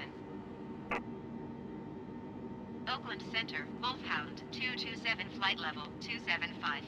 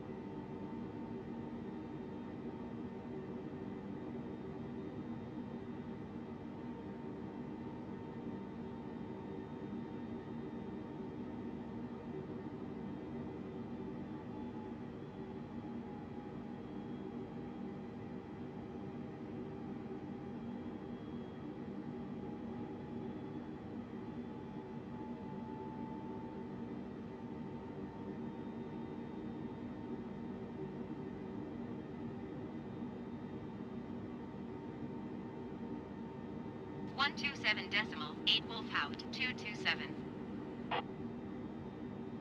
Oakland Center, Wolfhound 227, flight level 275.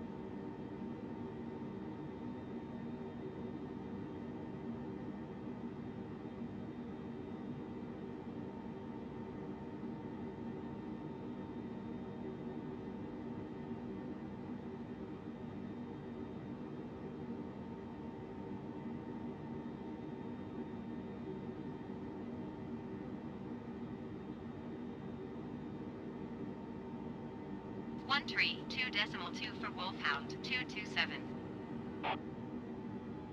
Oakland Center, Wolfhound 227, flight level 275.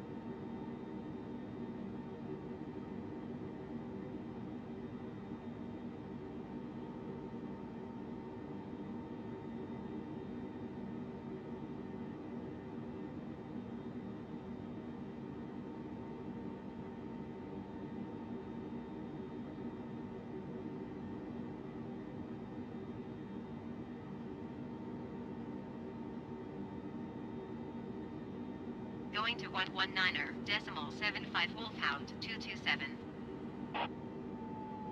Oakland Center, Wolfhound 227, flight level 275.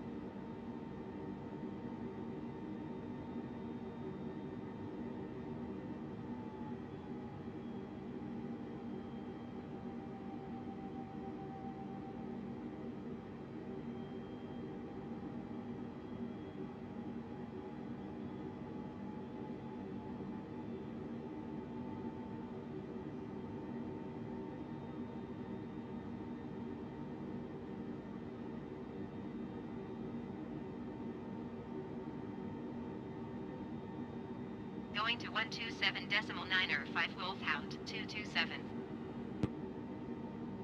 Oakland Center, Wolfhound 227 flight level 275.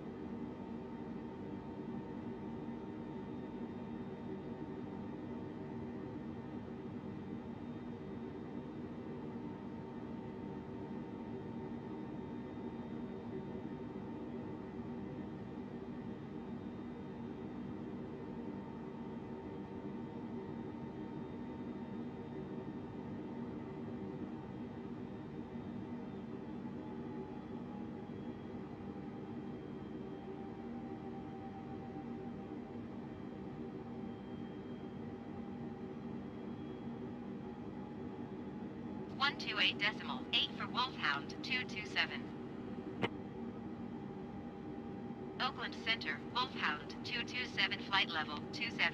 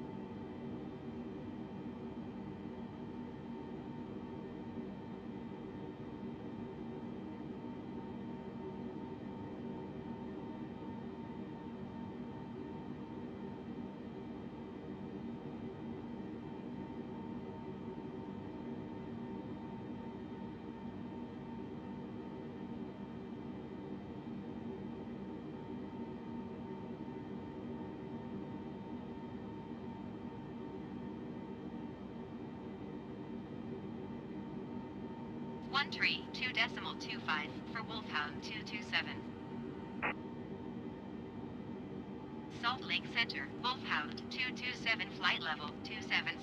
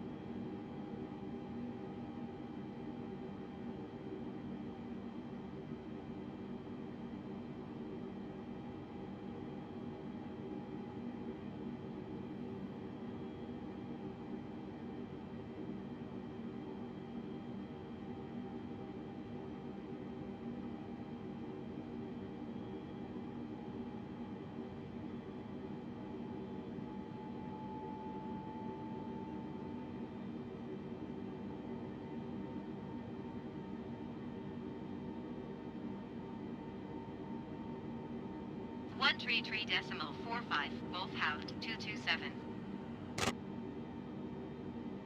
Salt Lake Center, Wolfhound 227, flight level 270.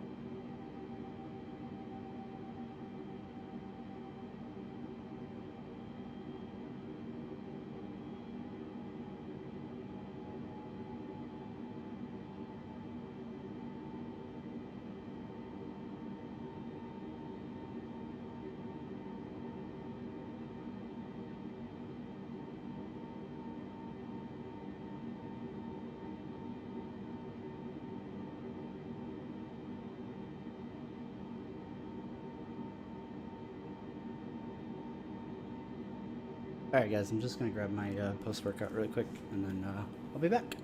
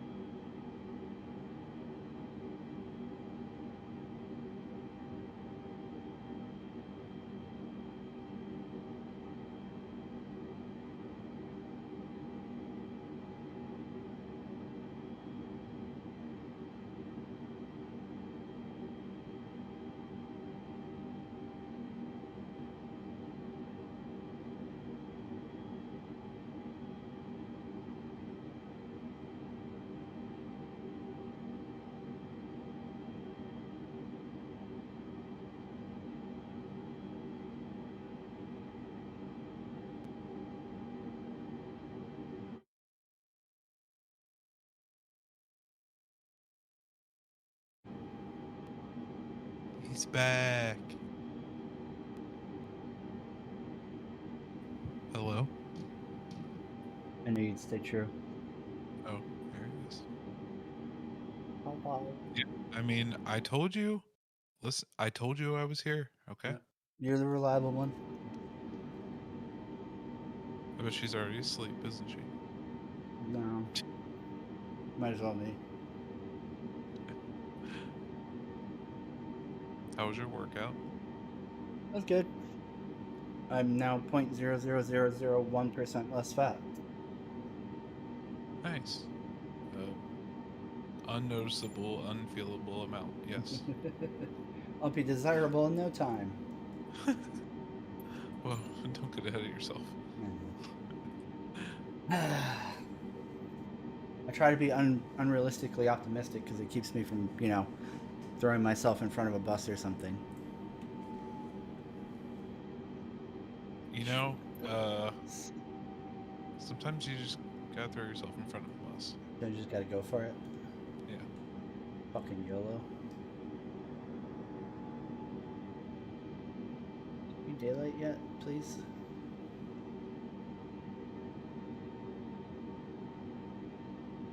Oh, fuck. Kill me.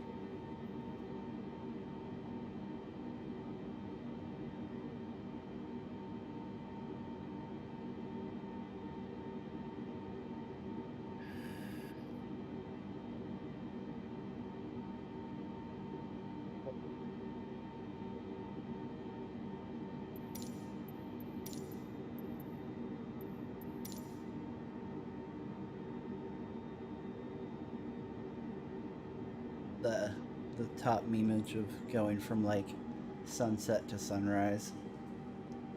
We did it. Suck my dick, Chris Roberts. Yeah, Chris, suck his dick. Somebody needs to.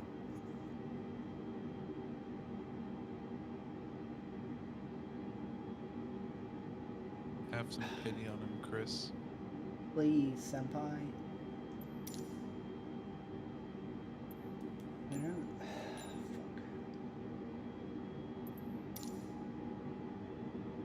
I'll be able to like turn the camera in here, cause like I know you can in VR. I don't think you can. With... 128.55 for Wolfhound 227. Like a look key. Yeah. Salt Lake Center, Wolfhound 227, flight level 275. Like you can, with VR, you can like look around the cabin, Mm-hmm. like the passenger seating area and shit. Yeah. I feel like it's modeled, but in this one I can't, which is weird. Oh wow.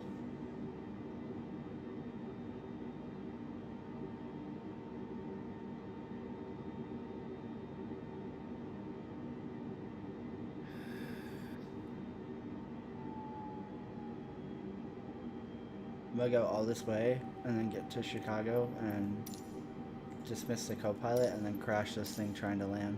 It's gonna be great. Fucking, what'll that be? 5 hours? So yeah, right around an 8-hour investment just to splat on the runway. It's gonna be great. Sounds about right.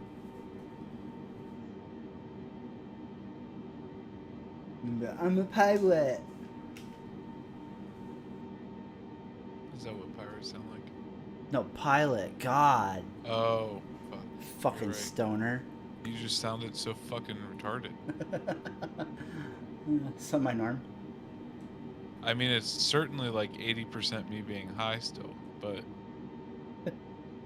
Hey. honestly, it could have been pirate. Could be. Yeah, that's true. Arthur's gonna be upset. Oh, person. We're not alone anymore. Although we are. But we're not. Just strangers passing in the night.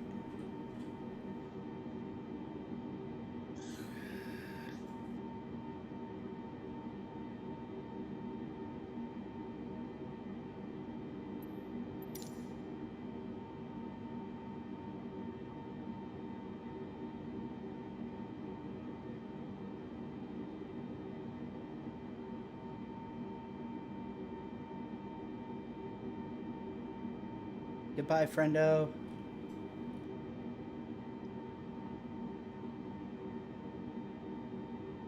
you always. Yeah, fuck, I really don't remember how to fly this thing at all. So, it's gonna be really ugly. I believe in you.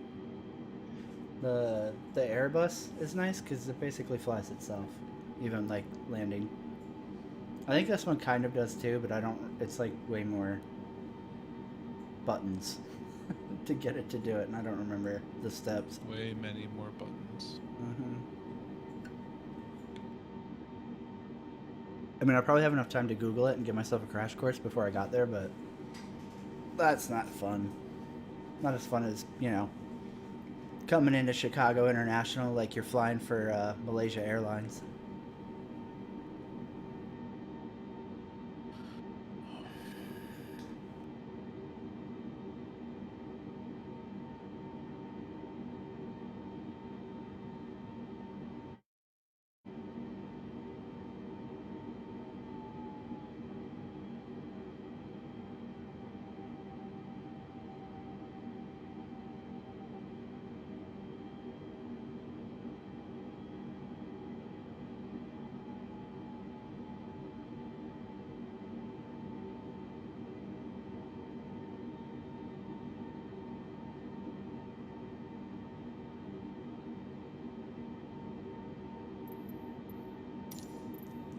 Not the ATC is what I wanted.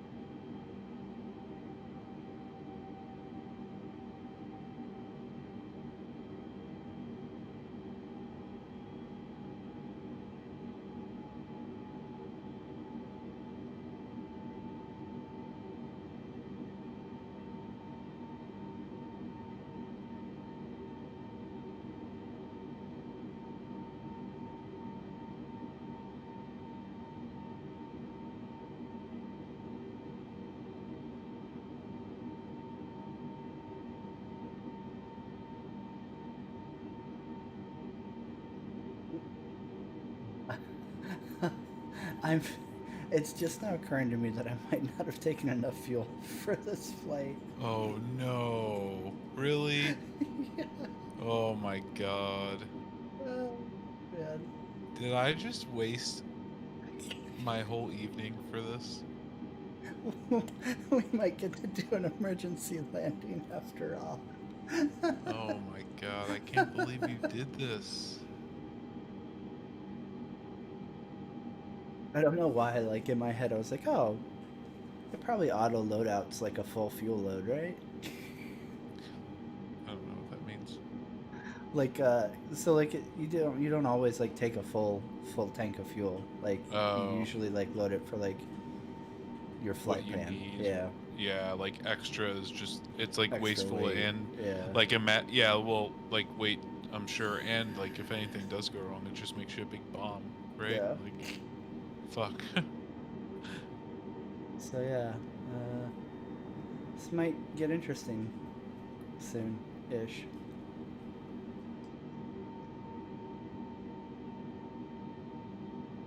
Dude, I've never been on a plane. I don't know if I even would want to at this point. I don't want to be like, it's not the plane that's scary. Like, maybe if like the plane was empty and it was just like me and the pilot. But like, dude, that's way too many people packed together.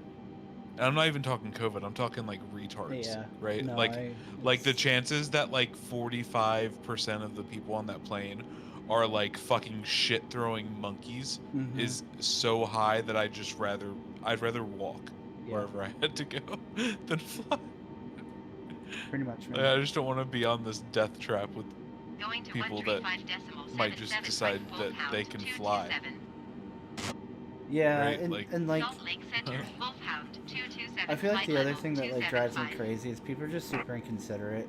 So like you'll be sitting there like trying to eat and somebody will fucking pop their fucking chair all the way back and it just like Oh god, yeah. I don't know. People are It's just irritating. I mean, people like are half of dicks. it's the airline's fault though too, with like how the seating is just so smashed together. Like you don't have any room anymore on Yeah, planes. I mean, that's fair. But like, God, it just makes it so much worse because nobody's ever considered. Nobody ever fucking cares.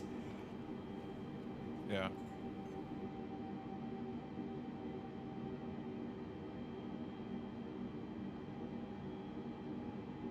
Like way back in the day, it used to be like, I don't know, tolerable to ride like a longer flight. But nowadays, like, God, it's miserable doing anything more than 3 hours.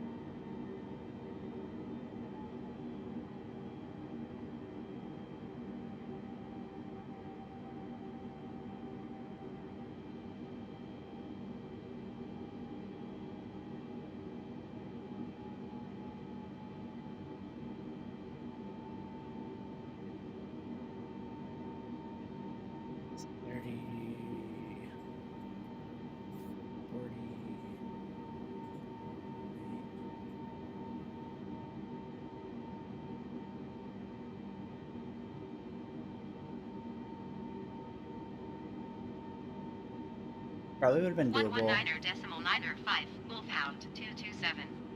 if I had done a higher altitude Salt Lake Center, Wolfhound and 227. the co-pilot flight wasn't level going like 275. full tilt the entire time on the throttle.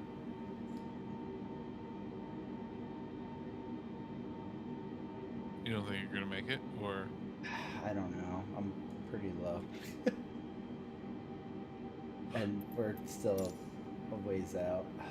oh god damn it. Let's see.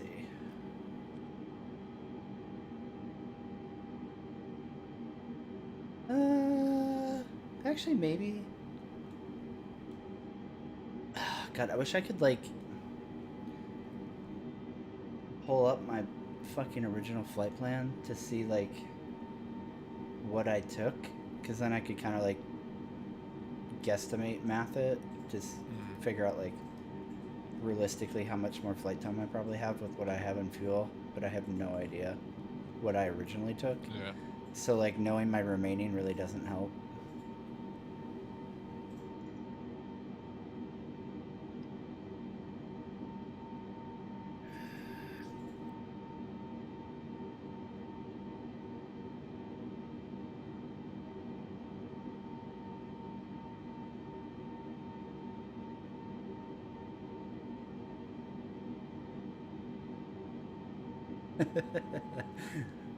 I'm sure I would be a very reassuring voice, WMD, right? Like, who wouldn't want to hear me, you know, semi-sarcastically telling before they the die. cabin, yeah, like, thank you for flying Failure Airways. We've chosen not to allot ourselves the appropriate amount of fuel, and that situation was compounded by our co-pilot here, who knows only one speed, Ricky Bobby speed. Gotta go fast, and now we have no more fuel, and we're slowly bleeding our altitude as we head towards a total stall, and we'll plummet to the Earth at probably 400 miles an hour. So go ahead and buckle in, and make sure to grab your oxygen masks as they fall from the overhead compartment.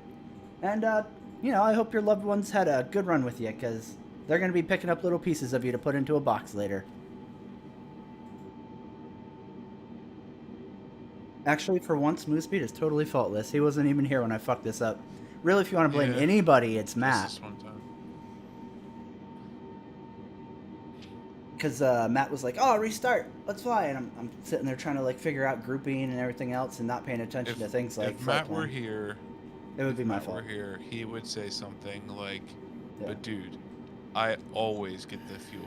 I get the fuel so fucking good. God damn it. I get the best fuel. I actually know someone who owns all the fuel."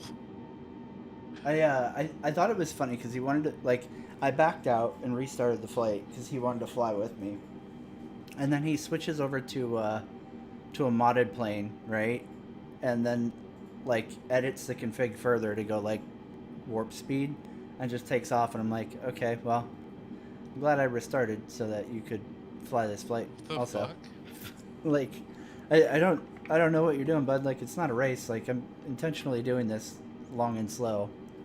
Yeah. What the fuck? Like, I it's can fine. only imagine chat while you were right after that happened. Well, actually, I mean, I saw it. He kept saying, he was like, "Oh, I'm almost there. Now I'm there. I'm landing." Yeah. 127.7 for Wolfhound. Okay. 227.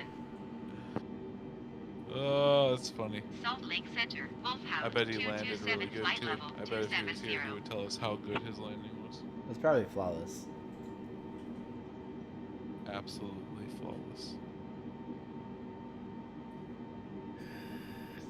It probably is going to be better than my landing. I'll give him that.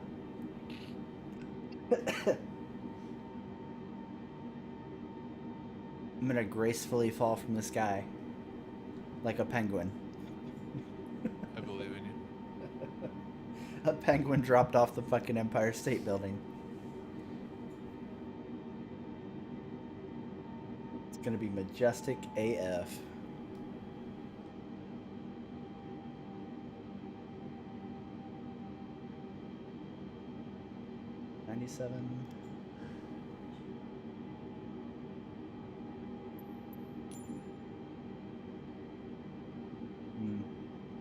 I think we're gonna run out. Let's see here. Let me pull up a map. I need a bigger, more zoomy outy map than what I've got here.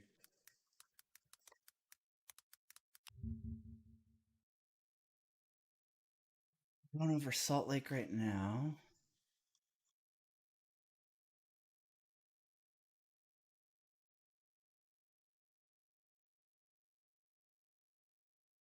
Probably, I feel like we'll probably make it to Iowa. Maybe. Maybe halfway through Nebraska. I don't know. It's a close one. I'm really, really feeling like we're not going to make it the whole way to Illinois. It's not looking good. I believe in you. Just will yourself to do it. That works, right? I do not believe in me.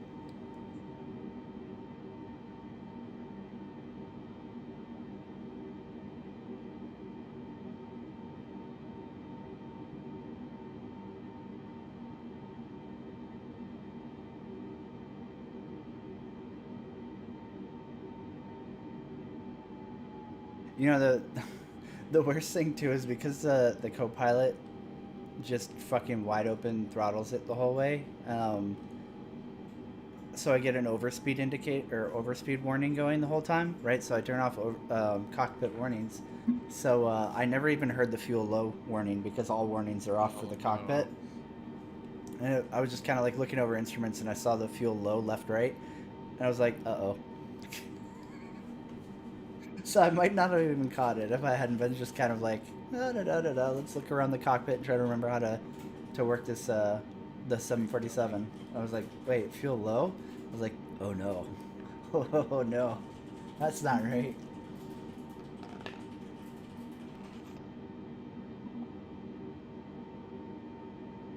So yeah, today I learned that it takes quite a bit of fuel to fly from Hawaii to Chicago. Who knew? Who knew? It takes lots of fuel for that.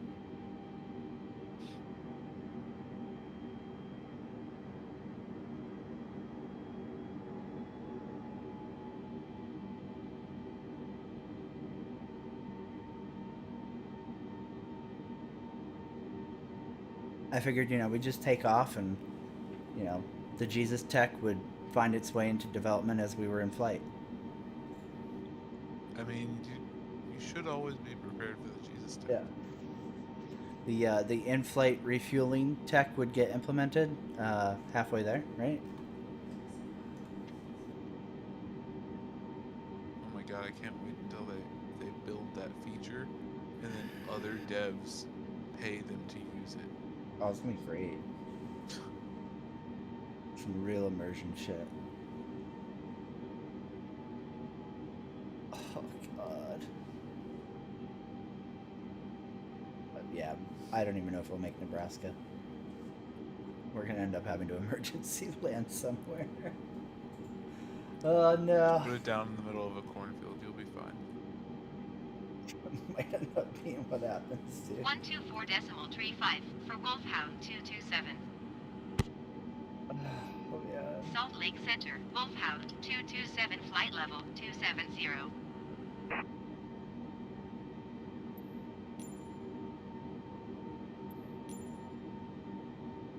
Not looking good.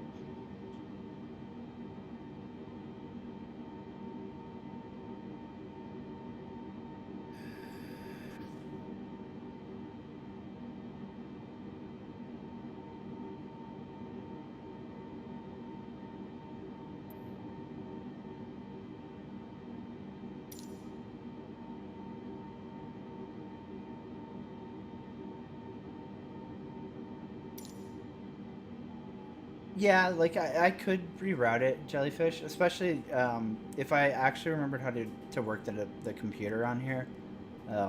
I could change the destination in the flight plan to an en route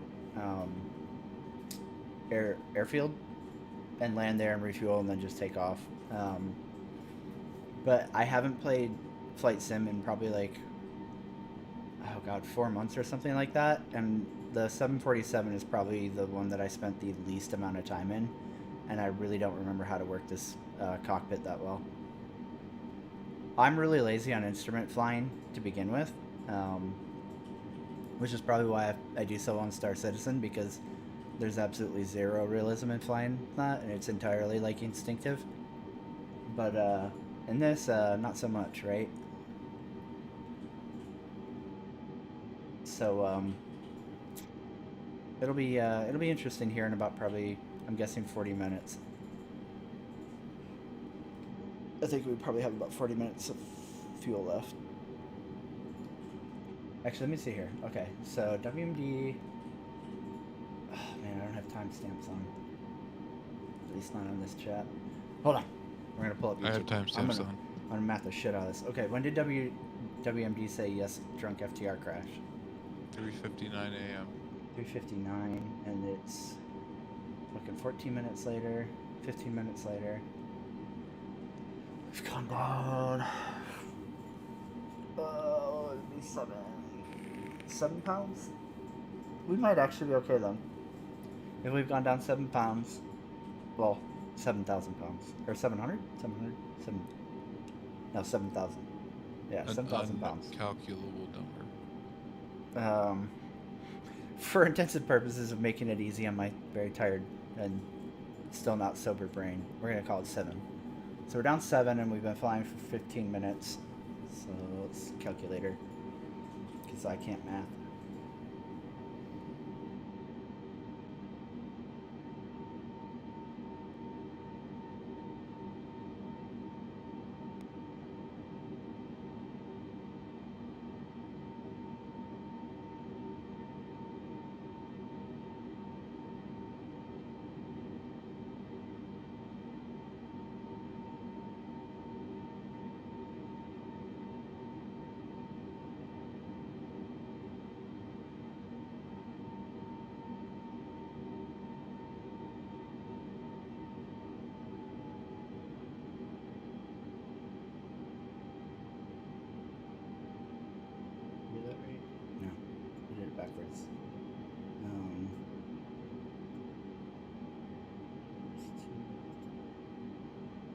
So we have 2 hours. I think we should be fine. Because we're at 5 hours and 37 minutes in flight currently. Probably actually a little bit less than that. We're probably at like 5 hours of flight time because this stream started before I reset for Matt. So if we're at, let's say, 5 hours of flight time, I think it's somewhere around an 8-hour flight without going fucking batshit crazy speed. Thank you, co-pilot. He was just trying to get you there on time. Yeah. He knew the fuel crisis from the get-go, and he was like, "We gotta go. We ain't got time for this." I think we should make it to Chicago. As long as I guess it depends on how much less efficient we get as we start descending down towards Chicago.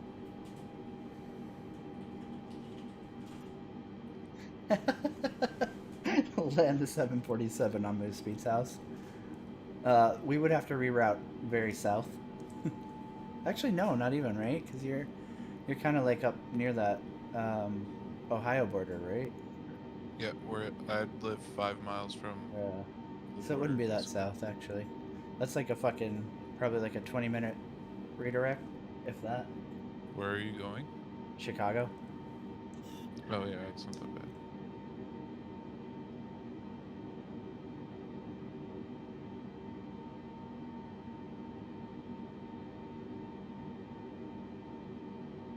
All right, you pull up the closest rinky-dink little airfield to your house, and that's where we'll emergency land. It's basically like the difference is like the top of Indiana to the bottom of Indiana.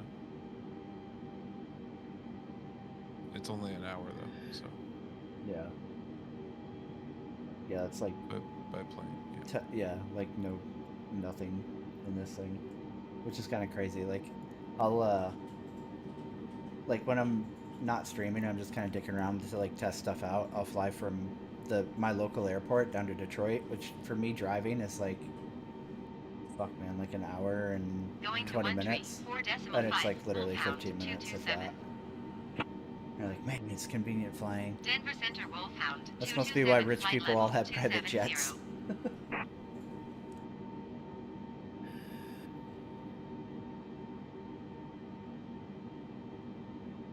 Yeah, I think we're okay. I think we'll make it. It's gonna be really, really tight, but I think we're okay.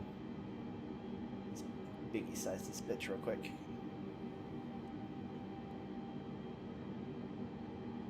Up. I was watching some tech videos on like the GPU stuff, and apparently there's like mass GPU sell-offs in China right now that were used for mining. Right. Because apparently like the one that they were mining with it was crashing a little. And then also I guess China doesn't like cryptocurrency. Yeah. The government. Yep. So they're like fucking with that shit over there. Yeah. So they're just like, well, we don't need these anymore. I guess we're not going to be mining. Yeah, and China's hopefully been, that means cracking down. Yeah, hopefully that means that like in a few months the rest of the world sees price changes from that. Like I know it'll take a while for like an abundance of cards in China to make a difference everywhere else, but fuck man, be super nice.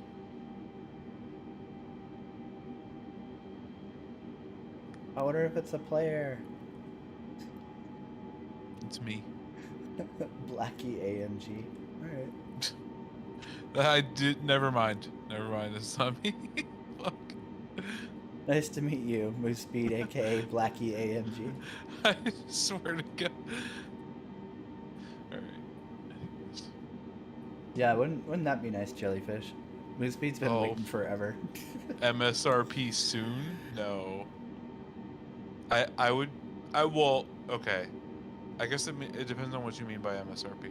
Because technically, like, all the EVGA cards you see and all the Asus cards you see and all those, board partner whatever cards, those are being sold at MSRP, right? They just raised it. You know what I mean? Like Best Buy is not marking their cards up. They're paying inflated prices to the manufacturers right now. That's how bad it is.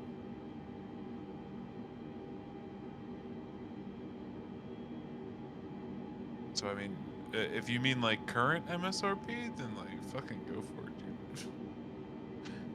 I wonder But if if you mean like okay. original MSRP, sorry, yeah, I was just saying, if he means original MSRP, that's not happening anytime soon.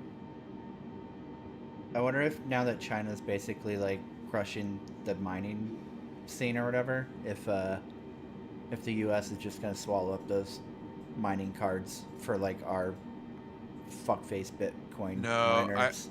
I think people are so like the card the coin that was like being specifically mined was ETH, right? Ethereum, right? Yeah. Um, but they're doing the same thing that Bitcoin did a while back when Bitcoin exploded, right? Which is they're moving to some other like something called proof of stake, I think, right? Mm-hmm. And I don't know exactly what this means, but the way it was explained to me by people, tech channels that I trust to be correct, right? Mm-hmm. And multiple have said it, is that they will it won't be as if cost effective or whatever to mine on GPUs anymore. Mm-hmm. So like right now, you don't mine for Bitcoin on anything but ASICs machines, right? Mm-hmm. That's the only that's what will happen to ETH is they'll have to Mm-hmm. everyone will move over to ASICs for them as well. So uh yeah, I think it's just like the they naturally like have to go down this road, I think. And it's just something that was always going to happen and people are just like, all right, well, we're done here, I guess. We thought we could hit it big 132 before ETH decimal 1 crashed, but Wolfhound now it's 227. crashed, right? Denver Center Wolfhound 227 flight level 270.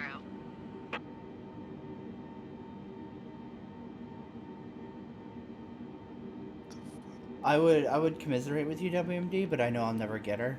Um, I haven't gotten any of the project girls. I still literally, I think the only one I have is Rune, and will continue to only have Rune for probably ever until what do you call it? Yostar? I don't remember. Until they actually make like a desktop client, which I don't know why they haven't, because so many people play it on an emulator. But until they make a desktop client, I really don't think I can like commit the time to fucking chasing project girls. Talking about is everything. Yeah. Which sucks because all of the new like the last like 2 generations of Kriegsmarine girls are so fucking nice. But yep. I'm fucked. Never meant to be.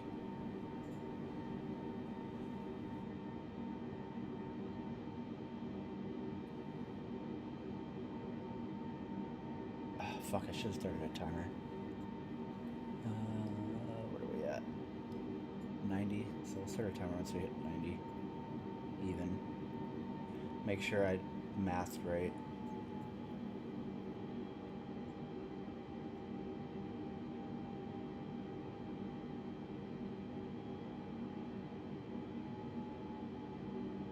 So I guess it's a good thing that I did invest all that time and effort in Enterprise, because yeah, I will not see August von Parsifal anytime soon.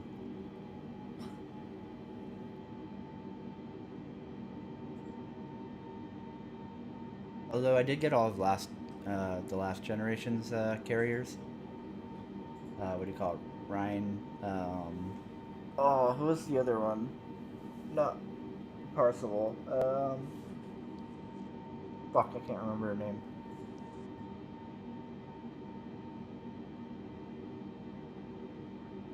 God, do I even worship anymore?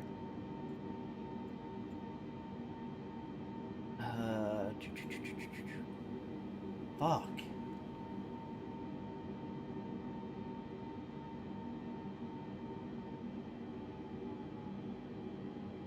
to bug me until I can think of it. Bum, bum.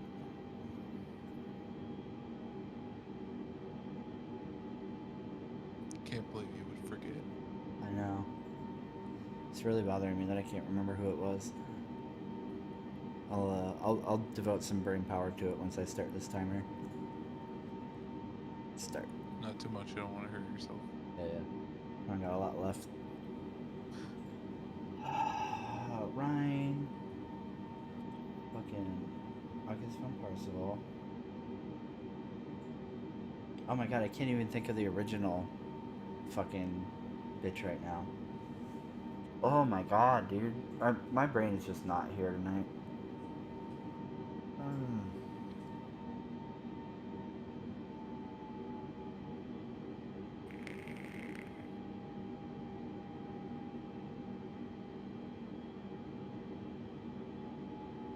I'm just gonna cheat. I'm gonna look it up.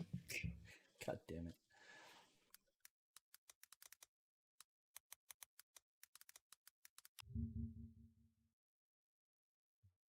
Yeah, not Graf Zeppelin. The Peter Strasser. That's it. I got Strasser, Rhine.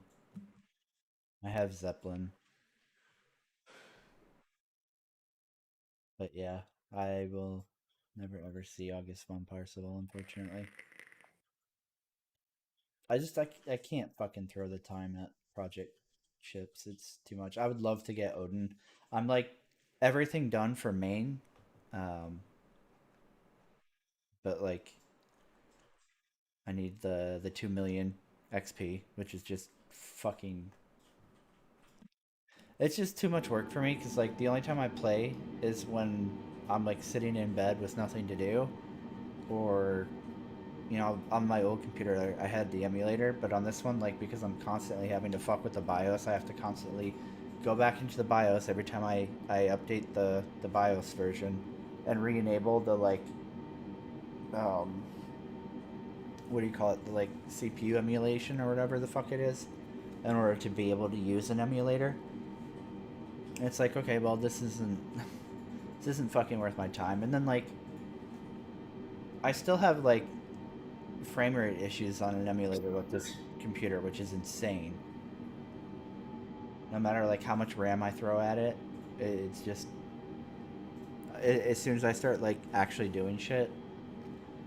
Well, okay, let me rephrase that. As soon as I start playing the emulator while also trying to do like a normal game, so basically I use Azure Lane as like a filler in between, like either like if I'm farming on another game or if I'm like literally playing farm sim or something that like where I have a lot of downtime, right, where I could tab back and forth between them. Then like that on my old computer is when I would have Azure Lane going on the other monitor, and like then it's not that bad to like try to farm XP, but like I just get terrible performance with the emulator, and I don't know, dude. I'm done with AMD. Fuck, I'm done with AMD. Never again. Denver Center Wolfhound 227 flight level 270. So yeah, getting the 2 million XP for just the one, for just mains, and then I still have Odin to get. I still don't have FDG, Parsival. Who was the other one? Fuck. I think there's another Kriegsmarine project ship in there. Isn't Aegir also fucking a project ship? I think, right? So, never get her either. It's just super, really, really tilting.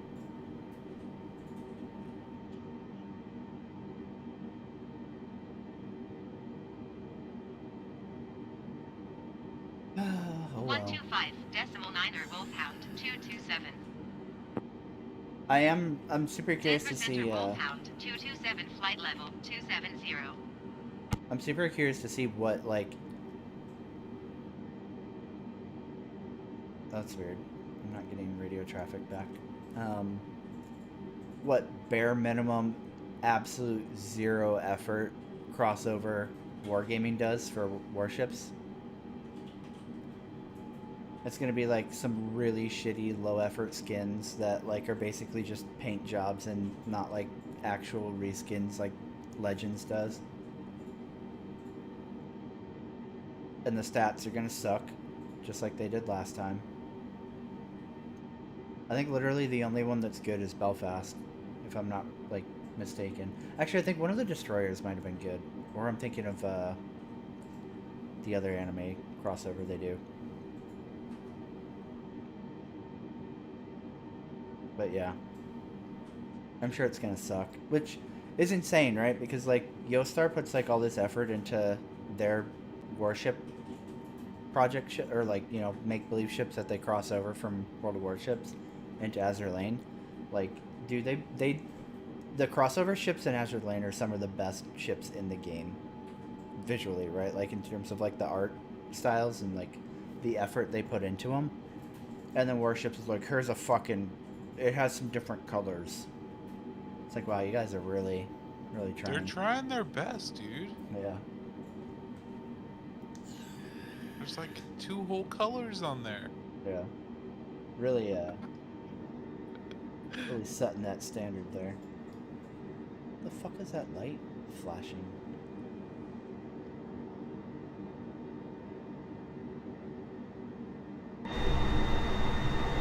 Oh, it's fucking thunder yeah, lightning underneath me. Fuck, dude. I was like, what the fuck keeps lighting up a goddamn cockpit? It's because I'm over a fucking thunderstorm. Where's that shit, fucking Chris? Huh? Huh, motherfucker? You don't have that. That's crazy. Oh, fuck, dude. That is right. God damn. It's like blindingly bright.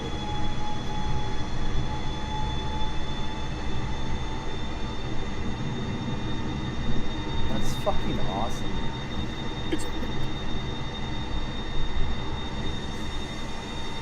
You see that, Blackie? You catch that fucking storm down there?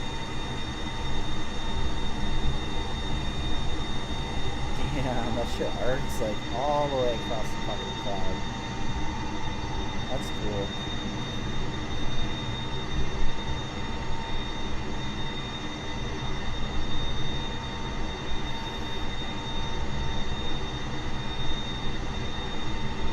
That's actually really fucking cool. I don't think I've ever flown in a storm in this game yet.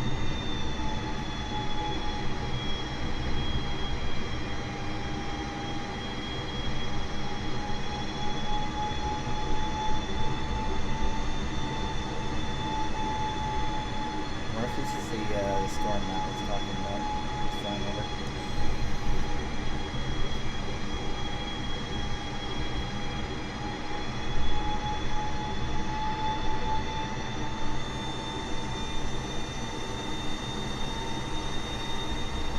Just behind us.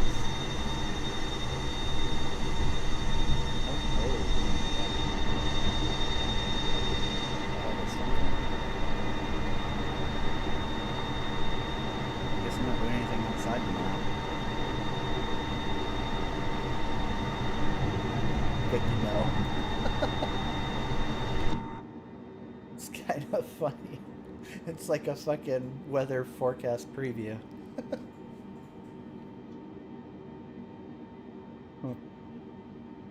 Alright then. At least now I know I was going blind. Alright, what are we at? 86. I think I'm right with what I calculated. I think we should be okay. I think fuel is not going to be the concern I was worried it was going to be.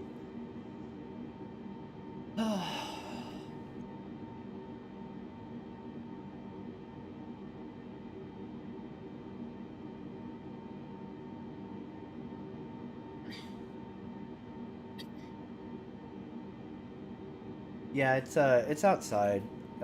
Anytime I go into an external camera ferry, the turbines are very, very loud. In the cockpit, I have what do you call it, headphone mode on. So it essentially simulates wearing a headset, so it's suppressed.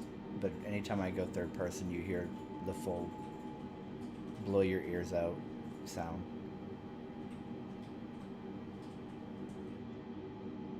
Like I could go third person to one of the wing cameras that's right behind the engine, and it's literally like loud as fuck. That's gonna be if Moose Speed starts sounding sleepy, I'll tab over to that really quick and fucking wake him up with the piercing screech of the fucking engines.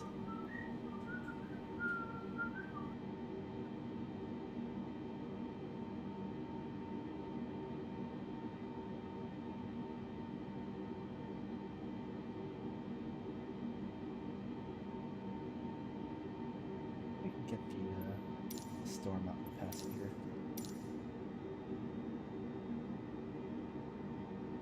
It'd be really cool if like the lightning reflected off of the wing.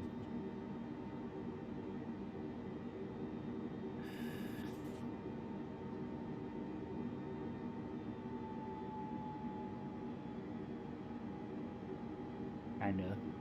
I guess we're too high above it to be reflecting off of the wing because the storm's under us, but you can see it like lighting up under the wing. That's fucking dope. It's crazy how like visually like on point this game is.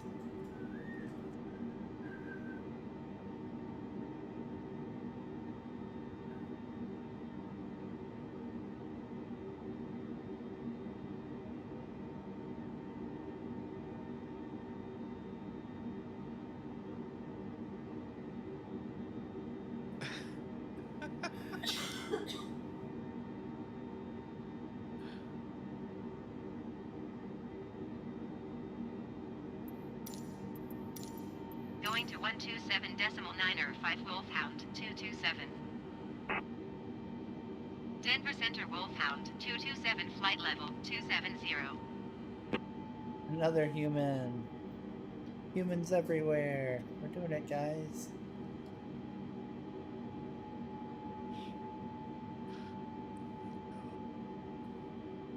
Still with me, Blackie? Where you at, buddy? I'm here, bud. No, the Oh, real you mean Blackie, the other not the guy. impersonator. Sorry, you meant Yes. that guy. I think he's heading south. We're losing him. Sorry, now we got Fove Ever free.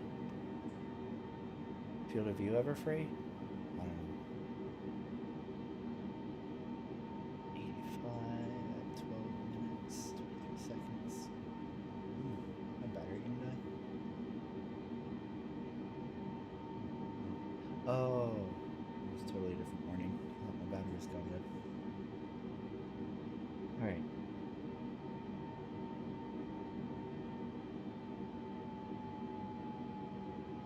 Oh, I should have marked how many miles we were at too, and I could have literally figured out if we had enough fuel. That would have been the smart thing to do.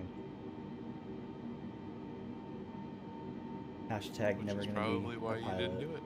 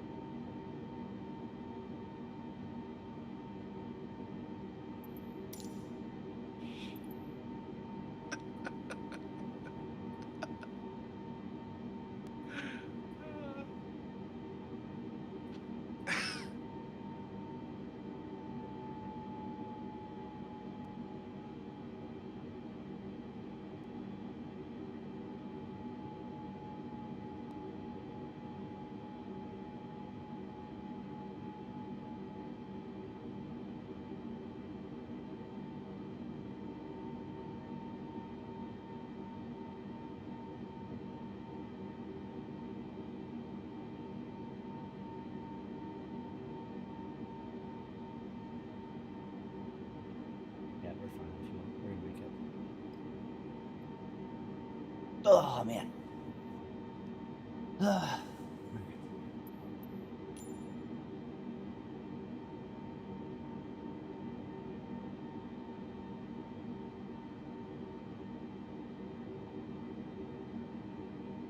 I'm on the way. I don't hear ATC anymore.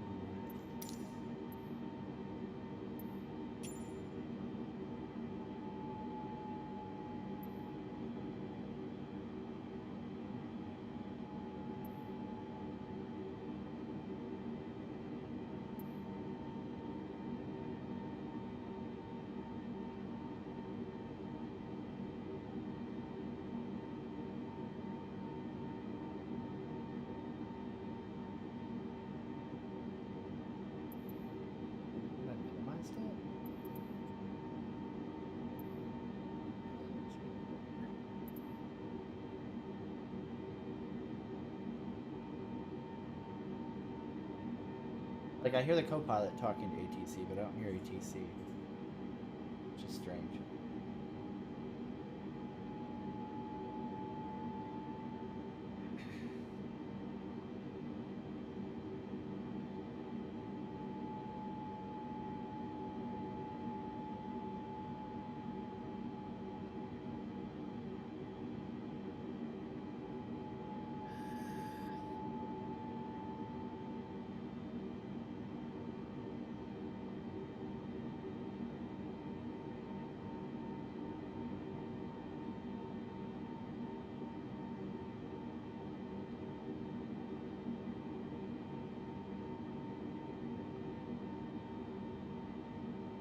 The other really fun thing that's going to be great when I go to land is I have not mapped any of the flight controls, so Oh no.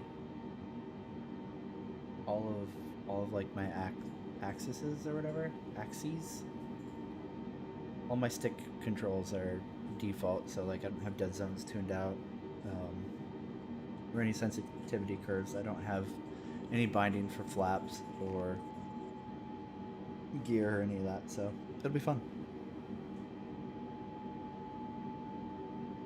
Sounds like it's gonna be pretty fun. Yeah. Maybe, like, I don't know, best landing ever. Like that schmuck that landed in the fucking harbor. Bitches aren't even gonna fucking know his name anymore. They're gonna be like, failure. Oh my god, failure, have all my babies. You're such a great pilot. I'm like, yeah, I know. Just chill out. Yeah, totally.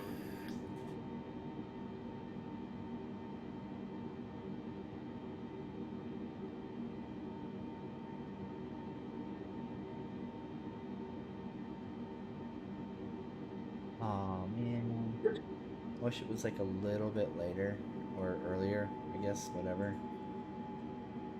'Cause I feel like we're gonna hit like higher cloud coverage, which would have been great. I could have started recording this also, and then used it for Shit Talk Star Citizen video.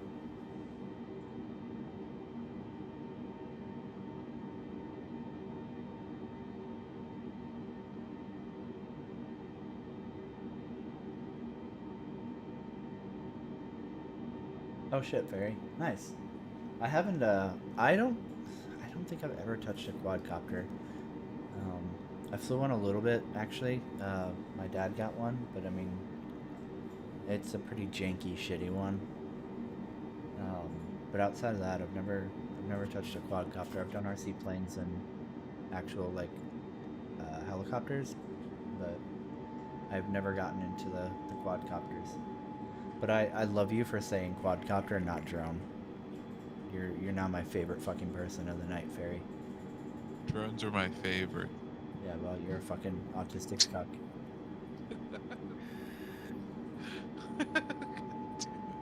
What's wrong with that term, by the way? I just fucking Is it it just not irritates me. specific enough, or? I mean that, and like to me, like a drone is like something that's automated, right? And I mean, I guess technically, like there are a lot of quadcopters now that are automated, but like I just hate Oh, that I see like what you're saying. everybody calls every kind of RC aircraft a drone now. They're like, oh yeah, I got I see, fly yeah, my I see what you're drone, saying. drone, and like I don't know, it just really it bugs the fuck out of me. But what you would call a drone is something that a person wouldn't fly, like Yeah. a computer would, right? Okay. Yeah. I see what you're saying. That's, want to call them all drones now, just to piss you off? I 100% believe you will do that. That is absolutely within your character arc.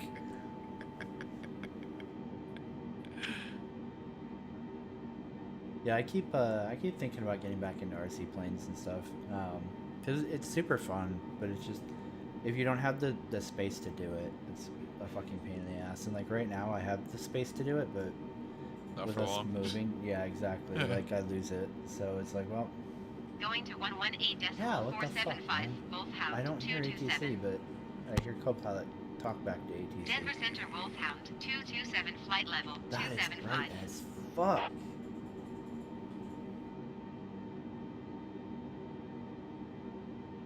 Yeah, that's true too, Fairy. Right? Like, I don't know. To like, To me, like, I don't know. I guess like it's weird too because I feel like drone used to be a military term, and then it got co-opted by the fucking quadcopter market, and then just everything is drone, and I don't know, just it's weird. It bothers me for no real reason other than just to me like I guess because to me it was a military term, and then also like I was really into RC flying before the quadcopter market blew up, and like every fucking retard on the block was out at fucking Myers and Walmart buying a fucking quadcopter and being like, I got a drone. So I guess like it's what do you call that, gatekeeping or whatever? Like to me, like Yeah. when people call them drones, I'm like, oh, you little piece of shit, fucking You're wannabe. a quadcopter elitist. Yeah, pretty much.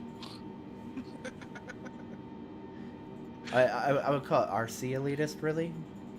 Okay, my bad. What's But- the or the similar term to foamer for your kind? Oh man, I don't know. That's a good question, dude. I don't know if there is an RC foamer. I'm a droner. Oh, yeah, I don't know, dude. That's a good one.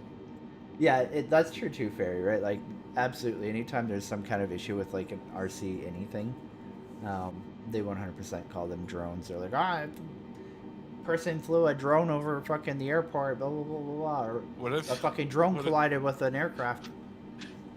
So it's clear that they only do that with the flying stuff, right? Mm-hmm. What if they started doing it with like remote control cars? I mean, you might as well, right? I guess technically. Just start calling it them all fits. drone. Yeah.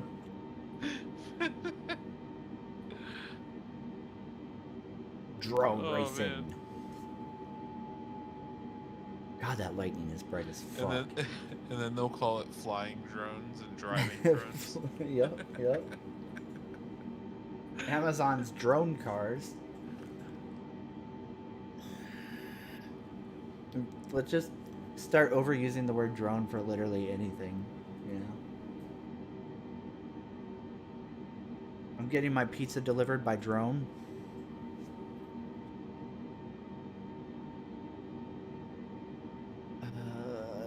Fuel 81. 1,000 more pounds to go through. Then I can stop this thing, and I don't know exactly how much time we have left. Although I think it's a lot. I could probably make it to New York, I think, actually. I was really worried about making it to Illinois, but I think we're good. 132.7 for Wolfhound 227. God, it Center bugs me I can't hear Wolfhound them. 227 flight level 275.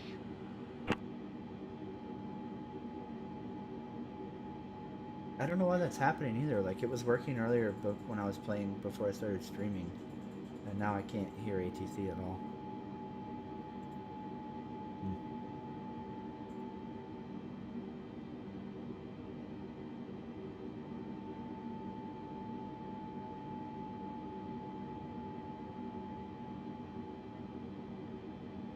First I thought it was like, oh, maybe it's because I minimized it. The game considers that like me not having the headset on or something. I don't know.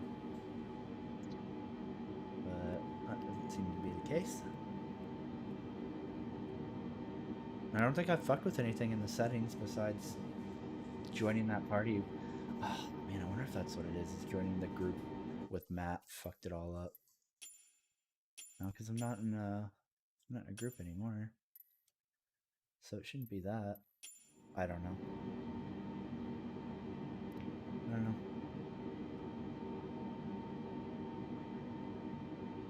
God, there's no way they consider that part of cockpit warnings, right? God, what if ATC is considered cockpit warning and I can't hear it unless I turn that shit back on?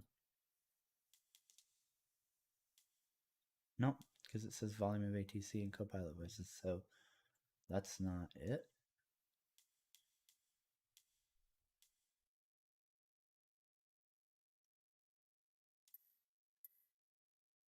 I don't know.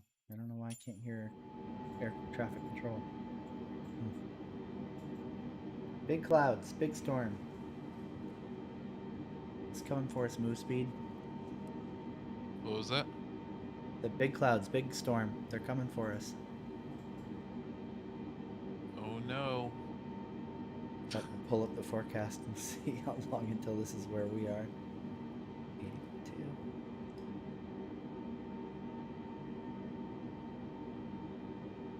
I was like, oh yay, the constant like rain and shitty weather is over, because today was like kind of nice. So I like cut my grass finally, and I was like, oh yeah, I'll cut it really high today, give it like a day or two, and then finally cut it at like appropriate length, because it literally turned into, my yard was like a fucking jungle because we've gotten so much rain. Yeah. Yeah, I'll give it a nice high cut and then let it recover from that, and then mow it down to like the proper height. But with all this storm I'm flying through right now, I'm gonna go ahead and guess that it's not gonna be super nice tomorrow, and probably the day after.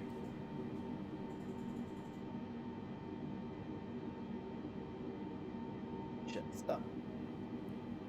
Can't be worse than New York. Fuck, it might be. I mean, they're basically getting what Have I you seen had. their sewers, dude? Yeah. Or they're not their sewers, they're fucking train tunnels. Mm-hmm. Subway? Fucking insane. Yeah. Yeah. Yep.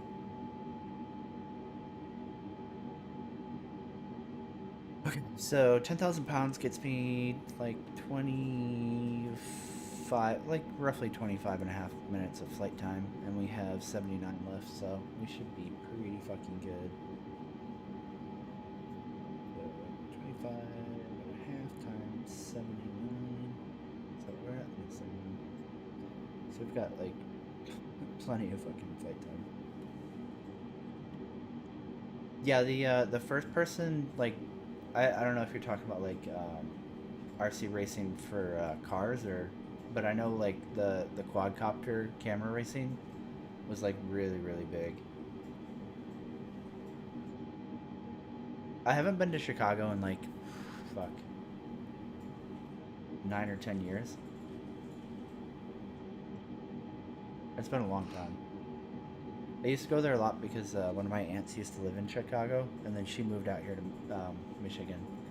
So I haven't really had a reason to go out that way in a long time.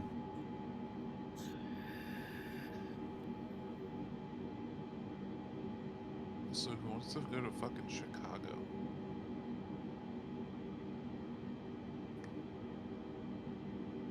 Doesn't Chicago like pretty much suck unless you're rich?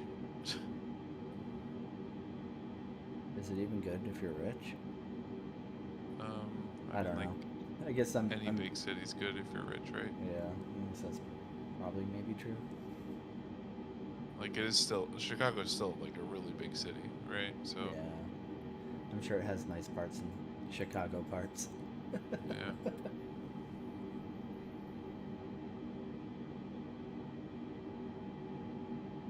God damn.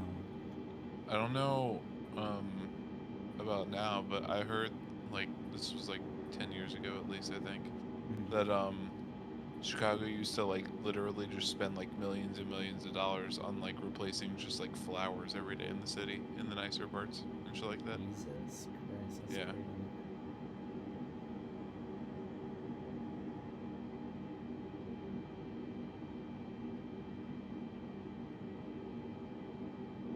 Dude, these storms are fucking so cool. When are you gonna catch up, Chris? Come on. You should just ask them to use their tech, you know? I'm sure they license it out, right? Yeah. Well, Like I mean, if anybody anything, that makes any good tech would do. yeah. Yeah. If anything, these guys probably got it from Chris, right? Because CIG is creating Oh, all this groundbreaking, cutting edge, yeah. fucking bleeding edge tech that they're gonna license out for Yeah. billions. You know, we've all heard, Trillions probably, right? Yeah, yeah. Right, Montoya's told trillions. us that the huge windfall of like invention tech money is coming. Like Chris is gonna be a fucking move over Bill Gates and Elon Musk. You guys ain't got shit. Chris is about to be as rich as Jeff Bezos' ex-wife. It's like incredibly clear at this point, fucking like 10 years later, that the reason no good big space games have been done, Mm-hmm. like Star Citizen, is because they're incredibly expensive and hard to do. Mm-hmm. It's just like, well, I guess that means we're never getting one. I don't know. And the thing too is like, I feel like a proper like AAA studio, if they wanted to throw, I mean, I think we're at, I mean, yeah, we are. I don't know why I said I think we are. We're well over $250 million into Star Citizen, right? If one of those big studios wanted to throw that kind of money at a game like this, or like Star Citizen, I'm sure they could do it. It's just they don't want to because, like, what's the return on it, right? Oh yeah, well, to be fair, I meant like the multiplayer Yeah. part of it. No, I mean even the Right. multiplayer part, right? Like I'm sure they could, but the thing is like they would purpose build an engine for it, whereas Chris was like, Oh, "I'll that, take I mean, anything that's I true. can get and try to make it work," and like clearly he can't just fucking grab an think- engine and go from there. I think any studio would have a hard time giving the original vision, right? The original, you think? Like the well, okay, the biggest vision that isn't fuck. Obviously not the original, right? But like the largest scope of vision that he's given at one time, yeah, right? yeah, Like for sure. I mean, I think because he- that's what everyone thinks we're getting right now. right, Right? yeah. Everybody The still like thinks we're getting not Eve the Online in original first vision, person. but you get what I mean by when I say original, like the biggest scope that he's given. Yeah. But yeah, I'm sure I that think they would. any company would have an issue or would Yeah. have problems making that.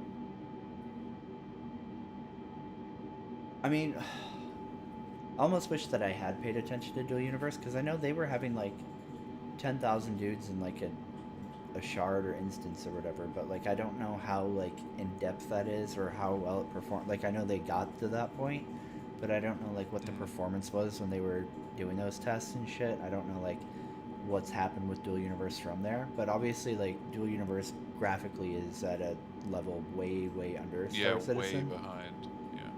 So like you probably don't have the kind of demand that you do with Star Citizen, but then again, like at the same time, a lot of Star Citizen's resource issues with like objects and shit like that is Chris is doing. Like he overcomplicates shit for sure. Like a competent studio run by a competent director wouldn't do the shit that he does, right? It's so I think like the problem is like everything Chris does is dialed up to like a 15, right? Yeah. Like okay, so we have like I mean as good as it gets graphics sort of, right? Mhm. Like I mean like it like as good as it gets while still being realistic, I guess, right?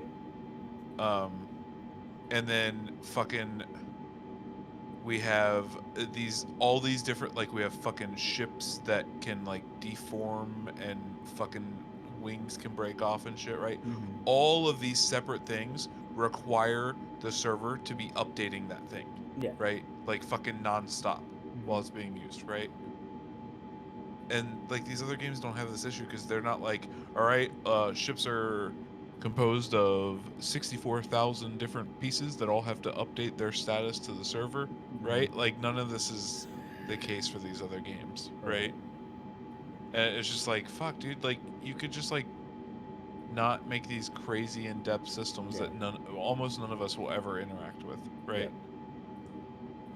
Like I'm never gonna like find out what the best shit for my ships are, right? Like the best guns or whatever. I'm gonna let somebody else do it and tell me what to use, right?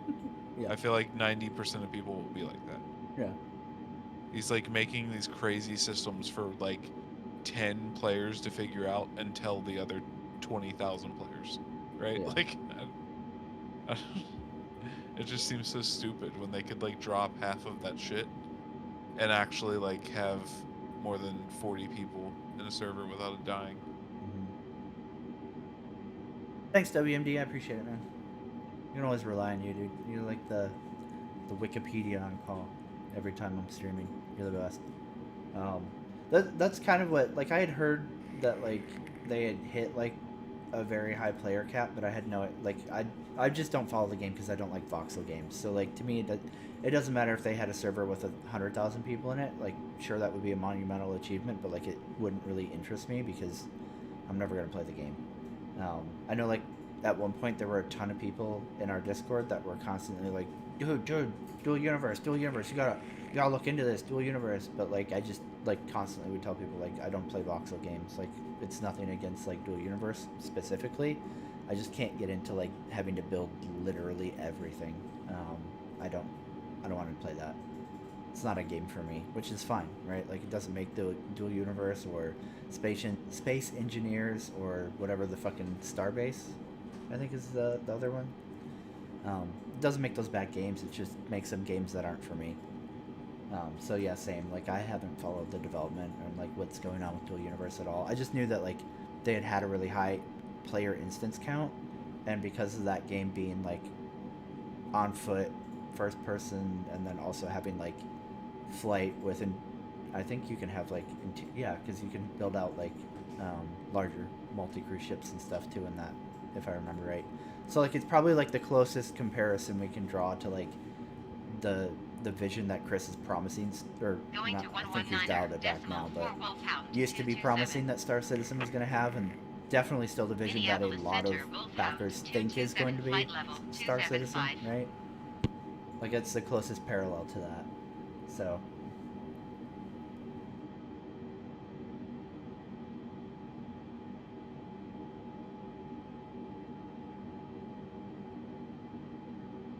although I don't think they even have like a drop in the bucket of the funding Chris has had, and I have no idea how big the studio is that is working on Dual Universe.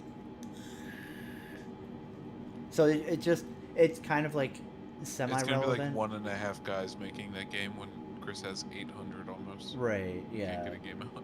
Like, it would have been an interesting thing to compare if they had both had the same amount of funding and the same amount of developer manpower, because Dual Universe, I think, went with their own engine, and Chris obviously just took in Lumberyard, well, CryEngine, then Lumberyard, and then whatever he's mishmashed into that hybrid engine that he's running for Star Citizen. Engine. Yeah, I mean Star Engine. So like, it would have been an interesting comparison to see like, okay, well, Dual Universe is here with their own engine, and in magical theory world, the same funding and same manpower, and then Star Citizen is where Star Citizen is. But unfortunately, it's really hard to compare other like space projects to Star Citizen, because nobody has ever gotten even remotely close to the kind of funding that Chris has had at his fingertips, and the manpower, right? Like, in that genre, nobody has that except for AAA games, and they don't care about that genre because it's niche, right? Like, unless EA is going to start a Kickstarter for Star Wars Citizen, I guess, I don't know if they can do that even now that they don't have the exclusivity on Star Wars, right? But like, if they were to start a Kickstarter and be like, hey, we're gonna make Star Wars, but like, you do everything. You can be a player, and you can get in a ship, and ships have interiors, and you can build houses, and just whatever you can think of, right? Jerk each other off too. And unless like, we consumers were like, fuck yeah, and we just dumped all the money on EA ahead of time, right? Like, I can't imagine them ever making that game, because they know like, oh well, we would invest hundreds of millions of dollars into this, and like, I'm sure that EA could make a really good game if they wanted to do that, but like, how many people are going to buy it? There's no way they would make their money back, right?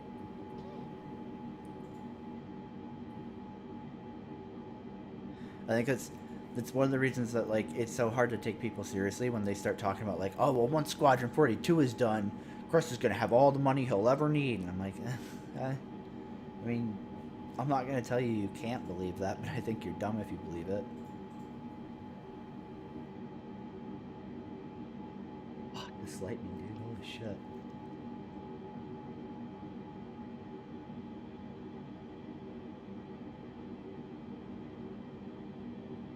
Yeah, I don't remember reading up a whole lot into what 1313 was supposed to have been, other than like, you're essentially a bounty hunter on what was it, Coruscant, on like the lower levels and shit.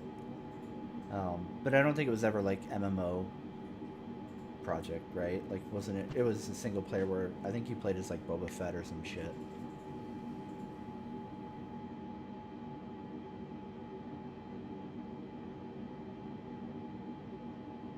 Hey T-Love, good morning.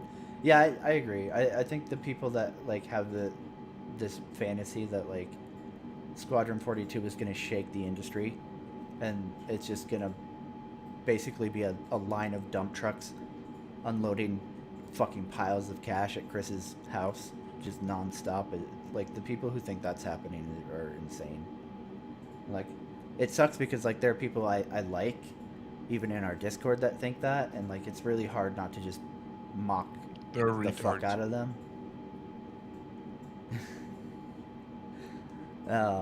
Because it's just not gonna happen. It's a like our genre is very fucking small in the overall like scope of gaming, right?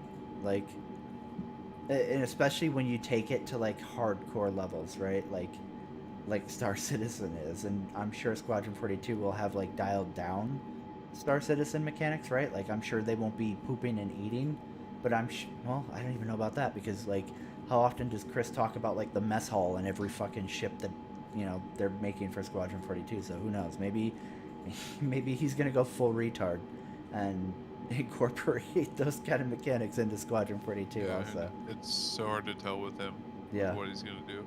Yeah, It's I like, mean, does it make the game more tedious? Yes. All right, he'll leave it then. yeah.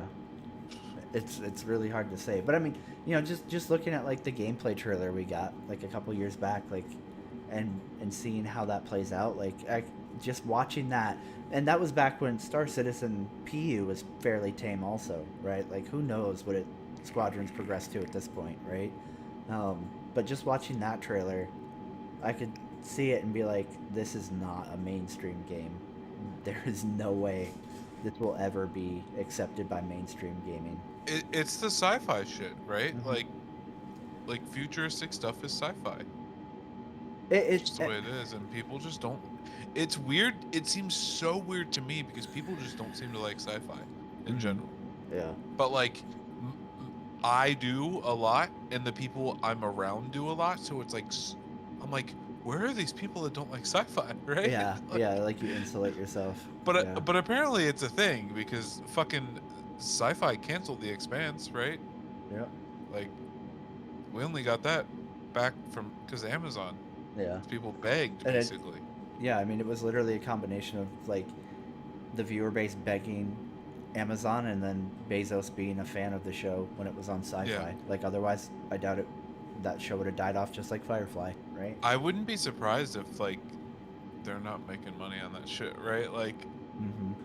Yeah, I feel like they try to promote it the same way they do The Boys, and I've never seen a Facebook post where somebody's like, "Oh my god, did you catch that Expanse Yeah. episode?" Right? yeah. Never. I never like hear I anybody talking certainly about it on the think- radio. Like, Like, it never. It Like feels that. like for a sci-fi show, it's done very well. But I think so. it's Yeah. still a sci-fi show, is the issue. 227 right? flight level 275. But yeah, dude, The Boys is so much bigger. Yeah. Like Yep. that and fuck, what's that other Amazon show?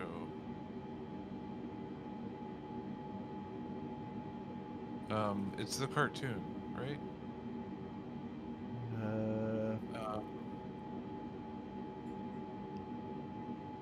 Yeah, Lightning Archer. We're in the middle of a pretty big storm.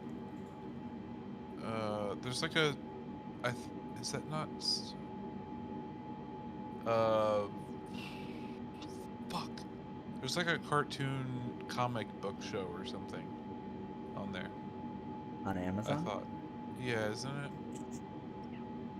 It's about a guy that like is just like basically Superman, but it's Mhm. not in that world, right? Like, at least that's my understanding. I've never watched it, but Yeah, I'm not sure. I don't think I've seen that one. Yeah, for sure, WMD, right? I mean, and that has the Star Wars name behind it too. Invincible. Fuck. Oh, I've never heard. Yeah, or seen like it. no, apparently that's super fucking popular too, right? Like they've got like a handful of shows now. Yeah. No, sorry, I did say comic book, but it's animated. I was talking about an animated show. Yeah, like a cartoon. Yeah. And that's the thing too, WMD, right? Is like, you know, the Squadron doesn't have the IP weight that fucking that Star Wars did. Squadron, I mean, I didn't personally like Squadrons. I felt like there was a lot of shit that was not amazing with it, but like, evidently most people fucking loved it, right? Like all the old X-wing versus Tie Fighter people came out of the fucking woodwork and were like, "Yeah, this is the best fucking Star Wars game ever made." I didn't like it, but you know, whatever. Evidently, a lot of people did, right? And it still didn't sell enough to like for EA to be like, "Yo, we need to get behind this," right? So then when you take, you know, Squadron 42 is, for one, it's gonna have Chris's bullshit in it, which, you know, let's remove that. Let's be fair to Chris. I'm not gonna assume whatever Squadron 42 is at end product. Let's just talk like factual absolutes. All right. For one, sci-fi is not popular in gaming, not even remotely close to like what other, you know, genres are. For two, it's gonna be, you know, Chris Roberts' version of real sim, only sci-fi sim, right? Look at games like Arma. They are niche as fuck because they're super hyper realistic and not fun to mainstream players, right? At So least now they you're know what they are, though. what? Fuck. What was that? At least they know what they are. Right. Yeah. So you're combining like the tedious realism of Arma with sci-fi and a story-driven fucking single-player experience. Like, I'm a huge Arma fan, and I've never played through the story in Arma. Right? Like I start it constantly, and I'm like, nope, this is shitty. I'm gonna go jump on a multiplayer server and fuck around. Like he's picking two of like the least popular gaming genres and making a fucking hybrid baby of them. Minneapolis Center, Wolfhound. So I mean, like, will it do well with people like me who are into like sim games and sci-fi? Yeah. Will it do well in mainstream gaming? Absolutely not. And the problem is, like, because of how long Squadron has been in development, I 100% believe that the vast majority of people who would ever be interested in playing Squadron 42 already own it. Or they already own Star Citizen, and they're thinking about picking up a Squadron copy, right? Which is, oh wow, 20 more bucks? 30 bucks? So, like, there is no, like, sudden, like, and discounting the fact that the majority of accounts that Chris Roberts always reports are either, you know, not bot accounts, but shell accounts, or, you know, alt accounts. They're either gray market shell accounts or they're alt accounts for people who are like, I need multiple accounts so I can have multiple characters for my Star Citizen PU, right? So let's not count that and pretend that the 3 million accounts are actual people. Like, he's still only looking at what is that, 300 million or 30 million? If every one of them bought Squadron and didn't already own it, which I don't believe at all. So it's like, I don't know, dude. It's 30 million, right? I can't think. Yeah, 30 million. Not 300. 30 million for what? If 3 million people bought Squadron 42 for $30.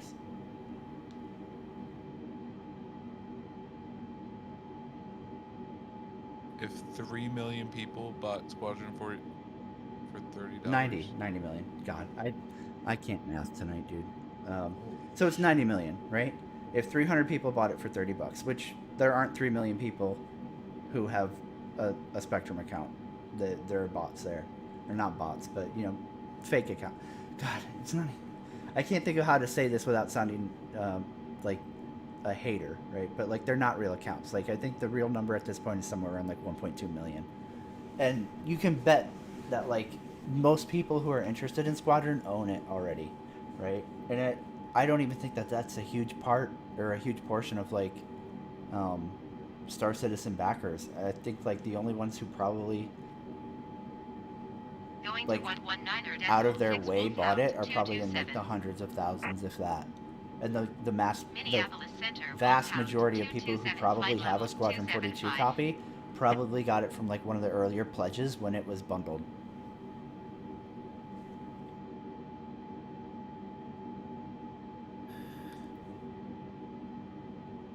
Yeah, for sure, Maximilian, right? Like, there's definitely some obstacles to running a sci-fi show, but even then, right? Like, even when you have really good ones like The Expanse, they're never huge, like, something like Game of Thrones is, or whatever, right? Like sci-fi just isn't huge like fantasy is, or realistic shows or dramas or whatever. And then you get into gaming and like sci-fi just isn't huge like all of these other genres we have for shit.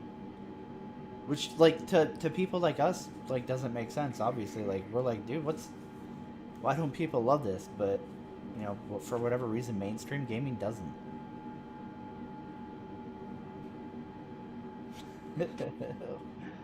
That's fucking that's harsh, actually.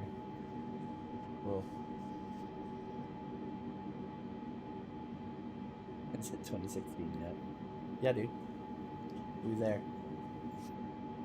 You didn't know Squadron's been out, man. You haven't played that shit yet? Dude, it's the hottest fucking game out. Yeah, it sucks because, like, it's hard to talk about this shit without sounding like you're just trying to be a hater. But, like, I mean, realistically, that's the way it is, you know?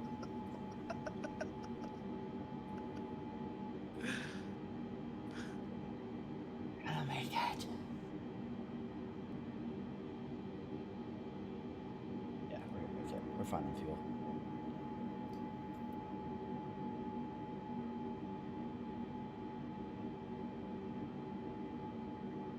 Yeah, I mean, like, I've never dated a girl that likes sci-fi ever.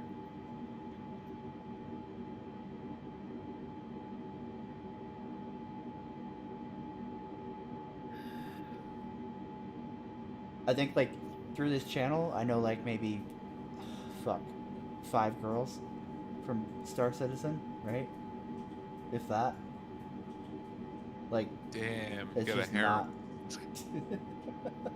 It's just not a big, like, it's not the kind of game that, like, most people play. And, like, I feel like girls in gaming are getting more, like, commonplace with, like, younger generations. But even then, like, they play, like, Overwatch and World of Warcraft and shit like that, right? Final Fantasy 14, BDO, games like that. Like, they don't play fucking sci-fi games. It's very, very rare. I shouldn't say they don't, right? But it's not common at all.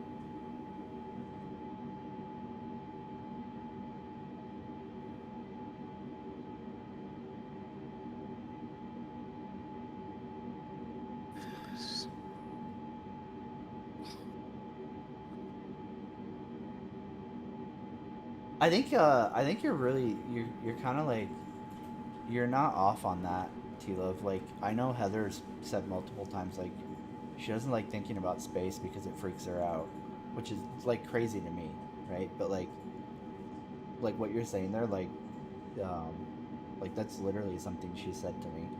What do you mean it freaks her out? Like, the universe could fucking cease to exist while we're in the middle of this sentence. The sun could fucking explode. A fucking comet could come out of fucking nowhere. Not like just the universe. Like, space is scary as fuck, right?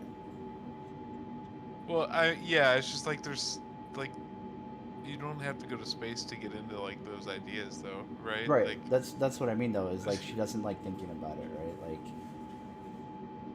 yeah. that's what Tree T-Love could is fall saying, on her when right? she Is walks like, by it, or yeah, I don't. I mean, I understand. It's just seems kind of weird to me. Like, does she not worry about the cars driving next to her on the road too? Right? Like, I mean, I think it's easier to feel like you have some control over, like, things on Earth, whereas, like, in space, like, we as, like, a race literally have no control. Going to 1 tree, 4 Like, there's decimals, 0 nothing we can do, pounds, right? 227. Like, we're essentially like helpless puppies, and if Minneapolis space Center, wants to Wolfhound, fucking curb stomp us, 227, then flight level, there's nothing we can 275. do, right? I mean, hopefully sooner than later. I mean, at this point, as badly as I'd like to live, Mm-hmm. I don't know if we deserve to.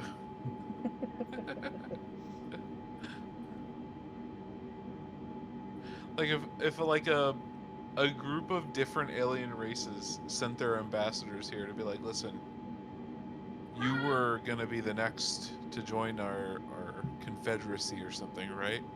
But we actually don't trust you, so we're just gonna kill you all. They're just like, yeah, fuck, we probably deserve that. Shit. We're fucked. Yep.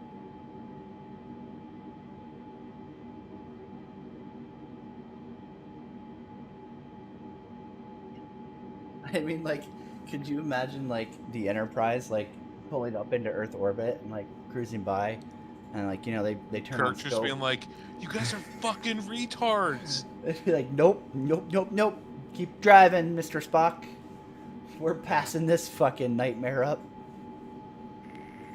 Even if we had like the tech to like count within like their I don't remember like what their requirements are for like contact with Yeah. like planets. Yeah. But so we're sitting there messaging them like, hey, welcome to Earth, fucking blah blah. They'd be like, don't pick up that fucking. You leave that message on unread. Keep going. It's like, it's like, get the voice changer ready, the green screen, get me the suit of the weird looking scary alien, and they get all dressed up in like fucking crazy shit to make us think that they're like scary fucking cannibal aliens that we have to stay away from or something. God damn. Just to keep us away. Don't let them get into our fucking gene pool. Yeah, I mean, I agree, Max. Like, it's space is kind of like daunting to think about for a lot of people. I mean, I shouldn't say a lot of people. Like, I should say it's daunting to think about regardless. But like some people, I don't know. I guess they have like an existential crisis thinking about it or something. Like a lot of people can't handle just how like meaningless we are in the scope of like the universe. It's all a right? simulation, anyways. I hope it is. That way I can wake up when it's over. The weird thing is like, fuck, like, how do I know anything but is real other than my thoughts, right? Like could just be my simulation and nobody else but me is real technically. That's what I tell Heather all the time. I'm like, I don't give a fuck about you guys. I've got plot armor. You guys are just side characters. I honestly think that's way scarier than space. That's why like when you have that deja vu moment, and you're like, wait, haven't I been here before? Or like I've seen this, and then you're like, no, just another glitch in the simulation, I guess. Yeah.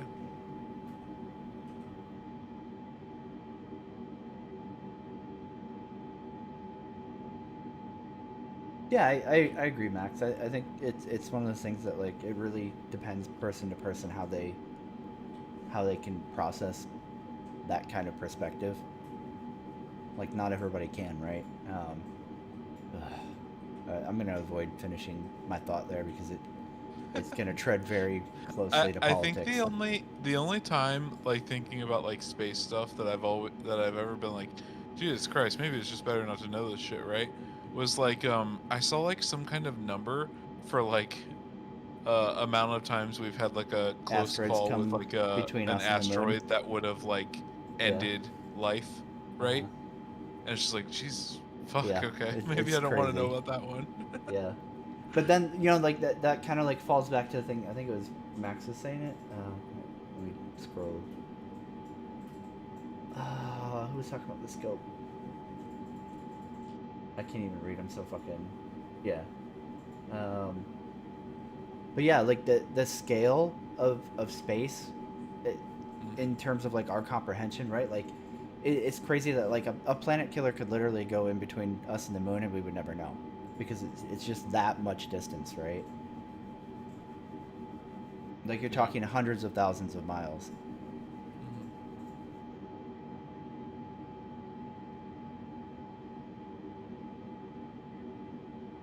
Yeah, WMD, we need some of that, because I know which country's going to have sex robots first, and it's for sure going to be Japan.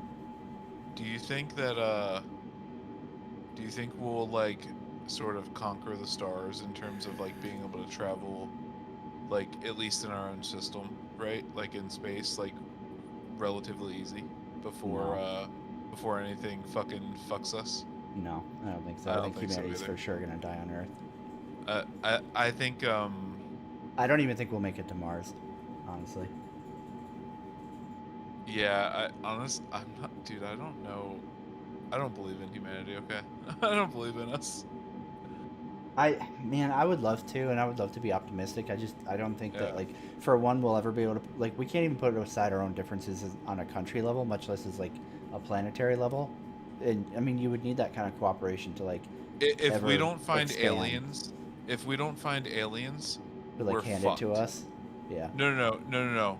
No. We need something Oh, to to hate that unite. isn't Yeah. humanity. Yeah. We That's probably need a true. new terrorist, but it can't be human, right? Hmm. If there are some You need like that great unification jihadi aliens factor. out there, Yeah. please, please put your hands up. We need you. Dude, if we told, all right, at least in the US, right? If we told the Republicans that there were fucking turban wearing aliens on Mars and oil or under the fucking surface, dude, they'd be on board with everything, right? That the Democrats want.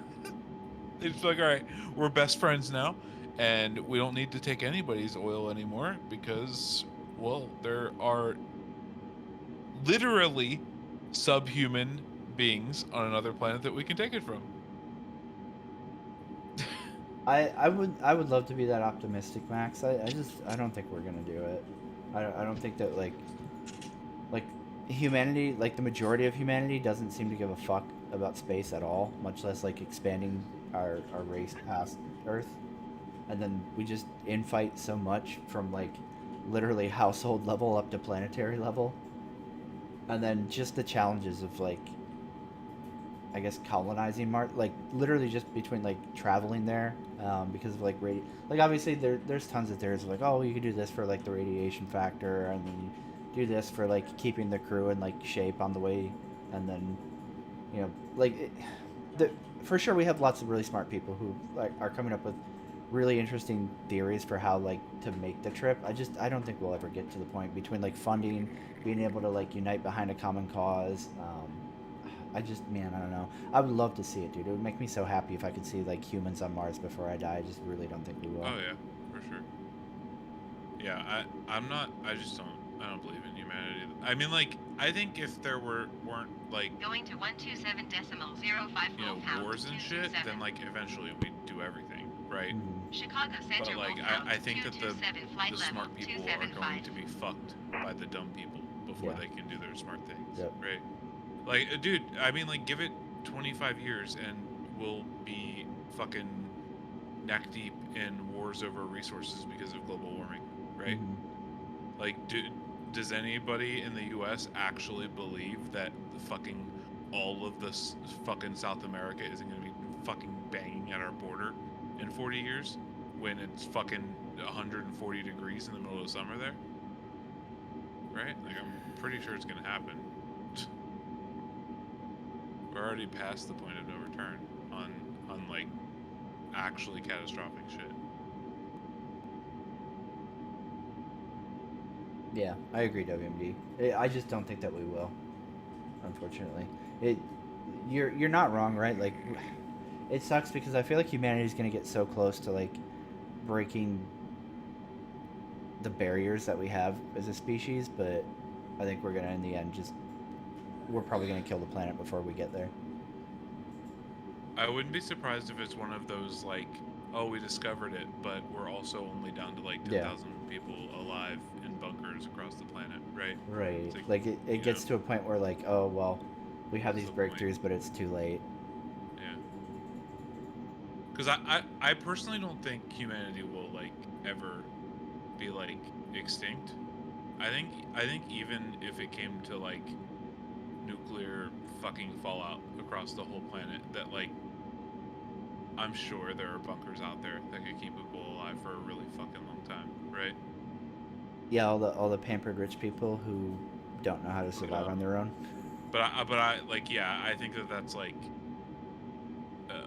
I don't ever see like us repopulating from that though, right? It would just be like a trickle until nothing, but it would take a really fucking long time. I think it would be super drawn out.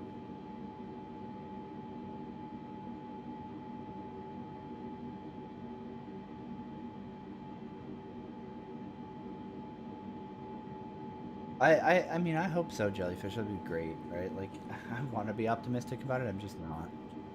I guess I'm probably a pessimist, honestly. Like, I just see the worst in humanity. I don't have like I any didn't used faith to in be. us. I didn't used to be until the last 4 years. Interesting.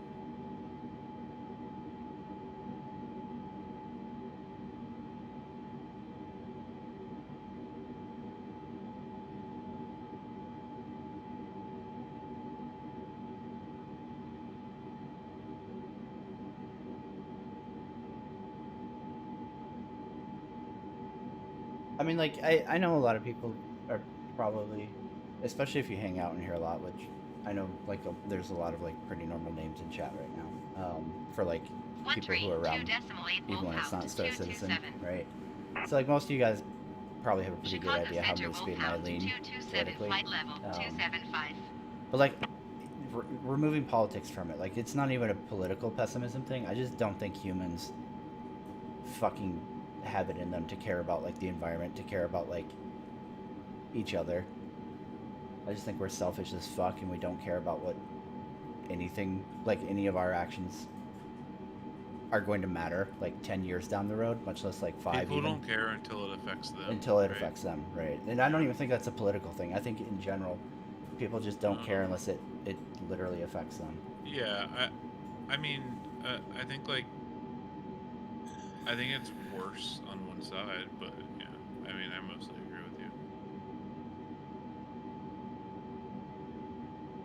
I mean, I can be pessimistic about, like, what I think we're going to accomplish as a species and not be miserable. I mean, it sucks to sit there and think, like, yeah, we're gonna fucking wipe ourselves out. Good job, human. But, like, that doesn't mean that, like, you're miserable as a person or, like, in your life, right? Like, I think it would only make me miserable if I thought it was gonna happen in my lifetime, and I don't. So yeah. I mean, it's shitty though, like, having kids and thinking that, like, oh yeah, no, I don't plan to have kids though. yeah, So like, like I get what you're saying though. Yeah. knowing that, like, my kids' generation or their kids are just totally probably fucked is Yeah. super depressing to think about. Better consider moving away from that northern border.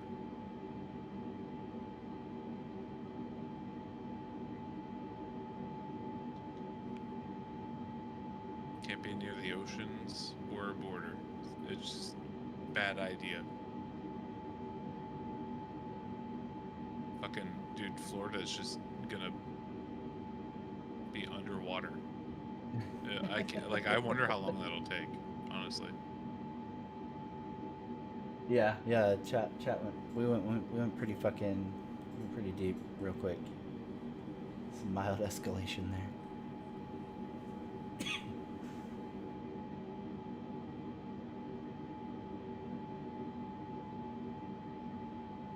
I guess maybe it's also, like, a thing of, like, not being religious, right? Is that, like I don't look forward so much, right? Like, I'm more about, like, just whatever right here now. So, like, I'm not concerned with having something hopeful to look forward to for, like, us as a species or myself or whatever, right? Like, because in my mind it's like, well, I could not wake up tomorrow, so who fucking cares?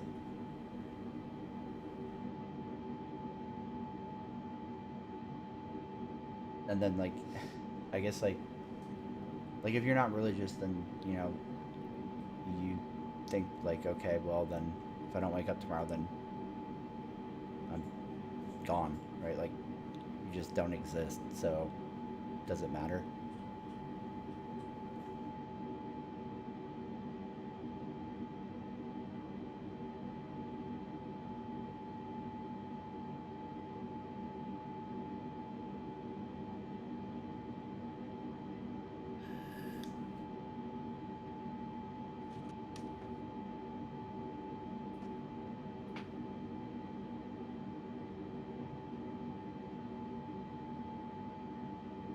Fuck that, Archer. It did not explode because Asmongold. It had already passed World of Warcraft before that fucking cuckboy fucking jumped ships. He didn't even jump ship, right? Like, Yeah, I think this is like a I'm throwing He's a just been tantrum playing it phase. for a little while, right? Like I don't think he's. Yeah. No, he's for sure gonna go back to WoW. There's no way. Oh, I mean, like, is he saying he's done with WoW? I haven't even. I don't know. I don't watch him. Oh, So okay. Oh, I I mean thought Heather just might know, but attended I it don't. more from Heather. Yeah. Yeah. No, I haven't talked to her about it. No, you're good, T Love. Like I try not to talk about like religion and politics as much as possible because like I don't want to like offend anybody and like you know if you want to believe in whatever you want to believe then you know that's I'm not gonna preach or tell somebody to stop Yeah. whatever. And people are allowed There's to no be point, retarded right? if they want to.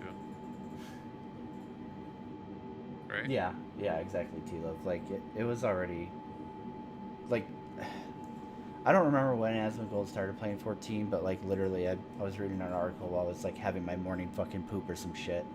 I don't remember when, but like my phone, I constantly get fucking PC gamer alerts and shit for like news articles. That's like through Samsung's fucking news pushing app or whatever.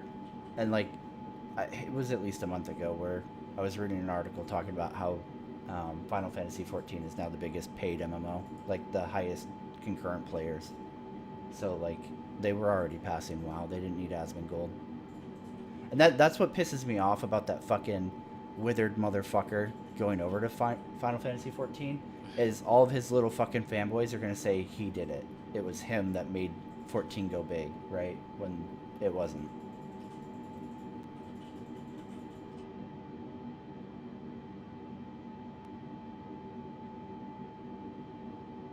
Like it's shitty that like that's gonna end up. I guarantee that's gonna end up being the narrative that like 90% of people take away from Asmongold playing 14 is people are like, oh yeah, that game that Asmongold blew up. Yeah.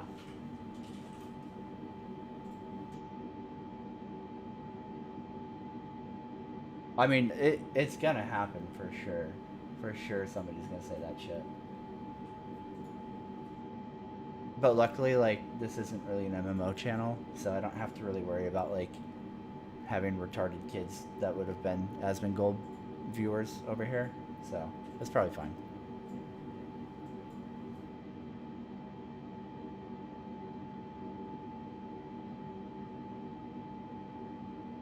Yeah, T-Love. I agree, right? Like, it wouldn't have been enough to, like, swing the pendulum if Warcraft was still doing well. But it's just, it isn't. I'm on top of that, right? Like they've split their player base. It's almost like 50-50 between people playing classic and people playing retail. And I mean, classics update is newer, right? Mm-hmm. So like the if they had done like Shadowlands Going to 1 tree expansion decimal and 9 or the 5 TBC wolfhound update 227. at the same time, then like maybe I think Chicago it might Center be wolfhound okay to like 227 flight compare, level but 275. it was like fucking 6 months apart or some shit, right? Mm-hmm. So like by that time, it was the end of 9.0, right?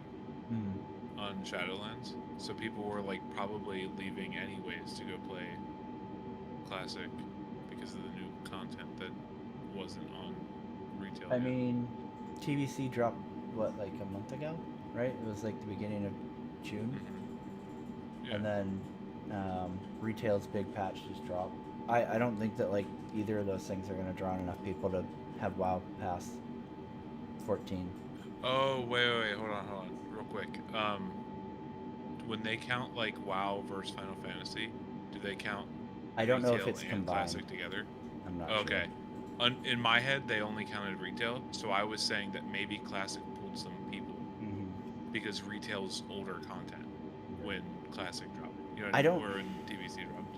Yeah, like I don't know how that works because if they're counting concurrent players Oh games wait, they're specifically, or if they're counting subscribers, right? Because if they're counting yeah, they're subscribers, counting it doesn't subscribers. matter. Yeah, it doesn't matter. You're right. They're counting subscribers, but Yeah, I agree, Max. Like it's just okay. like I enjoy raiding and dungeons and WoW, but like to do that stuff, it's just become such a chore that like it takes the joy out of like doing that stuff. So like I don't even want to do it because everything I wish is there was a just game grind, that like grind. removed like 90% of the grind Yeah, and just let focused you log on like in having to fun. do the like event stuff like Mhm. raids and Yeah. whatever. Yeah. Like I don't Like, need I a don't know why fucking games need that shit. yeah, I don't need a tedious grind to motivate me to want to play the end game. Like if the end game is fun, I'm gonna keep playing it. Like fuck, dude, I don't even know how many times I did the same raids in Star Wars, over and over and over again because it was super fucking fun to do them. We didn't get anything for it. Fuck. Like we already had gear. Like we got gear. So it's like 118.75 for you have fun 227. because the mechanics were fucking really cool and challenging and like Chicago you sat Center around going like, oh Wolfhound man, I can't wait for the 227 next flight higher level difficulty. 275. It just sucks that like I don't know. Like games seem to think that like, oh, you have to find some like trivial menial way of keeping my players here instead of being like, let me make sure the game is fun, and if people are having fun, they'll keep playing my game, right?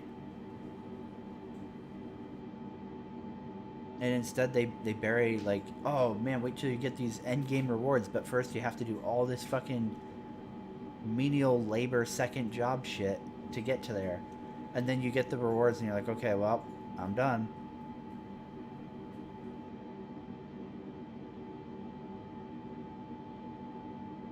Yeah, rep is literally something that makes me fucking furious. I fucking hate rep so much, and It needs to be account wide. yeah, it should be account wide, and they should not be tying bullshit like flying or unlocking classes or races to rep. That shit is fucking dumb. It pisses me off so much. Like, I mean, if you're new to Yeah, WoW right. and you've never played in like the old expansions before that shit, like maybe you don't know any better. But like if you've ever played during like vanilla, TBC, Wrath, fuck Kata even, right? And fucking Pandaria. I think all the way up until Pandaria, any like new feature that was coming in an expansion was Was a entitled upgrade. with the box. You bought it and you got it. And that was it. Like you didn't have to Oh, go yeah. grind to fucking be like, oh yay, I can fly now that I'm fucking max level, or oh yay, I can play a Death Knight. Oh yay, I can fucking be a new race character, right? Like you unlocked it day one of the expansion and off you went, right?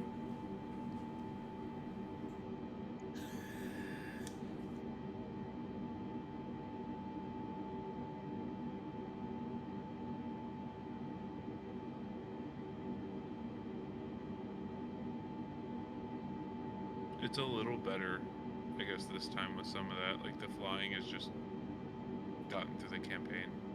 I don't think anybody would fucking bother with Shadowlands flying if they had done it like they did the last expansion. Oh yeah, no, I don't. I wouldn't. I don't want to log in right now, period. But like, I was prepared to like play the campaign to unlock flying. Like, fuck it. Yeah, you play 2 weeks Yeah, of the I campaign got to it unlock today. flying. Like It that. wasn't That's even- totally yeah, it was tolerable. pretty easy. Yeah. And it's good, right? Because like people like you and me, right? Like you can come back to the game after having not played for fucking however long, and just do the campaign, and you finish the campaign steps, and you have flying, right? Whereas like in previous ones, like I would have to come back because like the new shiny patch was dropping with flying, and I would have to fucking rep grind for weeks to unlock flying. Literally playing Yeah. every day with like my unlimited amount of hours to play, right? But like eventually you just hit a rep grind wall where you can't do more, and you have to wait for shit to reset or whatever. So it literally You have you're to forced do, to take weeks. I think you had to do all of the Covenant campaign up until for Kyrian it was like fucking god. I don't even remember the last thing I did.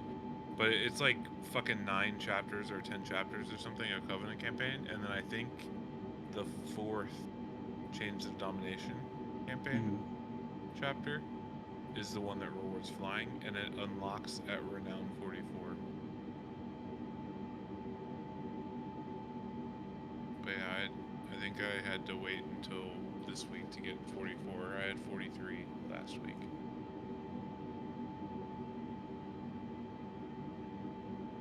But yeah, I don't know, the quest that it unlocked being 44 was fairly easy. It was a quest chain, but it was like super easy shit. And then it just gives you an item that you consume or whatever.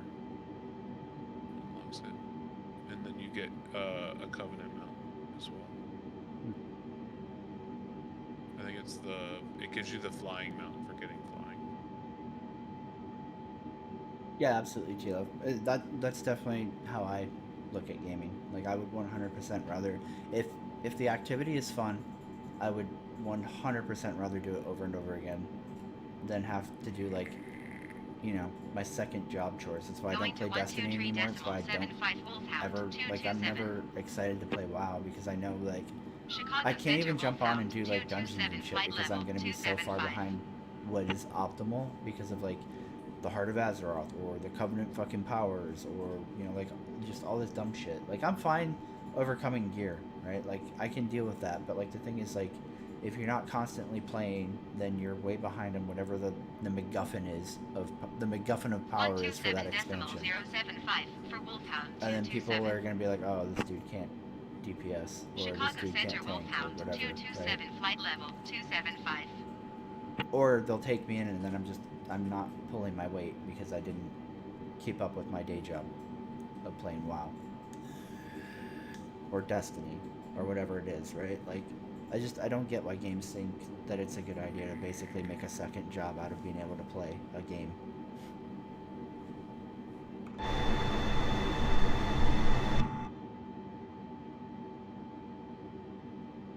We are gonna make it. I think we're gonna make it. Yeah, we're good. Phew. Close one.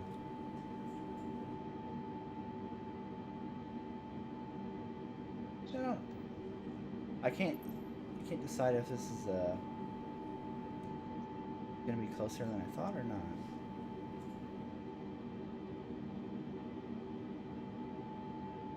No, we're fine. We're totally fine. Oh god, I feel like I should try to actually land it instead of just letting the co-pilot do it. I believe in you.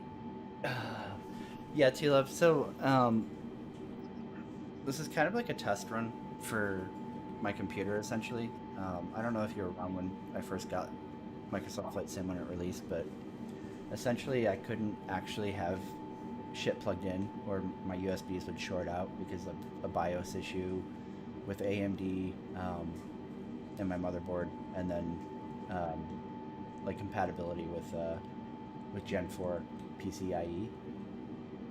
So I stopped playing or whatever, and this is essentially like this flight was supposed to be like a long endurance test to see if I would still have issues after the new BIOS update. And it seems like it's working, but as a result of like previously not being able to play with any USBs plugged in, I uninstalled Microsoft Flight Sim, so I don't have any of my like keybinds or anything. Okay, yeah. So my stick is not set up properly, right? Like I don't have my dead zones in, which I definitely need on my stick because it has a slight oversensitivity issue horizontally, I think. And then I don't have any of the bindings for flaps. I have no idea what any of my keybinds are for my switches and shit on my HOTAS. So it's going to be really interesting to see how this goes. And I also, even when I was trying to play Flight Sim a lot, I spent next to no time in the 747. So I have no idea how landing this is going to go. But, fuck it. We spent 7 hours flying out here from Hawaii, so what's the worst that could happen? I burn it in on final. 133.35 Wolfhound 227. Chicago Center Wolfhound 227 flight level Yeah, 275. I've been trying to think about, like, I guess not thinking about, but I've been trying to talk myself into picking up some Verpals, but it's a hefty money commitment for something that I only use casually. I would maybe use them more if I got their new collective stick, but like I don't fly a lot anymore. Like the majority of the flying I do is in Star Citizen, and to me it's just easier to use a mouse and keyboard. At most I'll do well, not anymore because I gave my dad my left stick, but I would do left stick, right mouse. But I feel like if I got the Verpal collective, what is it, Shark A50 collective stick, I would probably start flying helicopter sims more, and then I would invest in like a good cyclic also. It's just right now, like I don't see myself warranting what it's like fucking probably $600 to get a Virpil set up.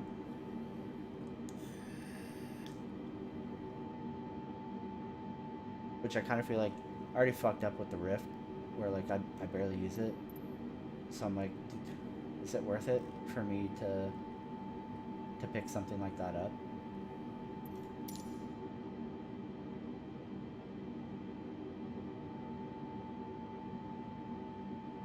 120.35, Wolfhound 227. Chicago Center Wolfhound 227, flight level 275.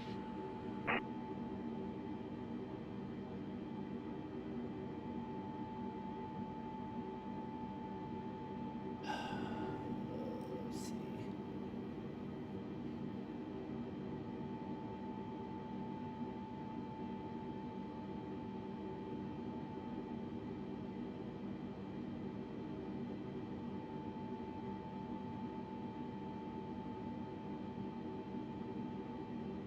Nope. Nope. Nope.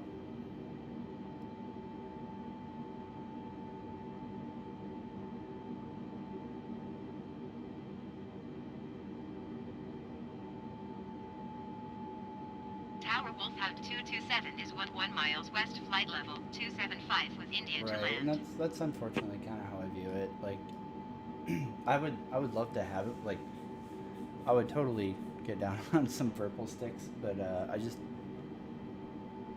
for the money though, I'm like, am I gonna use Enter it? left downwind runway 28 right Wolfhound 227.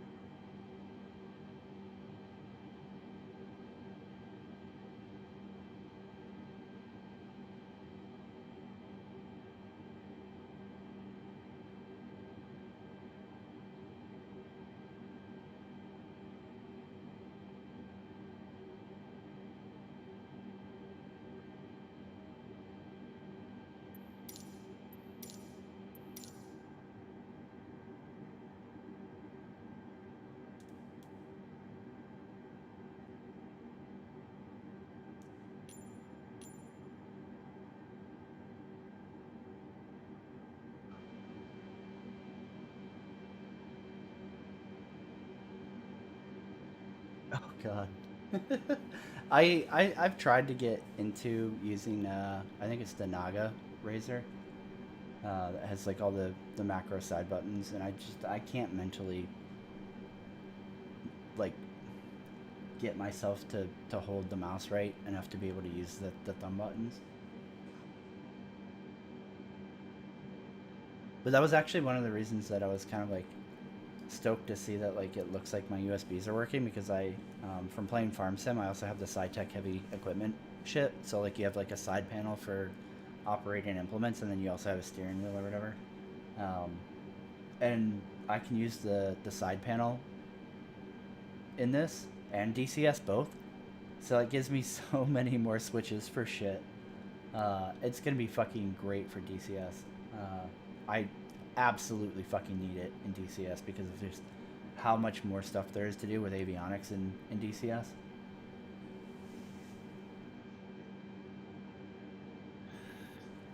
I mean, like, I'm trying to think. My HOTAS is the X56, the Rhino or whatever. So like I have quite a few switches on the throttle quadrant, but even then, right? Like it doesn't feel like even nearly enough for DCS.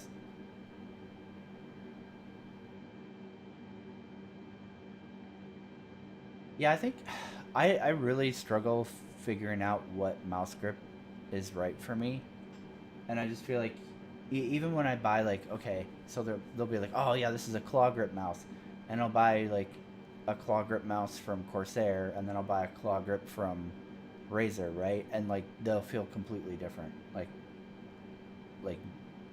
I don't know. So like I really struggle to find like a grip that feels like is normal to me, and I don't know if it's just that I have really terrible mouse muscle memory for how I hold a mouse compared to like what I'm supposed to hold it or what the deal is. AI control. Copilot, you're about to retire. Close that out. Copilot's about to die. Wow, dude. Wow. Oh, he had one last day before his retirement, but that fucking asshole he flew with killed him. That's gonna be his wife. She'll be super happy though, because she got his money.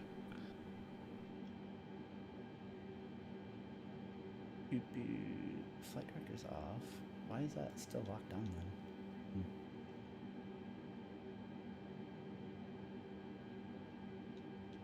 And that should have been disabled too.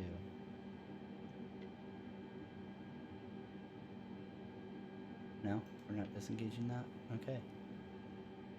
Weird.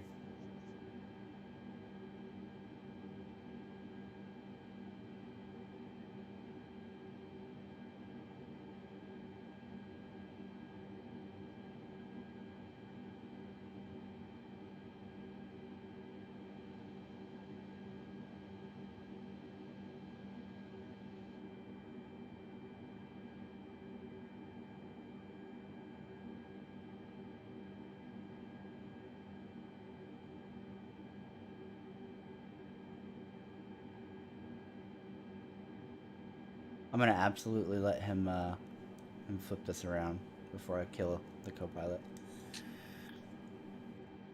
Because there are way too many fucking airports here, and I will absolutely land at the wrong one. Especially without having any of the instruments set up for like the correct airport.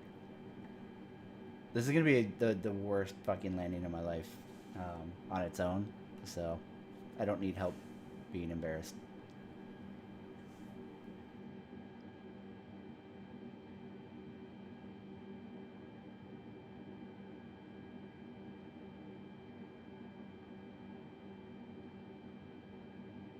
Ugh. Now we kill the frame rate. This is where having everything on max, like even with the 3090, it starts fucking creeping. As soon as you get low to like a really heavily populated area, the game's just like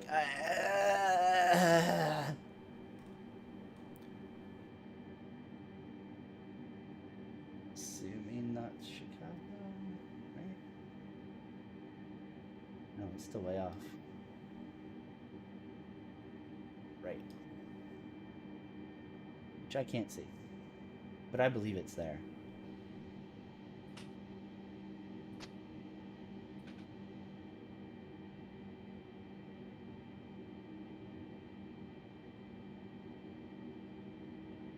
I feel like landing is the most fun part of playing like any flight sim. I really wish that Star Citizen had like real landings. I would be so fucking happy.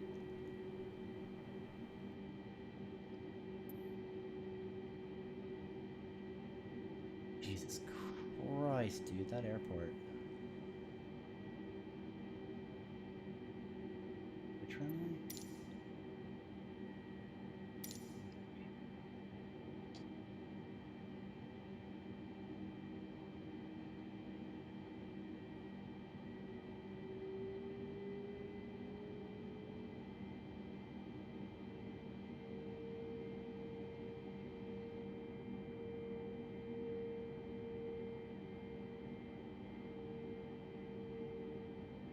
I don't know about his approach here. This is spooky. A lot of banking.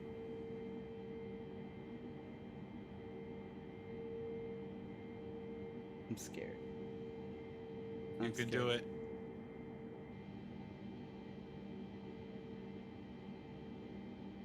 I'm really You're gonna scared. make it, man.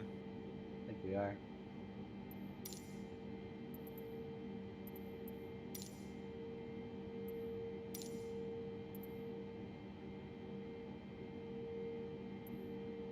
I actually like. I don't even.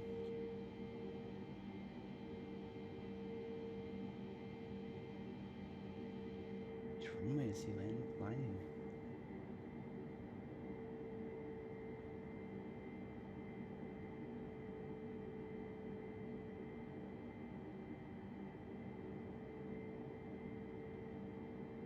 Is he gonna do another loop? I'm gonna give it a second and see what he wants to do. Yeah, I'm getting very nervous about turning off the co-pilot right now with how low he is and how bad the frame rate is. Oh, I see. You're gonna fucking weasel your way out of land. I'm really considering it right now, especially because like I can't. I 100% cannot tell 28 right Wolfhound 227. how he's approaching this right now. Like Yeah, the I runway I mean- thought he was going for is back there. Oh my god! Please control. If you're just like, if you feel like you're fucked if you turn off fucking AI controller or whatever, then just don't. Yeah.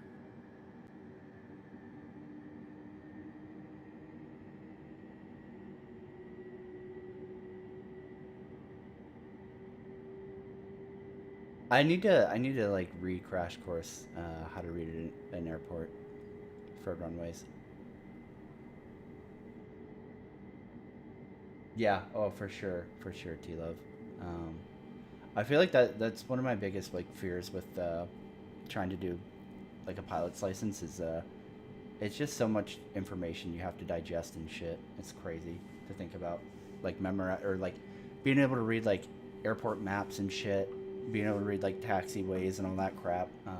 I would fuck it up for sure. And then like being able to like copy and read back to ATC, I don't think I could shorthand that. I feel like I would fuck that up for sure. Holy frame rate, Batman.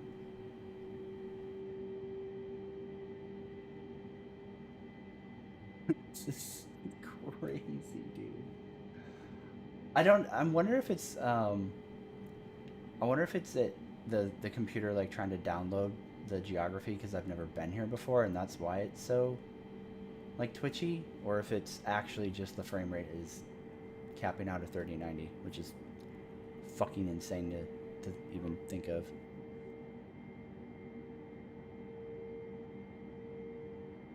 Right. So would that be the middle there? I could probably pause and pull up a map of O'Hare.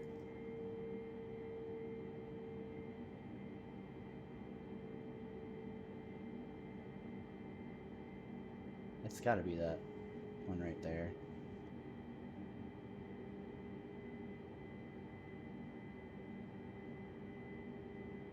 Maybe? Oh, no, it's that one. That is definitely the big boy runway. Oh my god, the frame rate is so bad. Dude, he's going in this like he's in a fucking F-18 right now. Holy shit, I don't think I'm gonna do it. I don't know what he's doing. I would be shitting myself if I was riding passenger in this plane. Dude, the fucking, you know those videos where it shows people like planes landing like where they're not straight? Yeah, like crab walking it. Yeah. Yeah. Dude, that shit, fucking just watching it on fucking in a video on YouTube is spooky to me. Like it just doesn't make sense. There's no way I can land with this frame rate. This is actually crazy. Yeah. I don't know how he's gonna land. Like I'm watching him and it looks like he's still trying to bank into this runway. Like I don't know why he wouldn't have done a longer approach. It's in a 747 for fuck's sake. Yeah. And he's literally like he's still banking into it. What the fuck?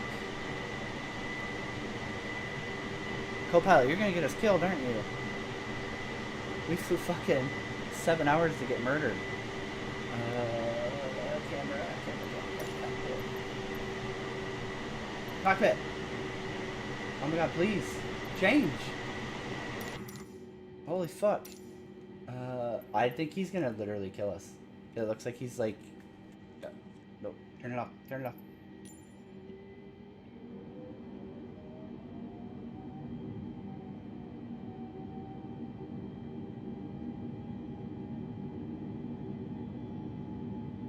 We are climbing, correct? Yes. Wait, did you just Yeah. pull out of I'm it? trying. I'm trying. It's so bad.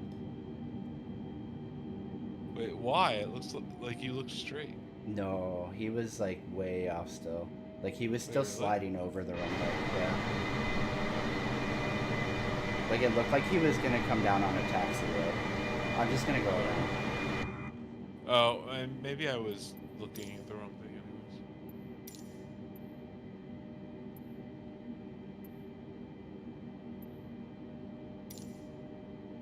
Tower Wolfhound 227 cancel landing intention.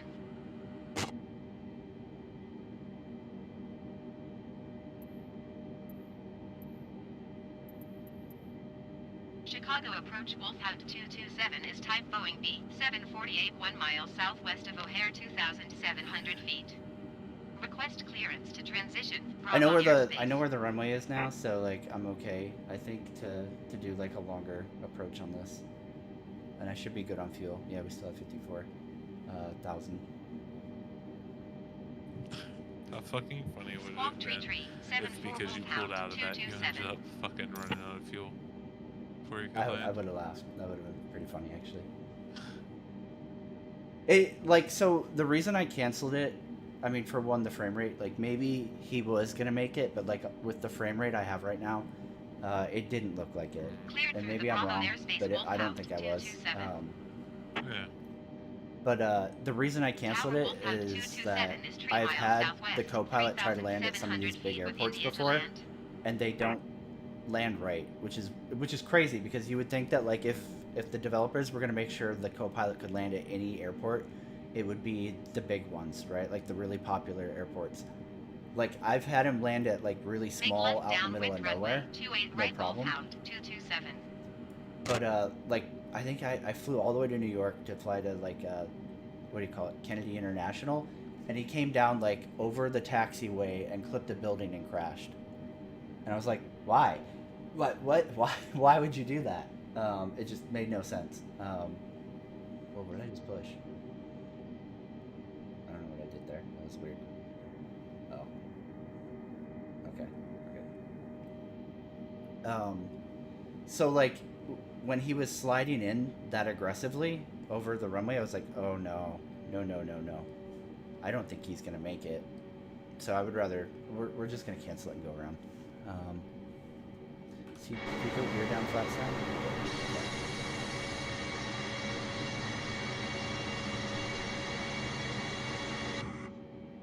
So we're just gonna redo the approach, and I'm gonna take a little bit longer a run at it so that I can actually center it on the runway instead of having to fucking bank into it the way he did. Like, I don't know why he was banking that big.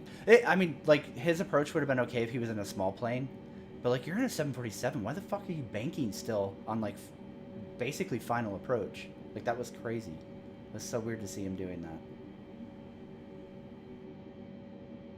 Yeah, it was so weird. And it seems like the frame rate isn't as bad right now. I'm really kind of wondering if it's just that it was my client basically downloading Chicago. Like, it still seems a little bit slower. Actually, I don't know. Watching the stick move or the yoke move, it doesn't actually seem that bad. So I'm wondering if it was just from downloading Chicago, because I haven't flown here yet, and this game basically like creates a cache of like everywhere you're flying. It like streams in the data, right, and then like saves it in a local app roaming folder. So I'm wondering if like that's why it was so bad. The problem is I don't have trim, which I really wish I had on this right now. It's kind kind of sucks actually having to fly. Wait. Can I turn these off now, please? No, still no disengage. It's weird that these are even lit up because the flight director is not on. Unless they have a different autopilot. I don't know. I never flew the 747 really. Whatever. Switch that to thoughts.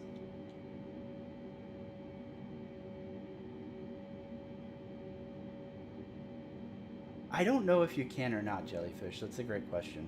I guess technically you could probably like go to start a flight there and then just sit on the runway to download that area.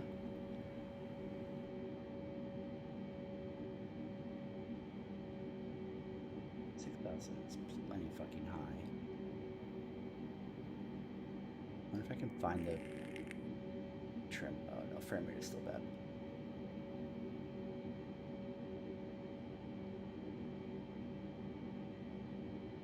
It's fuel. I don't know where the trim is. Fuck it.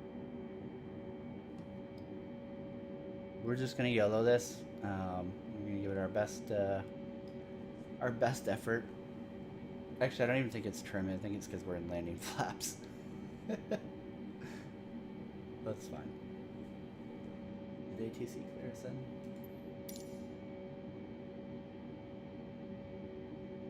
Okay. So we're good. Yeah, like it takes me like fucking 3 clicks to close these menus.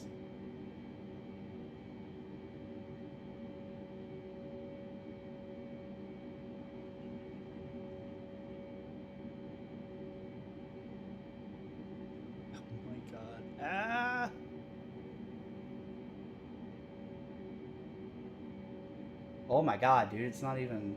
What? What's happening right now? Holy shit. I'm like looking at somebody else's fucking GPS location. Alright, we're good. Sorry, passengers. Failure Air thanks you for taking the budget route on your flight travel choice. We hope you expected this terrible, terrible experience because it should have been expected.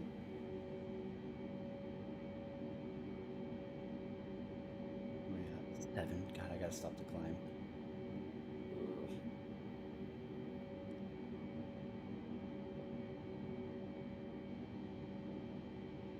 This should be gear. Yep. Flap. No, that's not.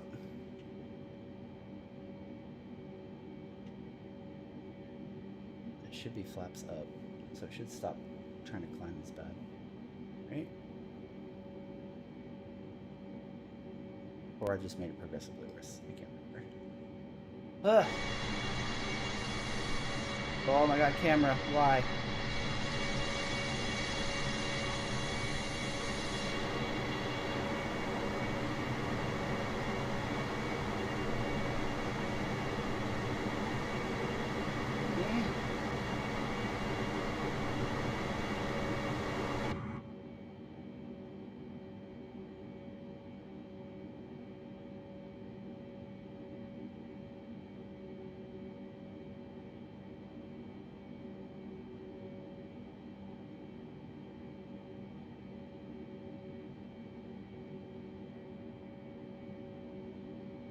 UPS, where's my shit? I think I made it worse.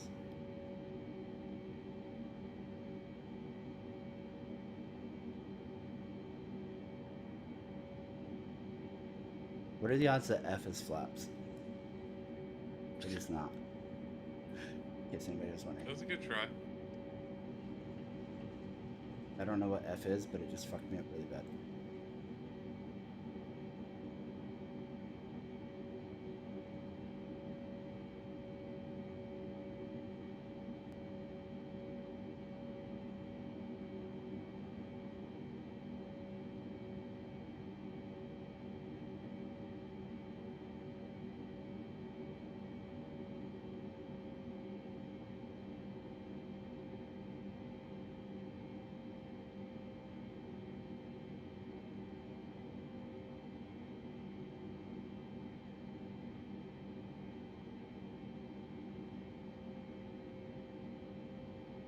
Oh no, don't go near downtown Chicago.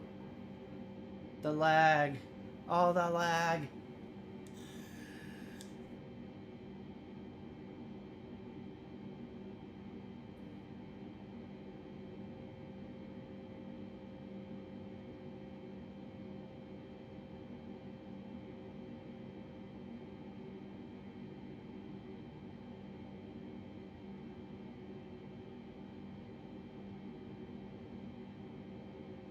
The real, like, terrible thing right now is I don't know what the hotkey is for flaps, but I also can't reach the lever now because it's behind the throttle. So I can't go back into landing. Honestly, you could just start hitting buttons. I mean, I could, for sure. I could. I could cheat and, yeah, please pull up. Pause and then look up the controls, but that's cheating, right? Like, Yeah, I mean, is it? like you can't give the co-pilot a heart attack if you know the controls. It only works if you don't know what you're doing. That's true. I'm so fucking high up right now. Holy shit. Alright.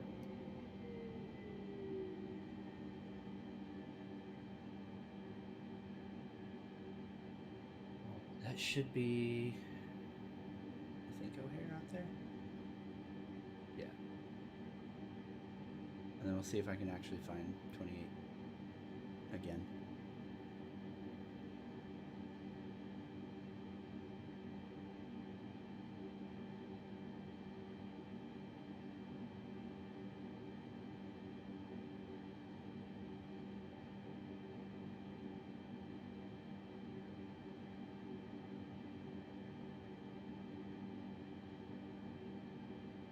No, that's not O'Hare, is it?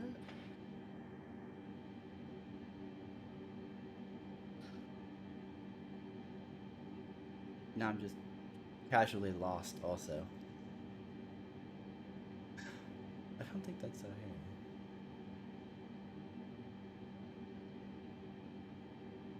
I think O'Hare's that collateral damage dude is.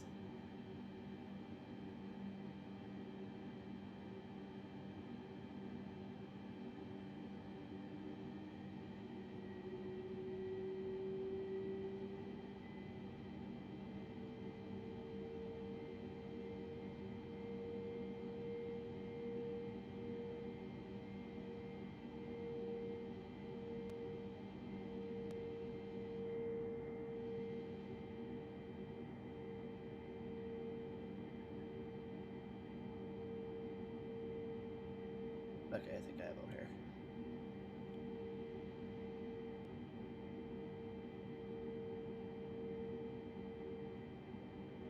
This is why I like helicopters. It's so much easier to see where you're fucking flying, man. Holy fuck. Listen, you're just about to crash. It's no big deal, okay? I probably am. I'm probably gonna end very embarrassingly. I think it's ironic that, like, I can't fly one of these to save my life, but, like, I can throw a fucking Starfarer into a small fucking hangar while I'm drunk. No problem. I'm only a good make-believe pilot. I'm not a good actual pilot. Don't tell anybody. My ego would be just literally shattered. I'll try to keep it a secret. So, I'm confident that, like, it won't circulate naturally because this isn't Star Citizen, so only a few people will see this. That is it off to my right. God damn it. And we're so high up. Fuck. You debated me, collateral damage. I thought you were at O'Hare. We're so way too high. There's no way we drop down. YOLO. Fuck it.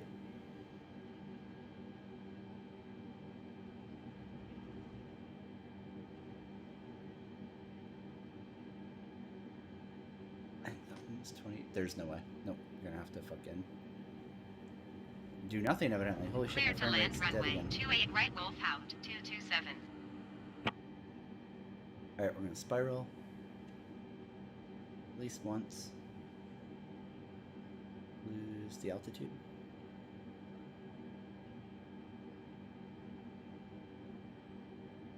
And keep a very close eye on the airspeed.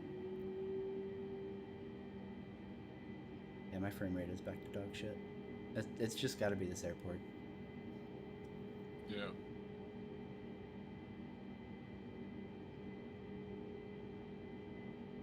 Fuck, I don't know what the brake is either. Alright, so when I hopefully actually land this and don't fucking kill everybody on board, I'm probably gonna either pause it or try to give it back to the co-pilot to stop, because I don't know what my binding would be for the brakes and the reverse. Yeah, it was way too high.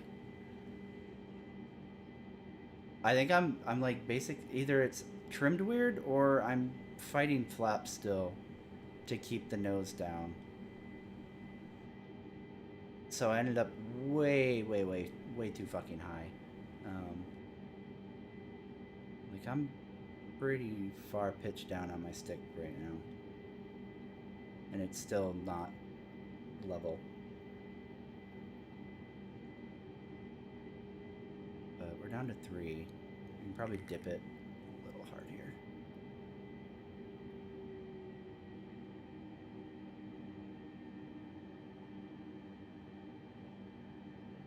We're still way too high. I'm just scared to get low with this frame rate.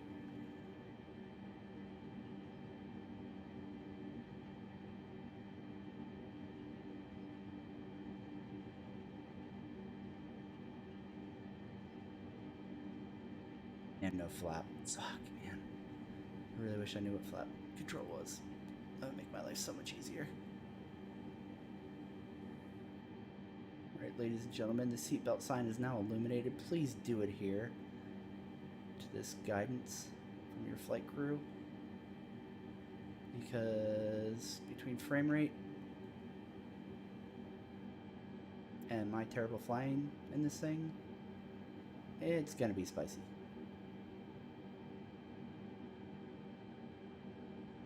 And we're way over speed.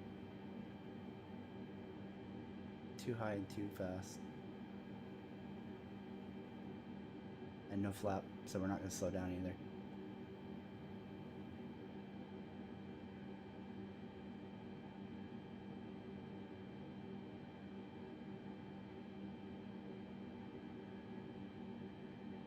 It should be default keys because I don't think I've rebounded anything.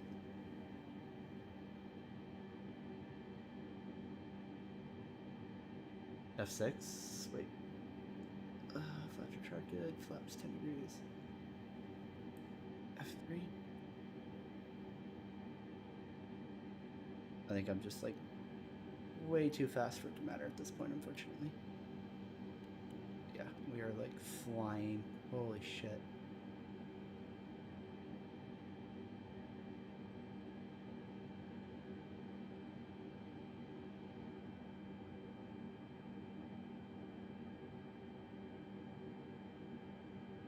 Yeah, there's no way we stop.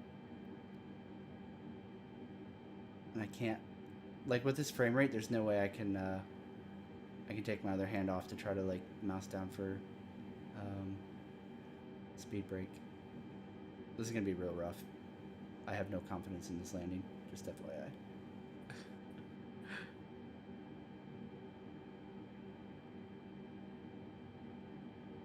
Try to reach the brake so bad.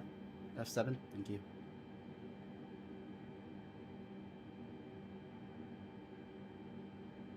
Yeah, we're way too fucking fast.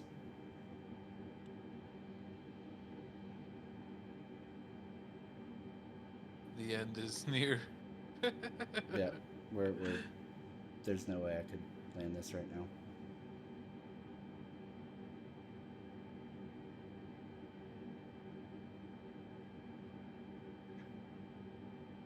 Yeah, I'm gonna literally fly past the whole runway.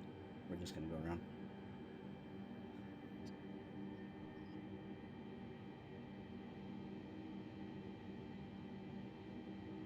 What was our track? Retracted F5.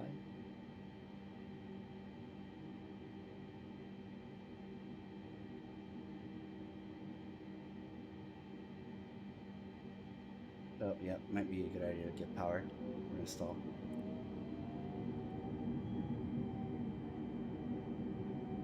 This is the most embarrassing flying I've ever done in my life. I want to blame it on the frame rate, but it's not even that. It's 100% me.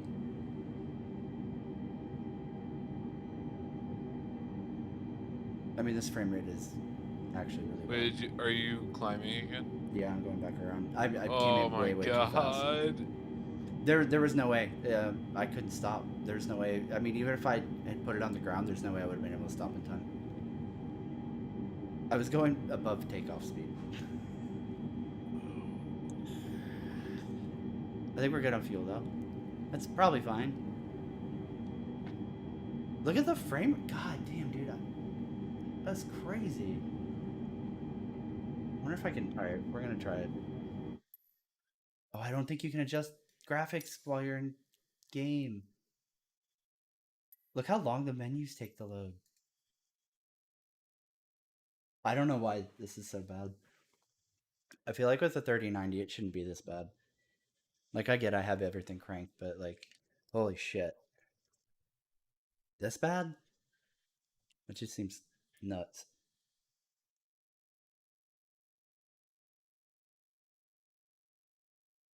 Fuck. Graphics, display mode, full screen. Let's turn it down to high end. See if that helps.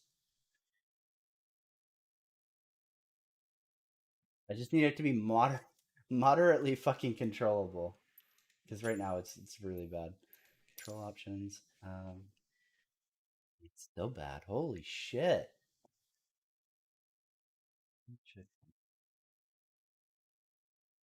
PC. No, I still have 300 gigs of space, so it's not that. Yeah, this is crazy. Like it's taking so long to load just a fucking menu. So like I'm not trying to like cover for myself. I am not a good 747 pilot, and I don't know all the controls of this aircraft in the first place. So it's definitely partly me. But I could wing a landing, right? Even with just basic controls, right? Like once T-Love gave me flap controls, I could pull out a landing. But like this is nuts. The frame rate is so bad right now that like I don't know what I can do with this. It's really frustrating. Da, da, da, da. This is I can't even change these right now. I need to get the frame rate under control. I'm just shocked that it's this bad. I've never had MS Flight Sim this bad in the time I played it before. I mean, I'm not like I'm not trying to cover for myself. I'm definitely not flying great with this, but like man, this frame rate is really bad. I would take some Star Citizen frames right now. This is really bad. All right, we're gonna go down to like low end. Fuck it. If it fixes this even momentarily, so I can at least get this on the ground, I will be happy. It's just nuts that I'm having this much of a issue frame wise. Why? I'm not gonna make it till when you land. We're just gonna fuck it. Whatever controls I have, I'm not gonna bother trying to bind it on the stick.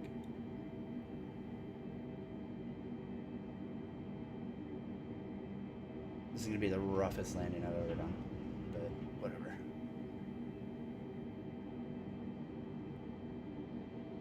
So now give me instruments, please.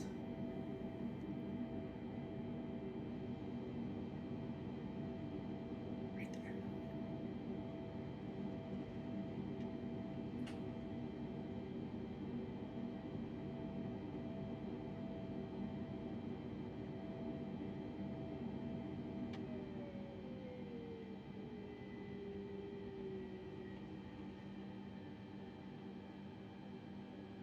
Please don't climb back up.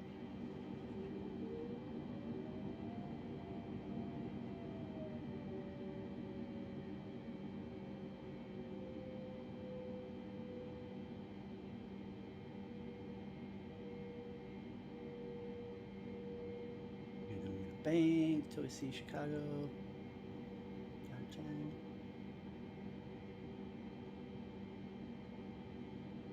This is crazy, dude. I'm on low and it's still this bad. Is it just that place? I don't know. Well, I mean, so far, I guess. I mean, so far, yeah. Like I haven't Yeah. had the frame rate be this bad anywhere else so far. Yeah. Obviously, you can't know if Yeah.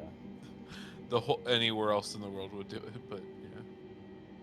Yeah, there's just crazy bad frame rate right now. Oh, no rudder, please, no rudder. Bad failure.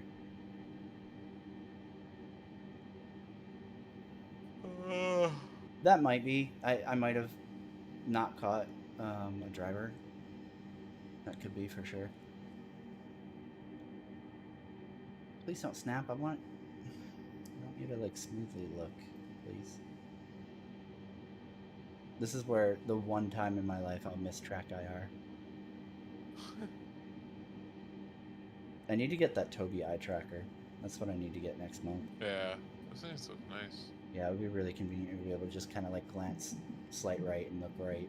That would be huge. Plus, like it's valuable in like any kind of flying game, even Sims probably. Yeah, the daylight would probably definitely help because then I'm sure all of these fucking lights on the ground would shut off. Like the city lighting. I'm guessing that's probably what is causing so much of a problem because like it's just lights for days, right? And I don't know if me turning that down is actually turning down like light and shadow settings or not, or if they take effect after restart. You know what I mean? So like it could definitely be just how bad Chicago is lit up. I need to, while we're doing this. Oh my god, oh my god, oh my god, why? Stop. Stop. Stop, motherfucker. Speed brake. Engage. Please. Ah! Oh no! No, please, Cameron, no. Don't you fuck me. I've made it so far. It's the end. Okay, you can do this. Thank you. You're a fucking doll.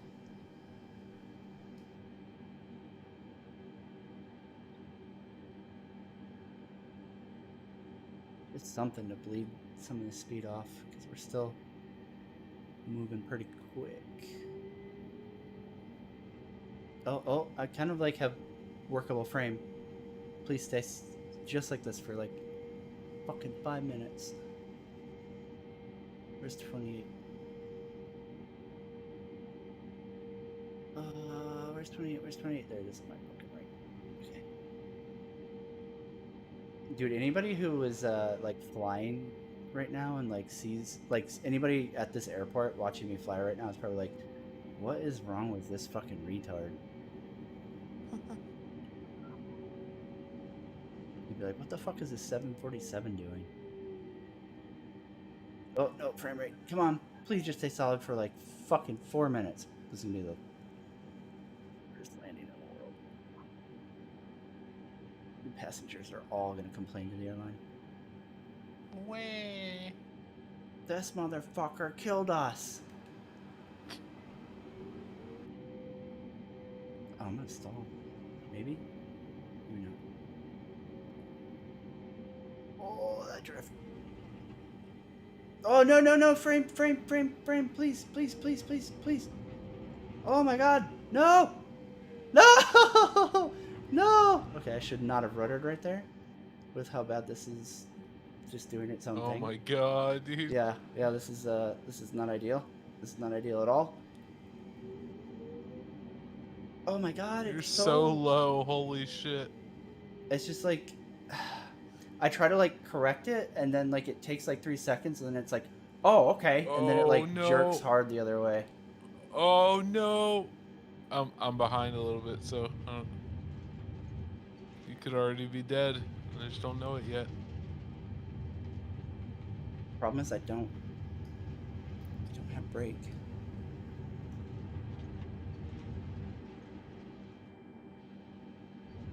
Oh my god, please, camera, work with me. I can't stop. So, like, I don't even know if I can. And this camera is just not helping at all. Please pull. Nope. Alright, guys, we're just gonna ride this bitch right off the runway. Fuck it. 121.675 for Wolfhound 227. Fucking getting it. Getting it, boys. I mean, at least you landed it, even if you don't stop it, right? Makes me so You never fucking mad, dude. So mad. Like that it wouldn't fucking stop. Fuck. Yeah, did I land? Yeah, that's did I damage frustrating. my landing gear? Did I? Alright, we're going settings diving. I have a suspicion I know what just happened. At least if it does the same thing it does in DCS. I want some vindication right now. It's really hurting me. Wait, what are you gonna look for? A certain setting in the controls. I think I might know why I couldn't stop. That was definitely not my ideal nice landing, Jellyfish, but I appreciate you trying to help my very bruised ego right now. Oh my god, the frame rate. Fuck. It won't even go to my menu. I mean, hopefully we all made it.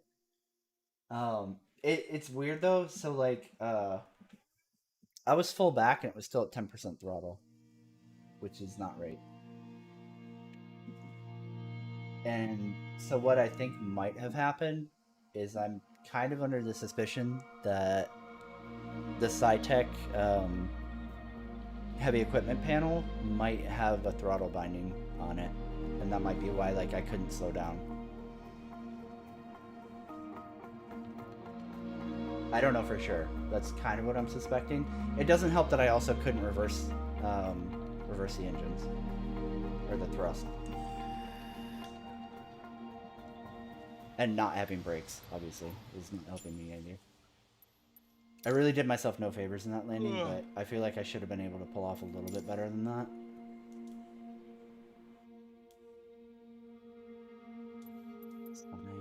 Nothing? Really? Really? So that wasn't it. Alright, where's throttle?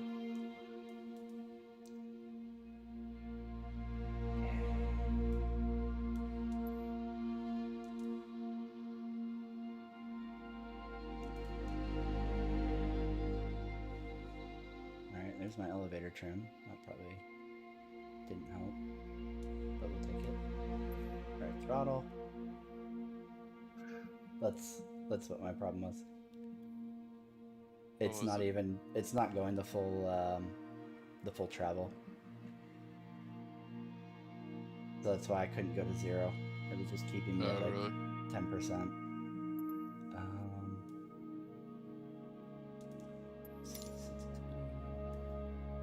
Where you at?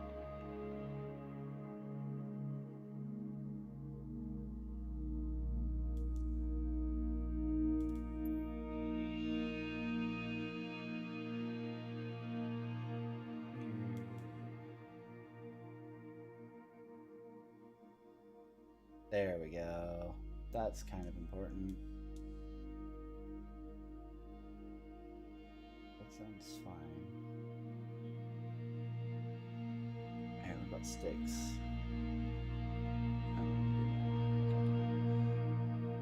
So this is fine.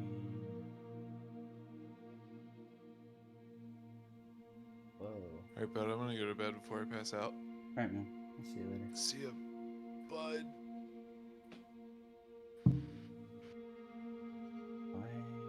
Where are you? Oh, it's down here. Yep, okay. That's fine. That's fine. That's fine.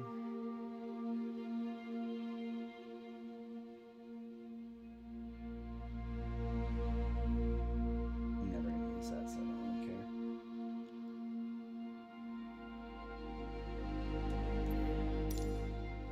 Okay, so throttle is still not doing it. Did I not save it or what?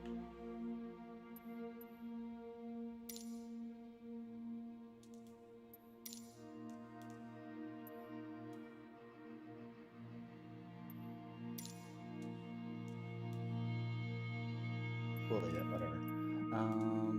Increase flaps, decrease flaps. Which one is 31?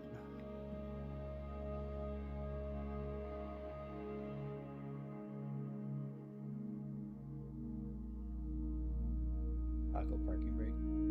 Yeah, that's what I would use for that.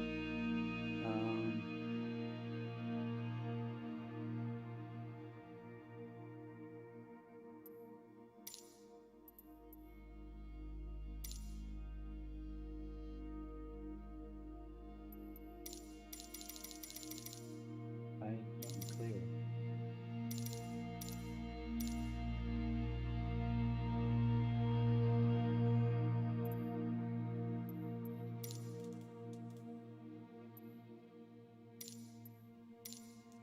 What the fuck? You have to select like a fucking special profile? Or what? Oh my god.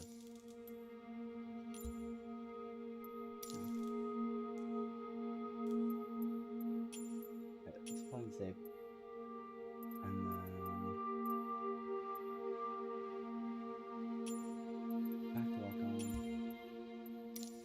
See if I can figure out why the fuck it's like frame rate is going so bad. Unless it was a memory leak, which I don't know if I can catch though at this point.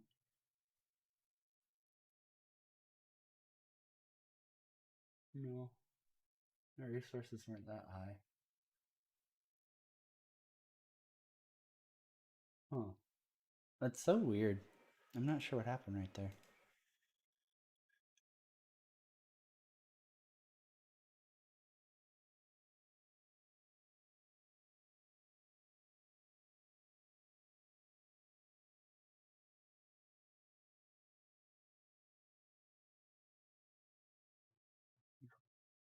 Please.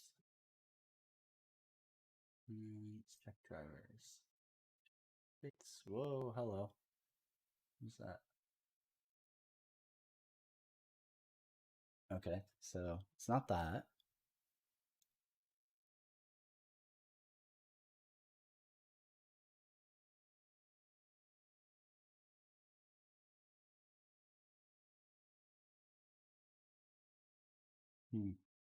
Alright, well, flight sim acting weird as fuck, evidently. It's fun. Just cuz, I guess. Why not? Alright guys. I think I'm gonna call it here. I don't think I could make the full trip.